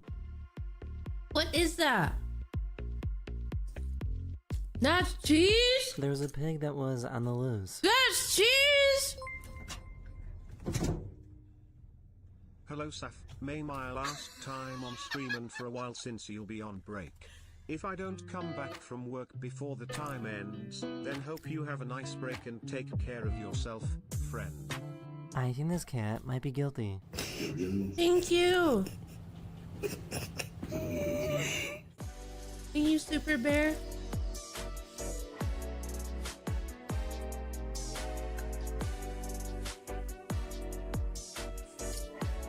This poor cat forgot how to get inside.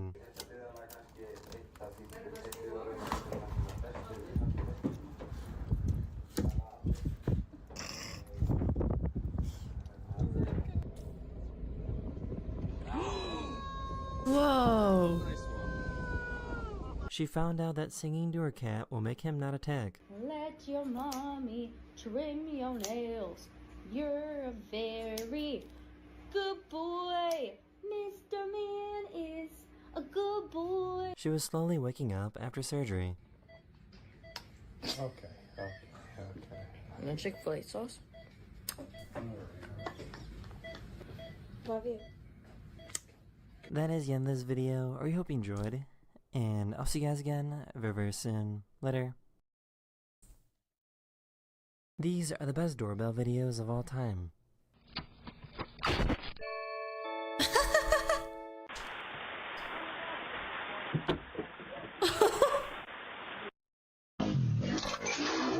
Oh my god.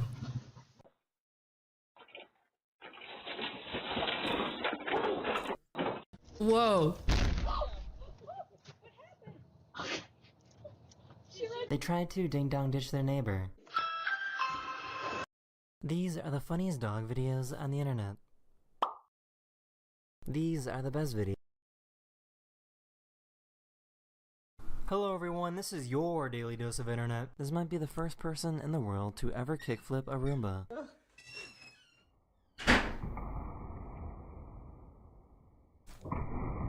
Oh my god.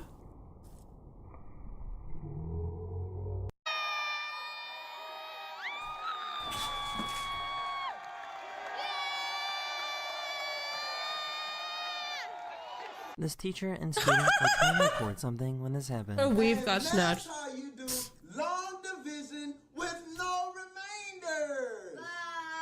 Bye. Oh, you okay? This boat was going way too fast in a no-wake zone.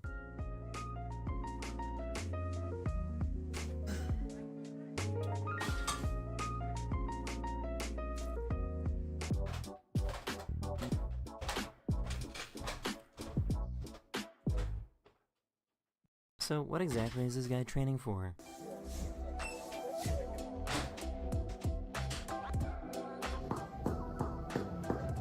This guy made a super realistic lightsaber.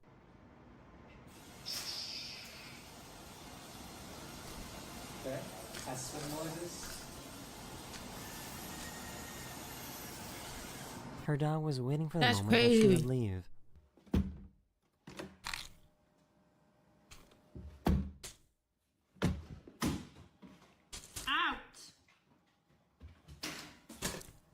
This volcano in Hawaii erupted and started producing tornadoes. There's tephra getting pulled along in the volcano. I have never seen someone so greedy before.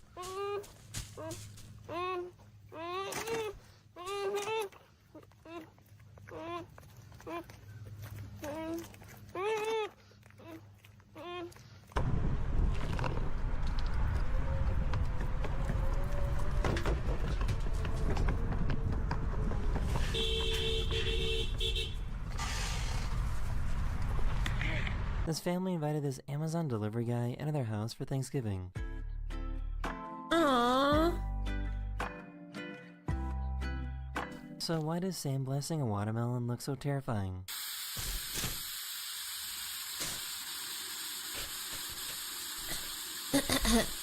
What the heck? Okay, chat. I'm done. I'm done eating.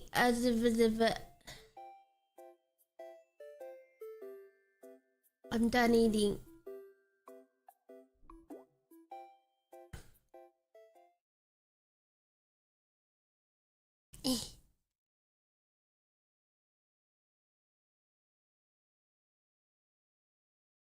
I'm about to start eating. Okay, Kiros.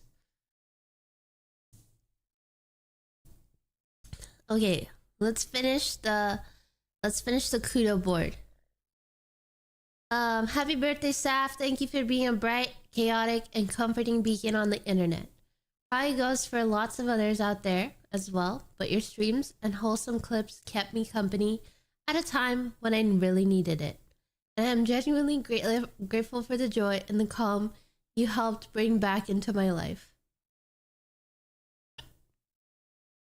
I hope your day is full of good vibes, comfy moments, and all the silly energy you put into the world. You deserve it. Happy birthday, Saf. Wish you a wonderful day from Rory. Thank you, Rory. Thank you for always making people feel better and helping them through tough times and continuing to do so even after everything you have been through. So let us make you happy and comfy today. Happy birthday, our little adorable fox princess. Hope you have fun.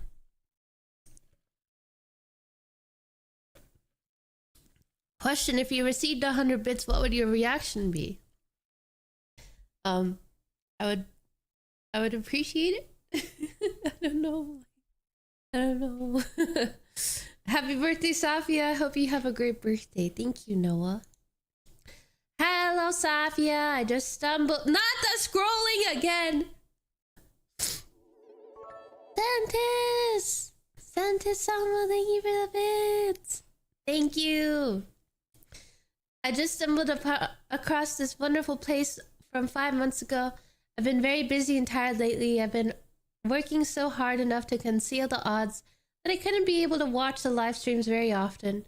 Foremost, thanks for putting a lot of effort, whether it is big or small. You've done accomplishments through the favors and a faithful journey. Eventually, I'm just happy to be here, and I'm thankful that you are being an amazing person. Have the greatest day or night. And happy birthday to you, Safia, from Sven. Thank you, Sven. Happy birthday, Safia. You always make my day with your videos, and I hope you have an amazing birthday. Hopefully, we can make your day very special. From Jimmy Taylor. Thank you, Jimmy. Thank you. Oh my god, somebody drew me a cake! Someone drew me a cake! How cute! How cute. Happy birthday, Savia. I hope you enjoy the code Shadow has for you. Thank you for being so kind to us. Oh. Happy birthday, Safia. I hope you enjoy your birthday this year. Thank you for building a comfy and cozy community. Thanks for the motivational YouTube shorts. From Dan Man. Thank you. Happy birthday, Safia. Not here often, but still wanted to show appreciation you always have for the world to make a glitter's cat's day better. Spark the cat. You're welcome. Happy birthday, Sophia. And then they probably misspelled my name. I do hope your birthday is as wonderful and beautiful as your soul is. You have been a bright light in all this darkness, and I appreciated all your kind words through the year. You're amazing. Here's to many more fantastic times to come. From Kyle Belanger. Thank you, Kyle. Happy birthday, pup. I hope you have a great rest of your life and always will be healthy. Thank you, Jeremy. Happy birthday, Saf. Thanks for the smiles you give and the healing you bring. Thanksgiving just passed, but I'm also thankful for you. You've helped me and a lot of other people of dark times, and someone who spreads kindness and joy like you do makes me happier more than anything. Have a good birthday and keep shining on. Happy birthday, Safia. Thank you for everything you do. Happy birthday, Safia. Although I can't comment on videos, I want to show you my appreciation through here. So thank you for helping me get through a difficult part of my life. Your videos helped me move on. And now I'm here on a journey to become someone better. So thank you again for helping. I'm wishing you a very happy birthday. Sincerely, Wallow. Happy birthday, Safi. I haven't been part of the community for long, but I can't help but be drawn in by your sweetness and genuine attitude. I can see that you're trying to be your best self, and that is such a huge gift to those around you. I hope you have gotten everything you have wished for this past year, and I hope that this year has even more in store. From Imiku. Thank you, Imiku. Happy birthday, Saf. Don't become a grumpy old lady. Thank you for doing all you have for us. It means more than I could ever put into words. From Matt Keynes. Happy birthday. I hope you have a great one. Thank you. Very cute. Happy birthday, Safia. I hope you have an epic day today. Eat cake and open presents, as today is all about you. You are the sweetest VTuber with the motivational quotes for me to keep going, whether I am at school or at work. Think about you as I wish I can give you a big hug. Thank you, Jesus. Have a wonderful birthday. Thanks for all you have done for us You have made the days even brighter. May God be with you as always. I know you will grow even bigger and you deserve to be a massive hit. Thank you, Agent. Happy birthday, Safi. I hope you enjoy your birthday this year. Thank you for building a comfy and cozy community. Thank you for posting the motivational YouTube vids and shorts. Thank you for... Happy birthday, Saf. I hope you have an amazing birthday and I hope you have lots of fun. Have an amazing, blessed day and hope it goes great. Lots of love from Faith. Thank you, Faith. Happy Saf Day. Thanks for the advice you've given to all of us. It's helped me get through a pretty rough time. You're welcome. Yo, happy birthday. Love your vids and make us, all of us, so happy. You're welcome.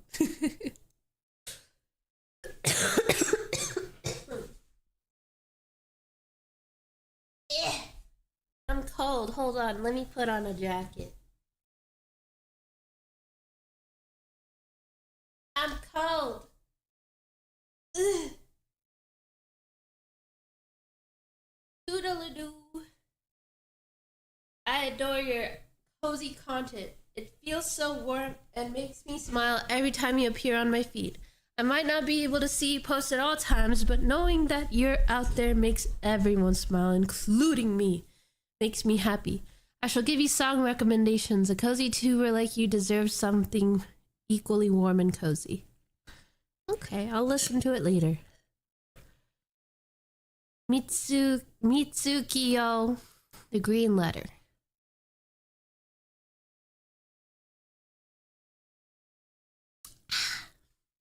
This is from Wolfie. Wolfie! Hey, Asaf, I wish the most amazing, cutest, happiest, funniest, and kindest fox puppy a happy birthday. I'm sorry I didn't finish your fan art on time, but I hope you'll spend an amazing day tomorrow with all your band-aids, so happy birthday. Thank you, Wolfie. Aww. Yo, happy birthday. We love your vids so much. Great content and keep up the good work. Thank you, Tack. Happy birthday. Hope you can enjoy your wonderful day. I can say for all of us, thank you for what you have done for us. You make all our days brighter. I know you will grow even bigger and you deserve it. And may God bless you in your days to come. Thank you, Agent. Happy birthday, Safi. I hope your day is as wonderful as you are.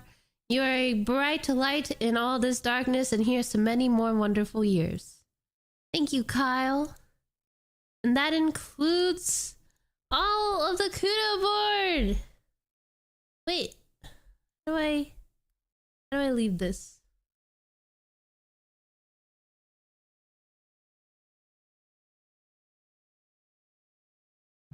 And that concludes the entire Kudo board. Thank you all so much. Thank you all for the amazing comments. You were all super sweet. And I really love your messages. And the pictures. And the creative stuff. And y'all made my day. We did a chat. We read the entire Kudo board! Woo! Woo!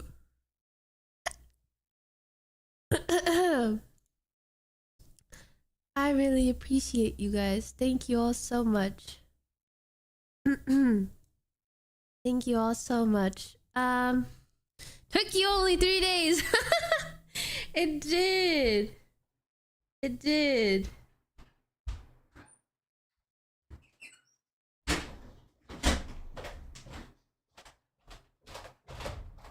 It was a lot.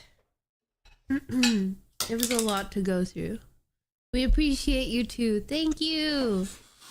I hope you enjoyed the Kudo board. Thank you. Longest birthday. There's 3 hours left. I'm a little bit tired. Wow. Dang. That was fun. That was mega fun. What a lovely Kudo board. I know. I'm so happy. Like, you guys left so many kind messages. Sorry I sped through reading it because there was a lot. But like, you understand. So I really appreciate you guys. Thank you so much. Drink a Monster Energy. That's not gonna help me.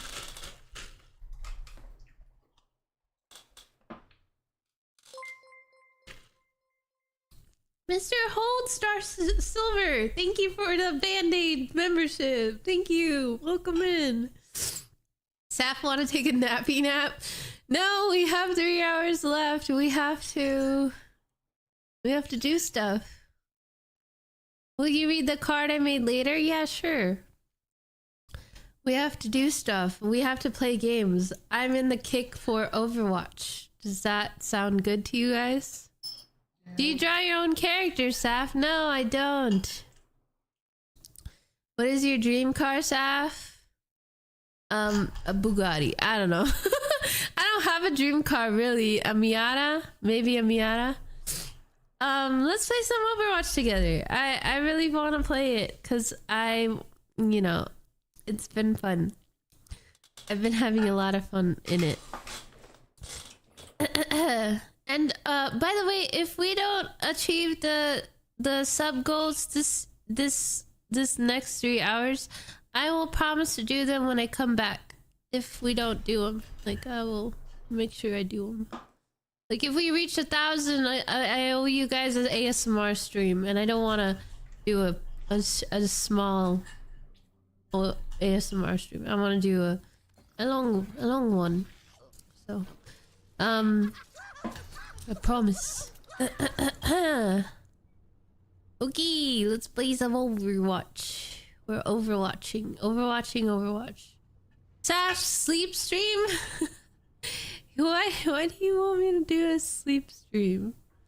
Why do you want me to do a sleep stream? Oh my god, is that my lucky duo revved? Is that revved? Come on in. Let's play some games. Do you guys want to play? Nobody's online. Alright. Let's play some comp.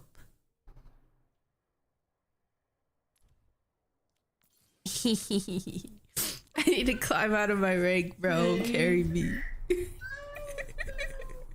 I need to climb out of my rank. Carry me. I'm gonna play some comp real quick, and then we'll do some VR games. Gold! I'm gold! I know! I need to climb out of my rank.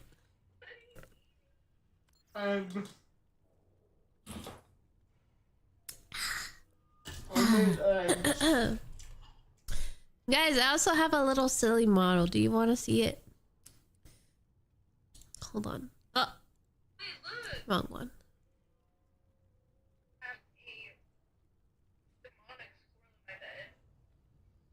Damn.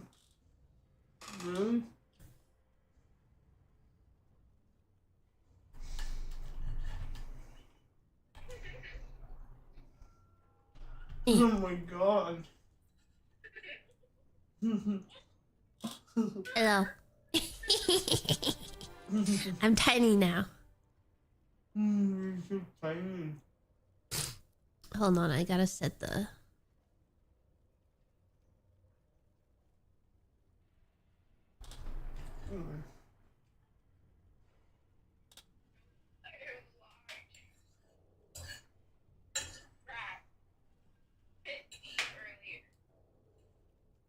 Fuck the rat.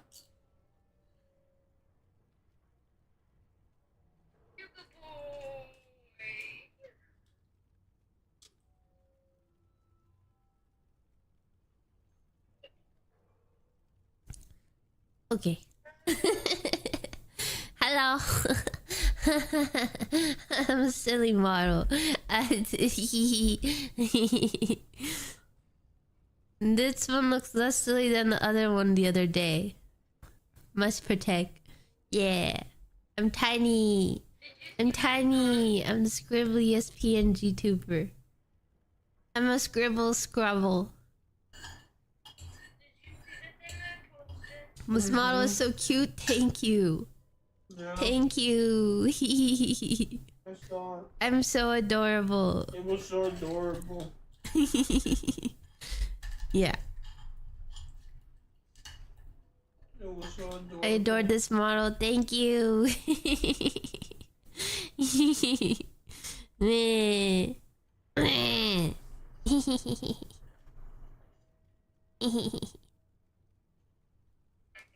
I'm a scribble scrabble. Okay.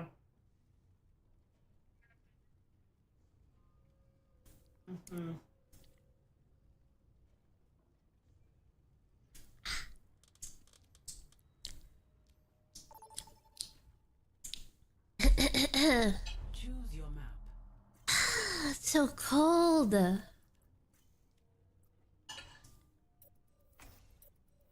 gonna play New Queen Street.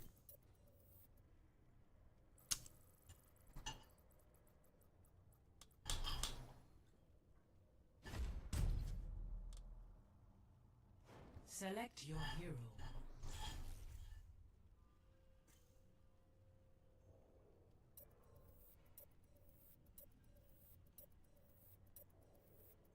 Ban all the tanks. Choose hero band. Ban all the fucking tanks.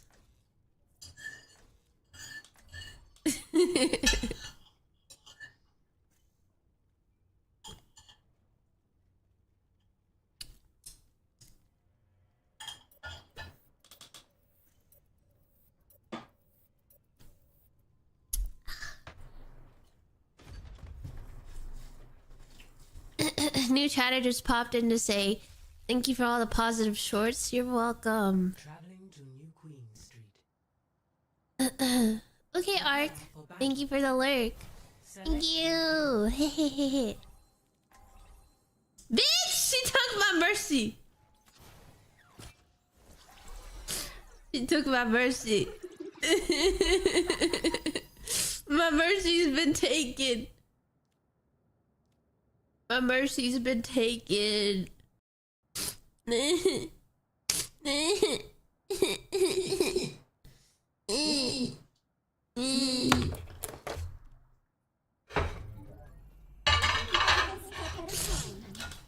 Show them no mercy. I do not wish to be feared, but to be left alone.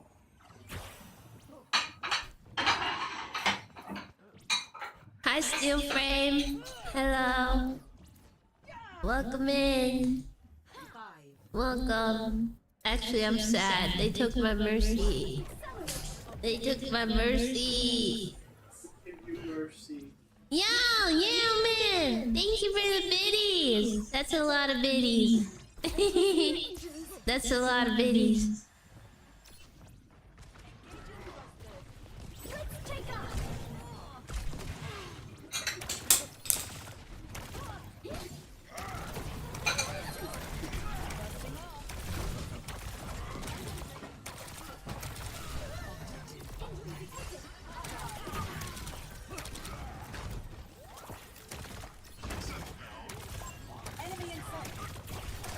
I don't know what to do.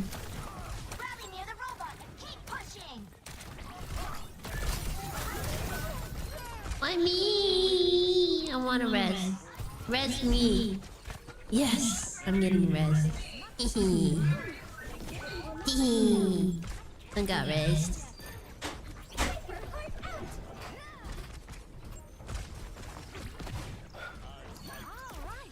What?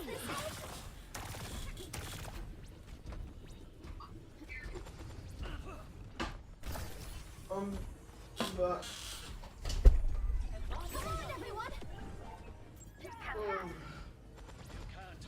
okay.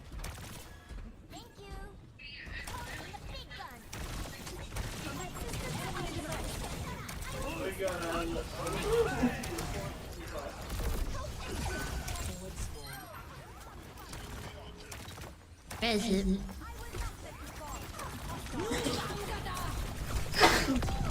Duplicating prayer.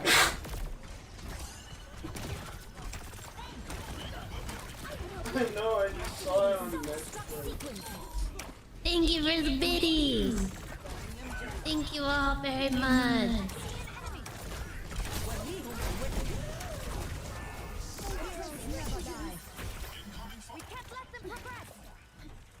Thank you for the biddies again. Oh my god, chill. The subathon will end today. It will. It will. I want it to end. Actually, I don't want it to end because, like, I'm gonna miss you guys. And I'm not sure what I'm gonna be doing the next couple days. I'm gonna miss you guys when the subathon ends. But it'll be a good break for my mental.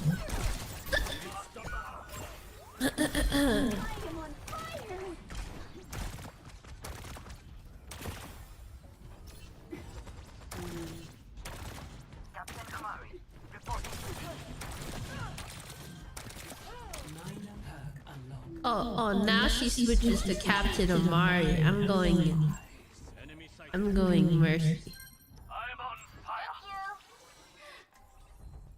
Don't worry, I'll be right behind you. I'll be in Discord and Patreon. I will be too. I will miss you guys if the subathon ends. I have been putting myself a lot, so like, it would be a good break.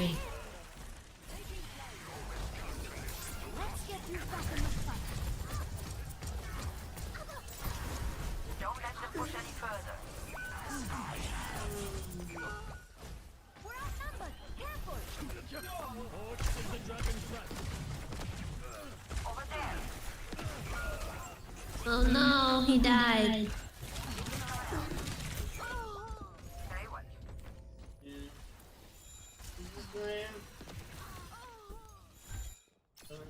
Ich sollte schnell zurück. They're about to take the lead.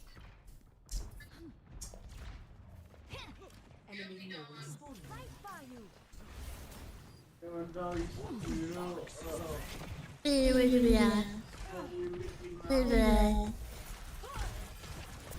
Not to worry, I'll catch you up. Duplicating the mantra. It's time. Pass into the iris. Go in there, Red.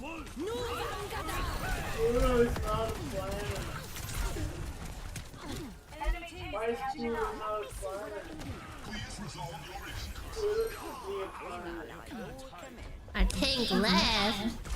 He came back. Udo should be a plan.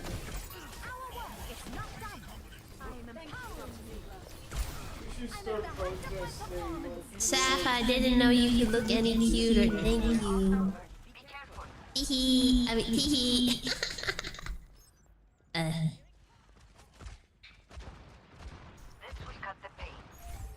Oh, the other PNG model. Yeah, there's another PNG model. Yeah. You call it?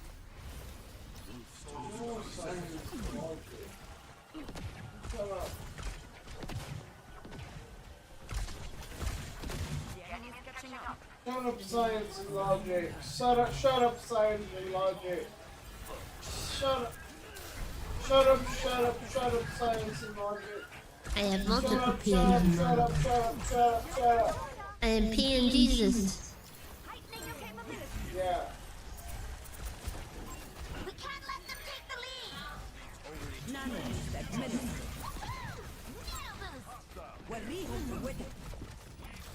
Excellent. Stick with the robot.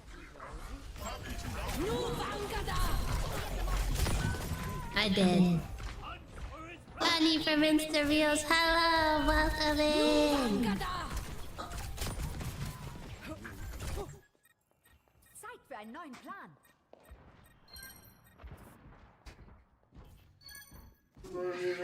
Cold.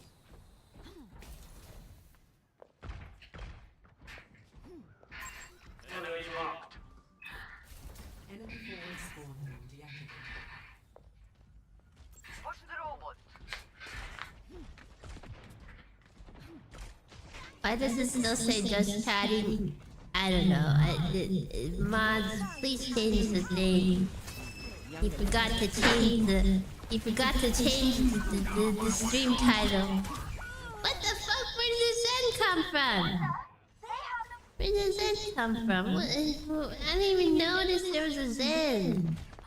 I didn't even notice there was a Zen. better be more careful. Start pushing the barricade. Heal from doom scrolling. Nice. Hold back. Feeling better yet?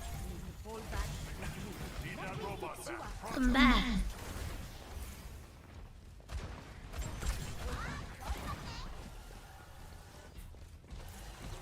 Boosting your damage.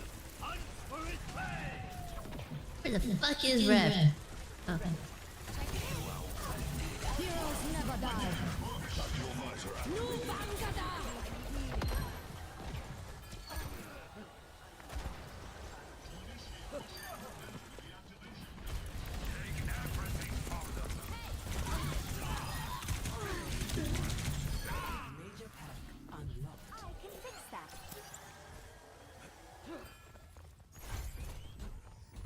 Moving the robot.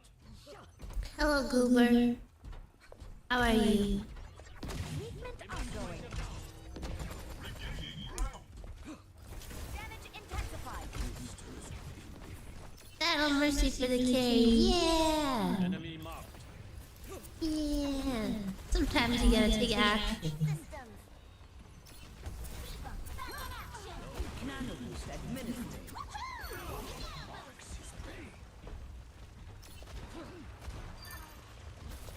Stations and progress. Stay out of my way. Here to help. I'm being attacked.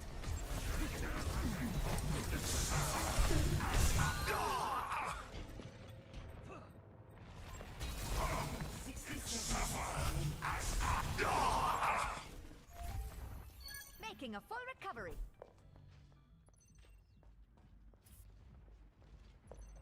I'm on fire. Kisa, thank you for the sub. Thank you, thank you.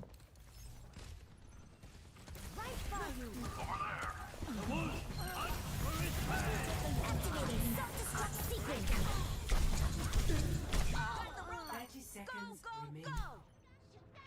What the heck?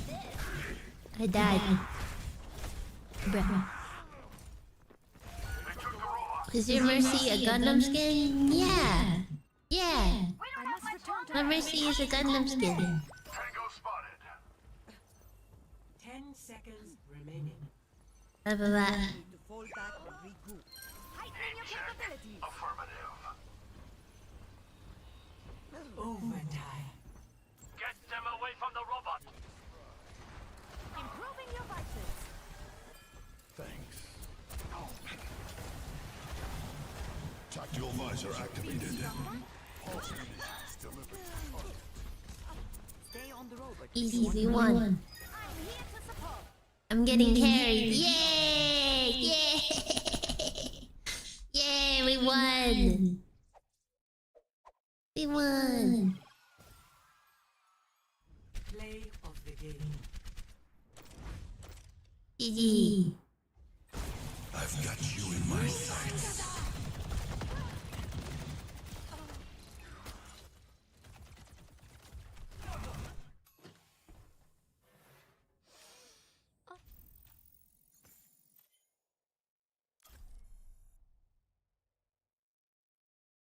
Hi, Joester. How are you?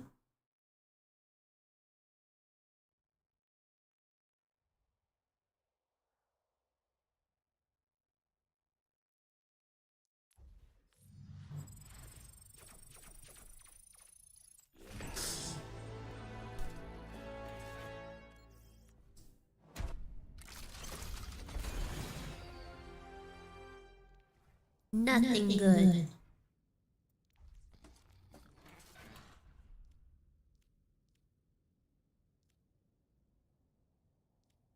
No good skin. No good skins. We got a game. We got a game. Did you just open trash? I did.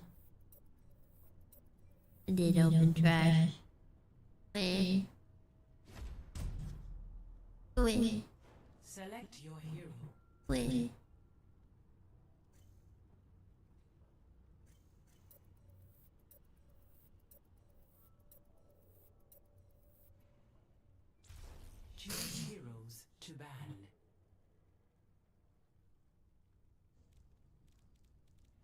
Ban all the damn things.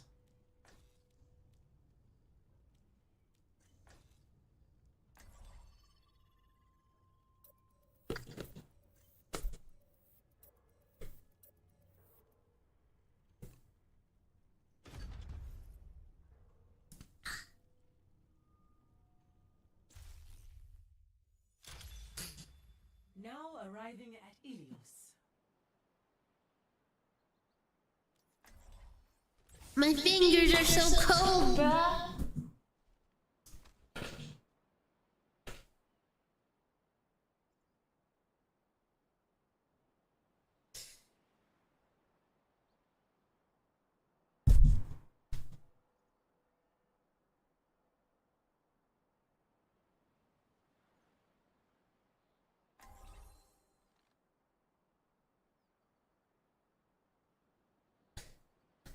I need hand warmers. I'm putting on my hand warmers. It's so cold.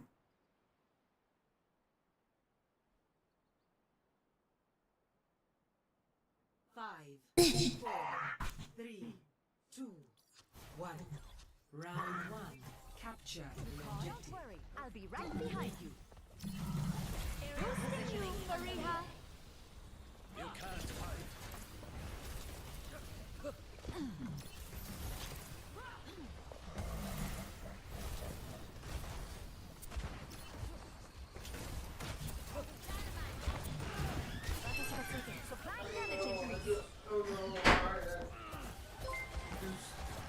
Yeah, you win. Thank you for the tier 1.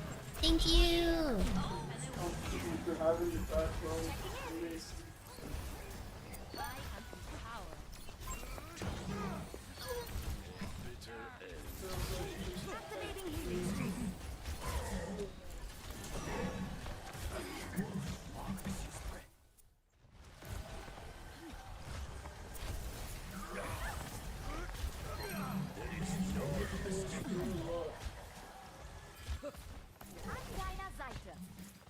Let me take a look. Feel stronger?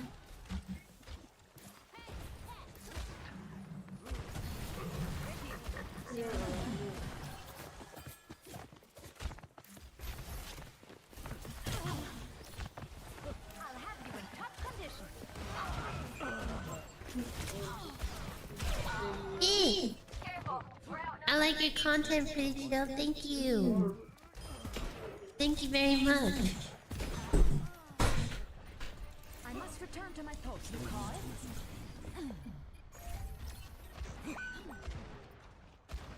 Feeling more powerful? Let me fix you up.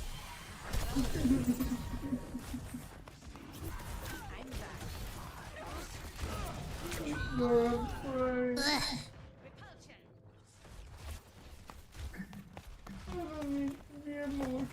I died. Making a full recovery. Helden sterben nicht. Checking in. I think we're outnumbered.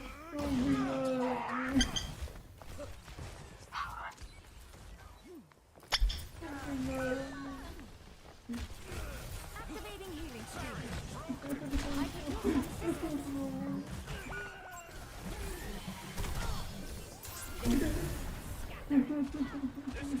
What's up? Much better. Supplying damage increase. Could universum sing for my Healing stream connected. Do something! Rocket barrage incoming! My barrier is gone. Tightening your capabilities. Thanks for the assist.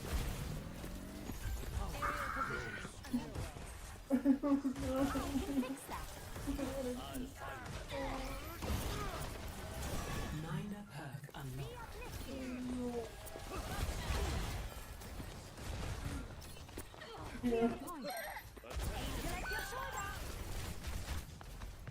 Let the kitsune guide you! Number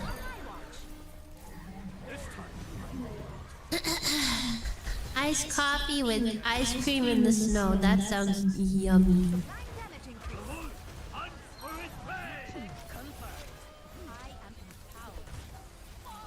That sounds hecka yummy.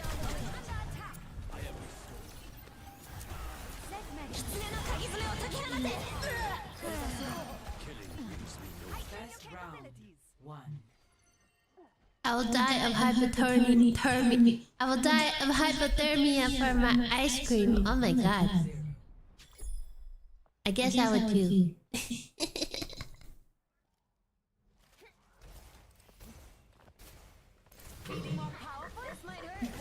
I've learned a lot from my experiences. You call? Forget regulations. After this mission, I'm throwing a party. Be uplifted. 5, 4, 3, 2, 1. Round 2. Capture the objective. You can't hide. Right by you. Missed you, Seth. Hope you're doing well. Like blue heart emoji. Hellblade, thank you! I missed you too! Today is the last day of the subathon.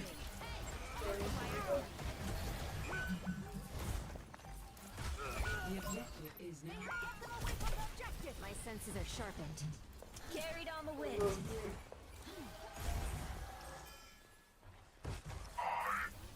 What's up?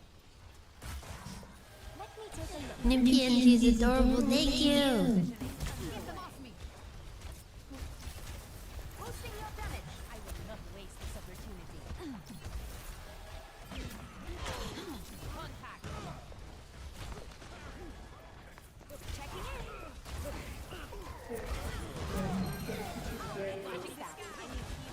I knew that was coming.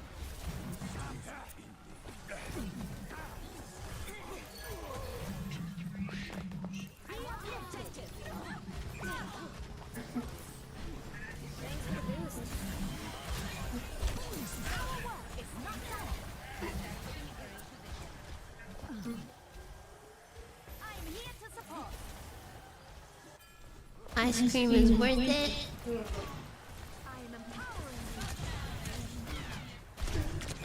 Oh, I died.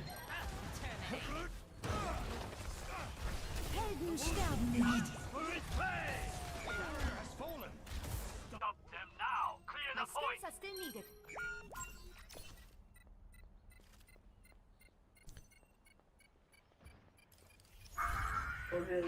I wait for my tea. Hey, heightening your capabilities. Taking off. Powered up. Nice. Thanks for the assist. I'm Dinah Zypher. Yeah, you run through those.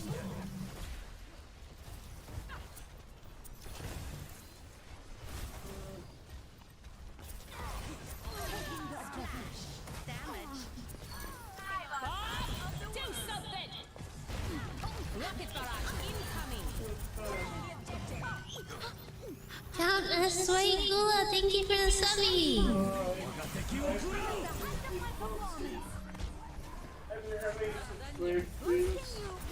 Thank you. I've been having like really weird, like vivid dreams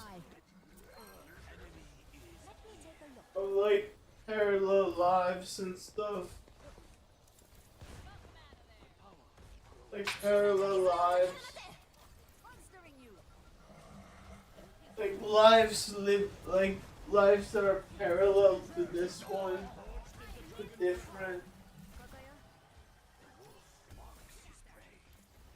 Why haven't I summoned Rasi yet? She's probably I don't know, asleep. it's weird.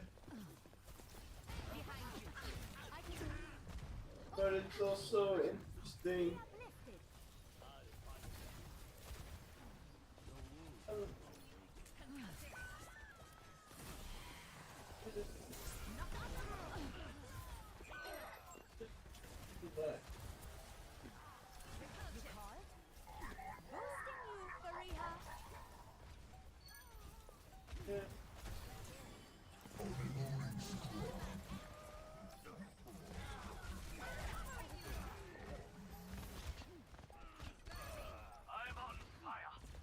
my god, that saved my life. That saved my life. I'm climbing. I'm climbing. Yay. Play of the game.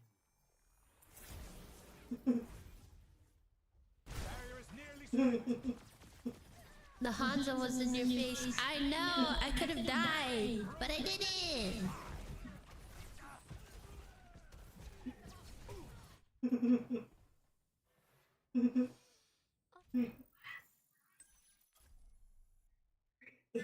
I know, but it's just so funny to me. It's just so. I'm just so happy you're here. I'm just so happy you're here. I'm just so happy. I just need my room to warm up. That's why I'm playing Overwatch. It's a free heater. Did you know the carbon dog came out? What? What? That's insane. I'm just so happy you're here right now. No, because I could have been alone right now, but I'm so blessed to have you right now.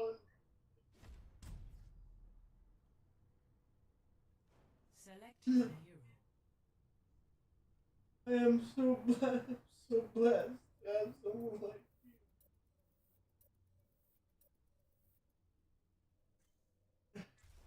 Select heroes to ban. I'm not talking shit, I'm just saying. Really happy. There. Really Now I move a little bit more.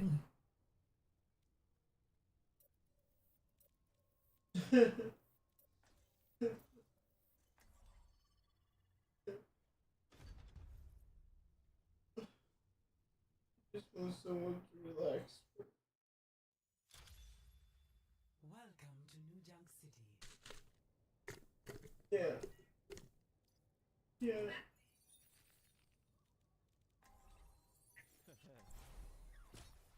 I can go chicken. I can go find the remote. Gundam Mercy. Gundam Mercy. Don't worry, I'll be right Gundam Mercy. boosting your damage. We know why we're here. Let's get to it. Yeah, it's okay. Sure, hillbilly. Just one more mission. Hey, Spin. Over here. Hello. 5, 4, 3, 2, 1. Initial flashpoint.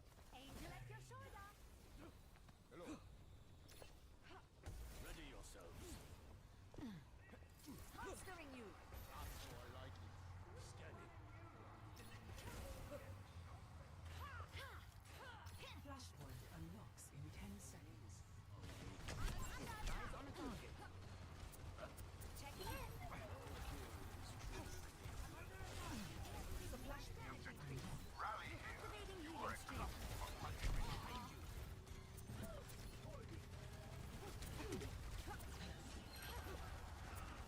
Healing fortified.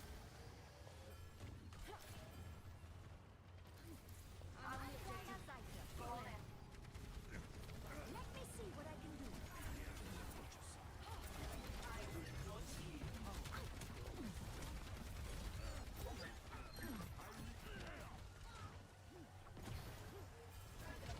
Be uplifted. Now you understand. See through the wolf's eyes. I'm on fire. Continuing damage increase. Hey there. Hello there. Hello.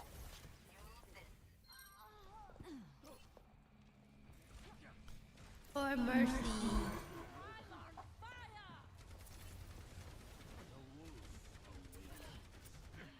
Ultimate ready. I'm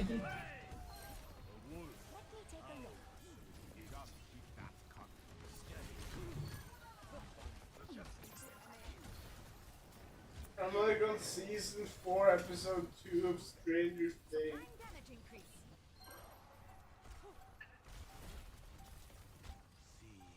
Yeah, okay.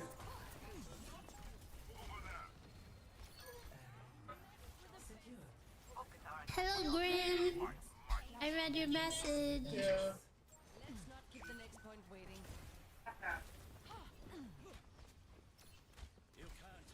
That was nice. Oh.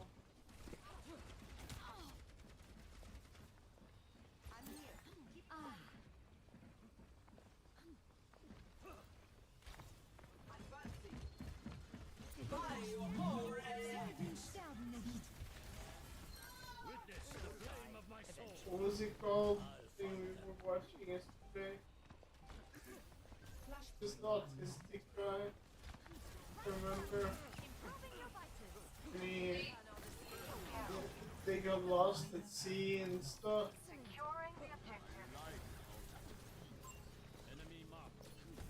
You remember? The Carmen family death.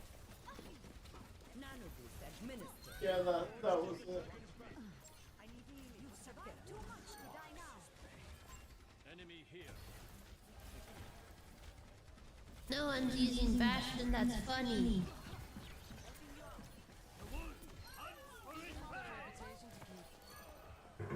No point in using I'm just fashion. on episode. I'm just. No point in using man. I don't remember anything.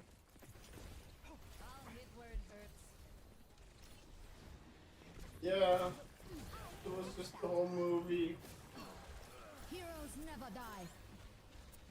Damage intensified. Okay.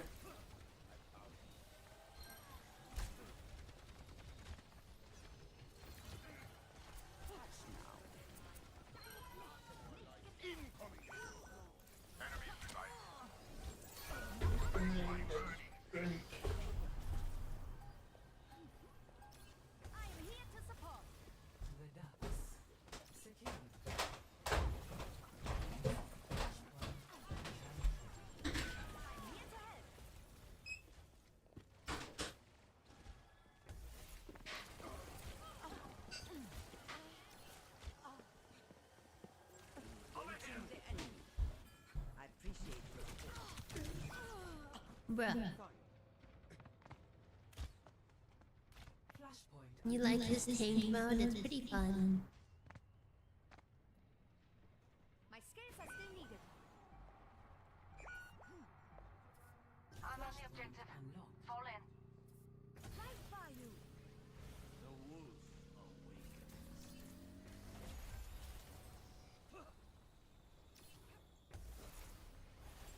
Over there. Hello.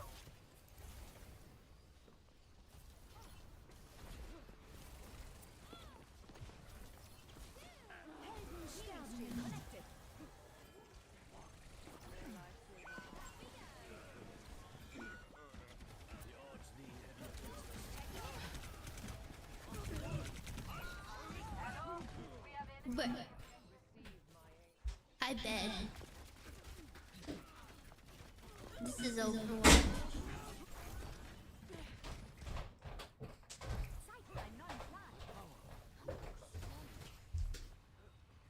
I got some snacks. Help me. You called? Feel stronger?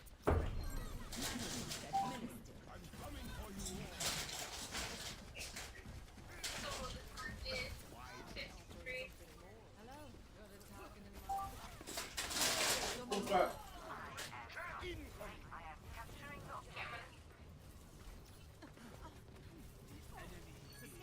This is very for you. Improving your vitals. Thank you. Okay, I'm 53-50. Okay, I'm there.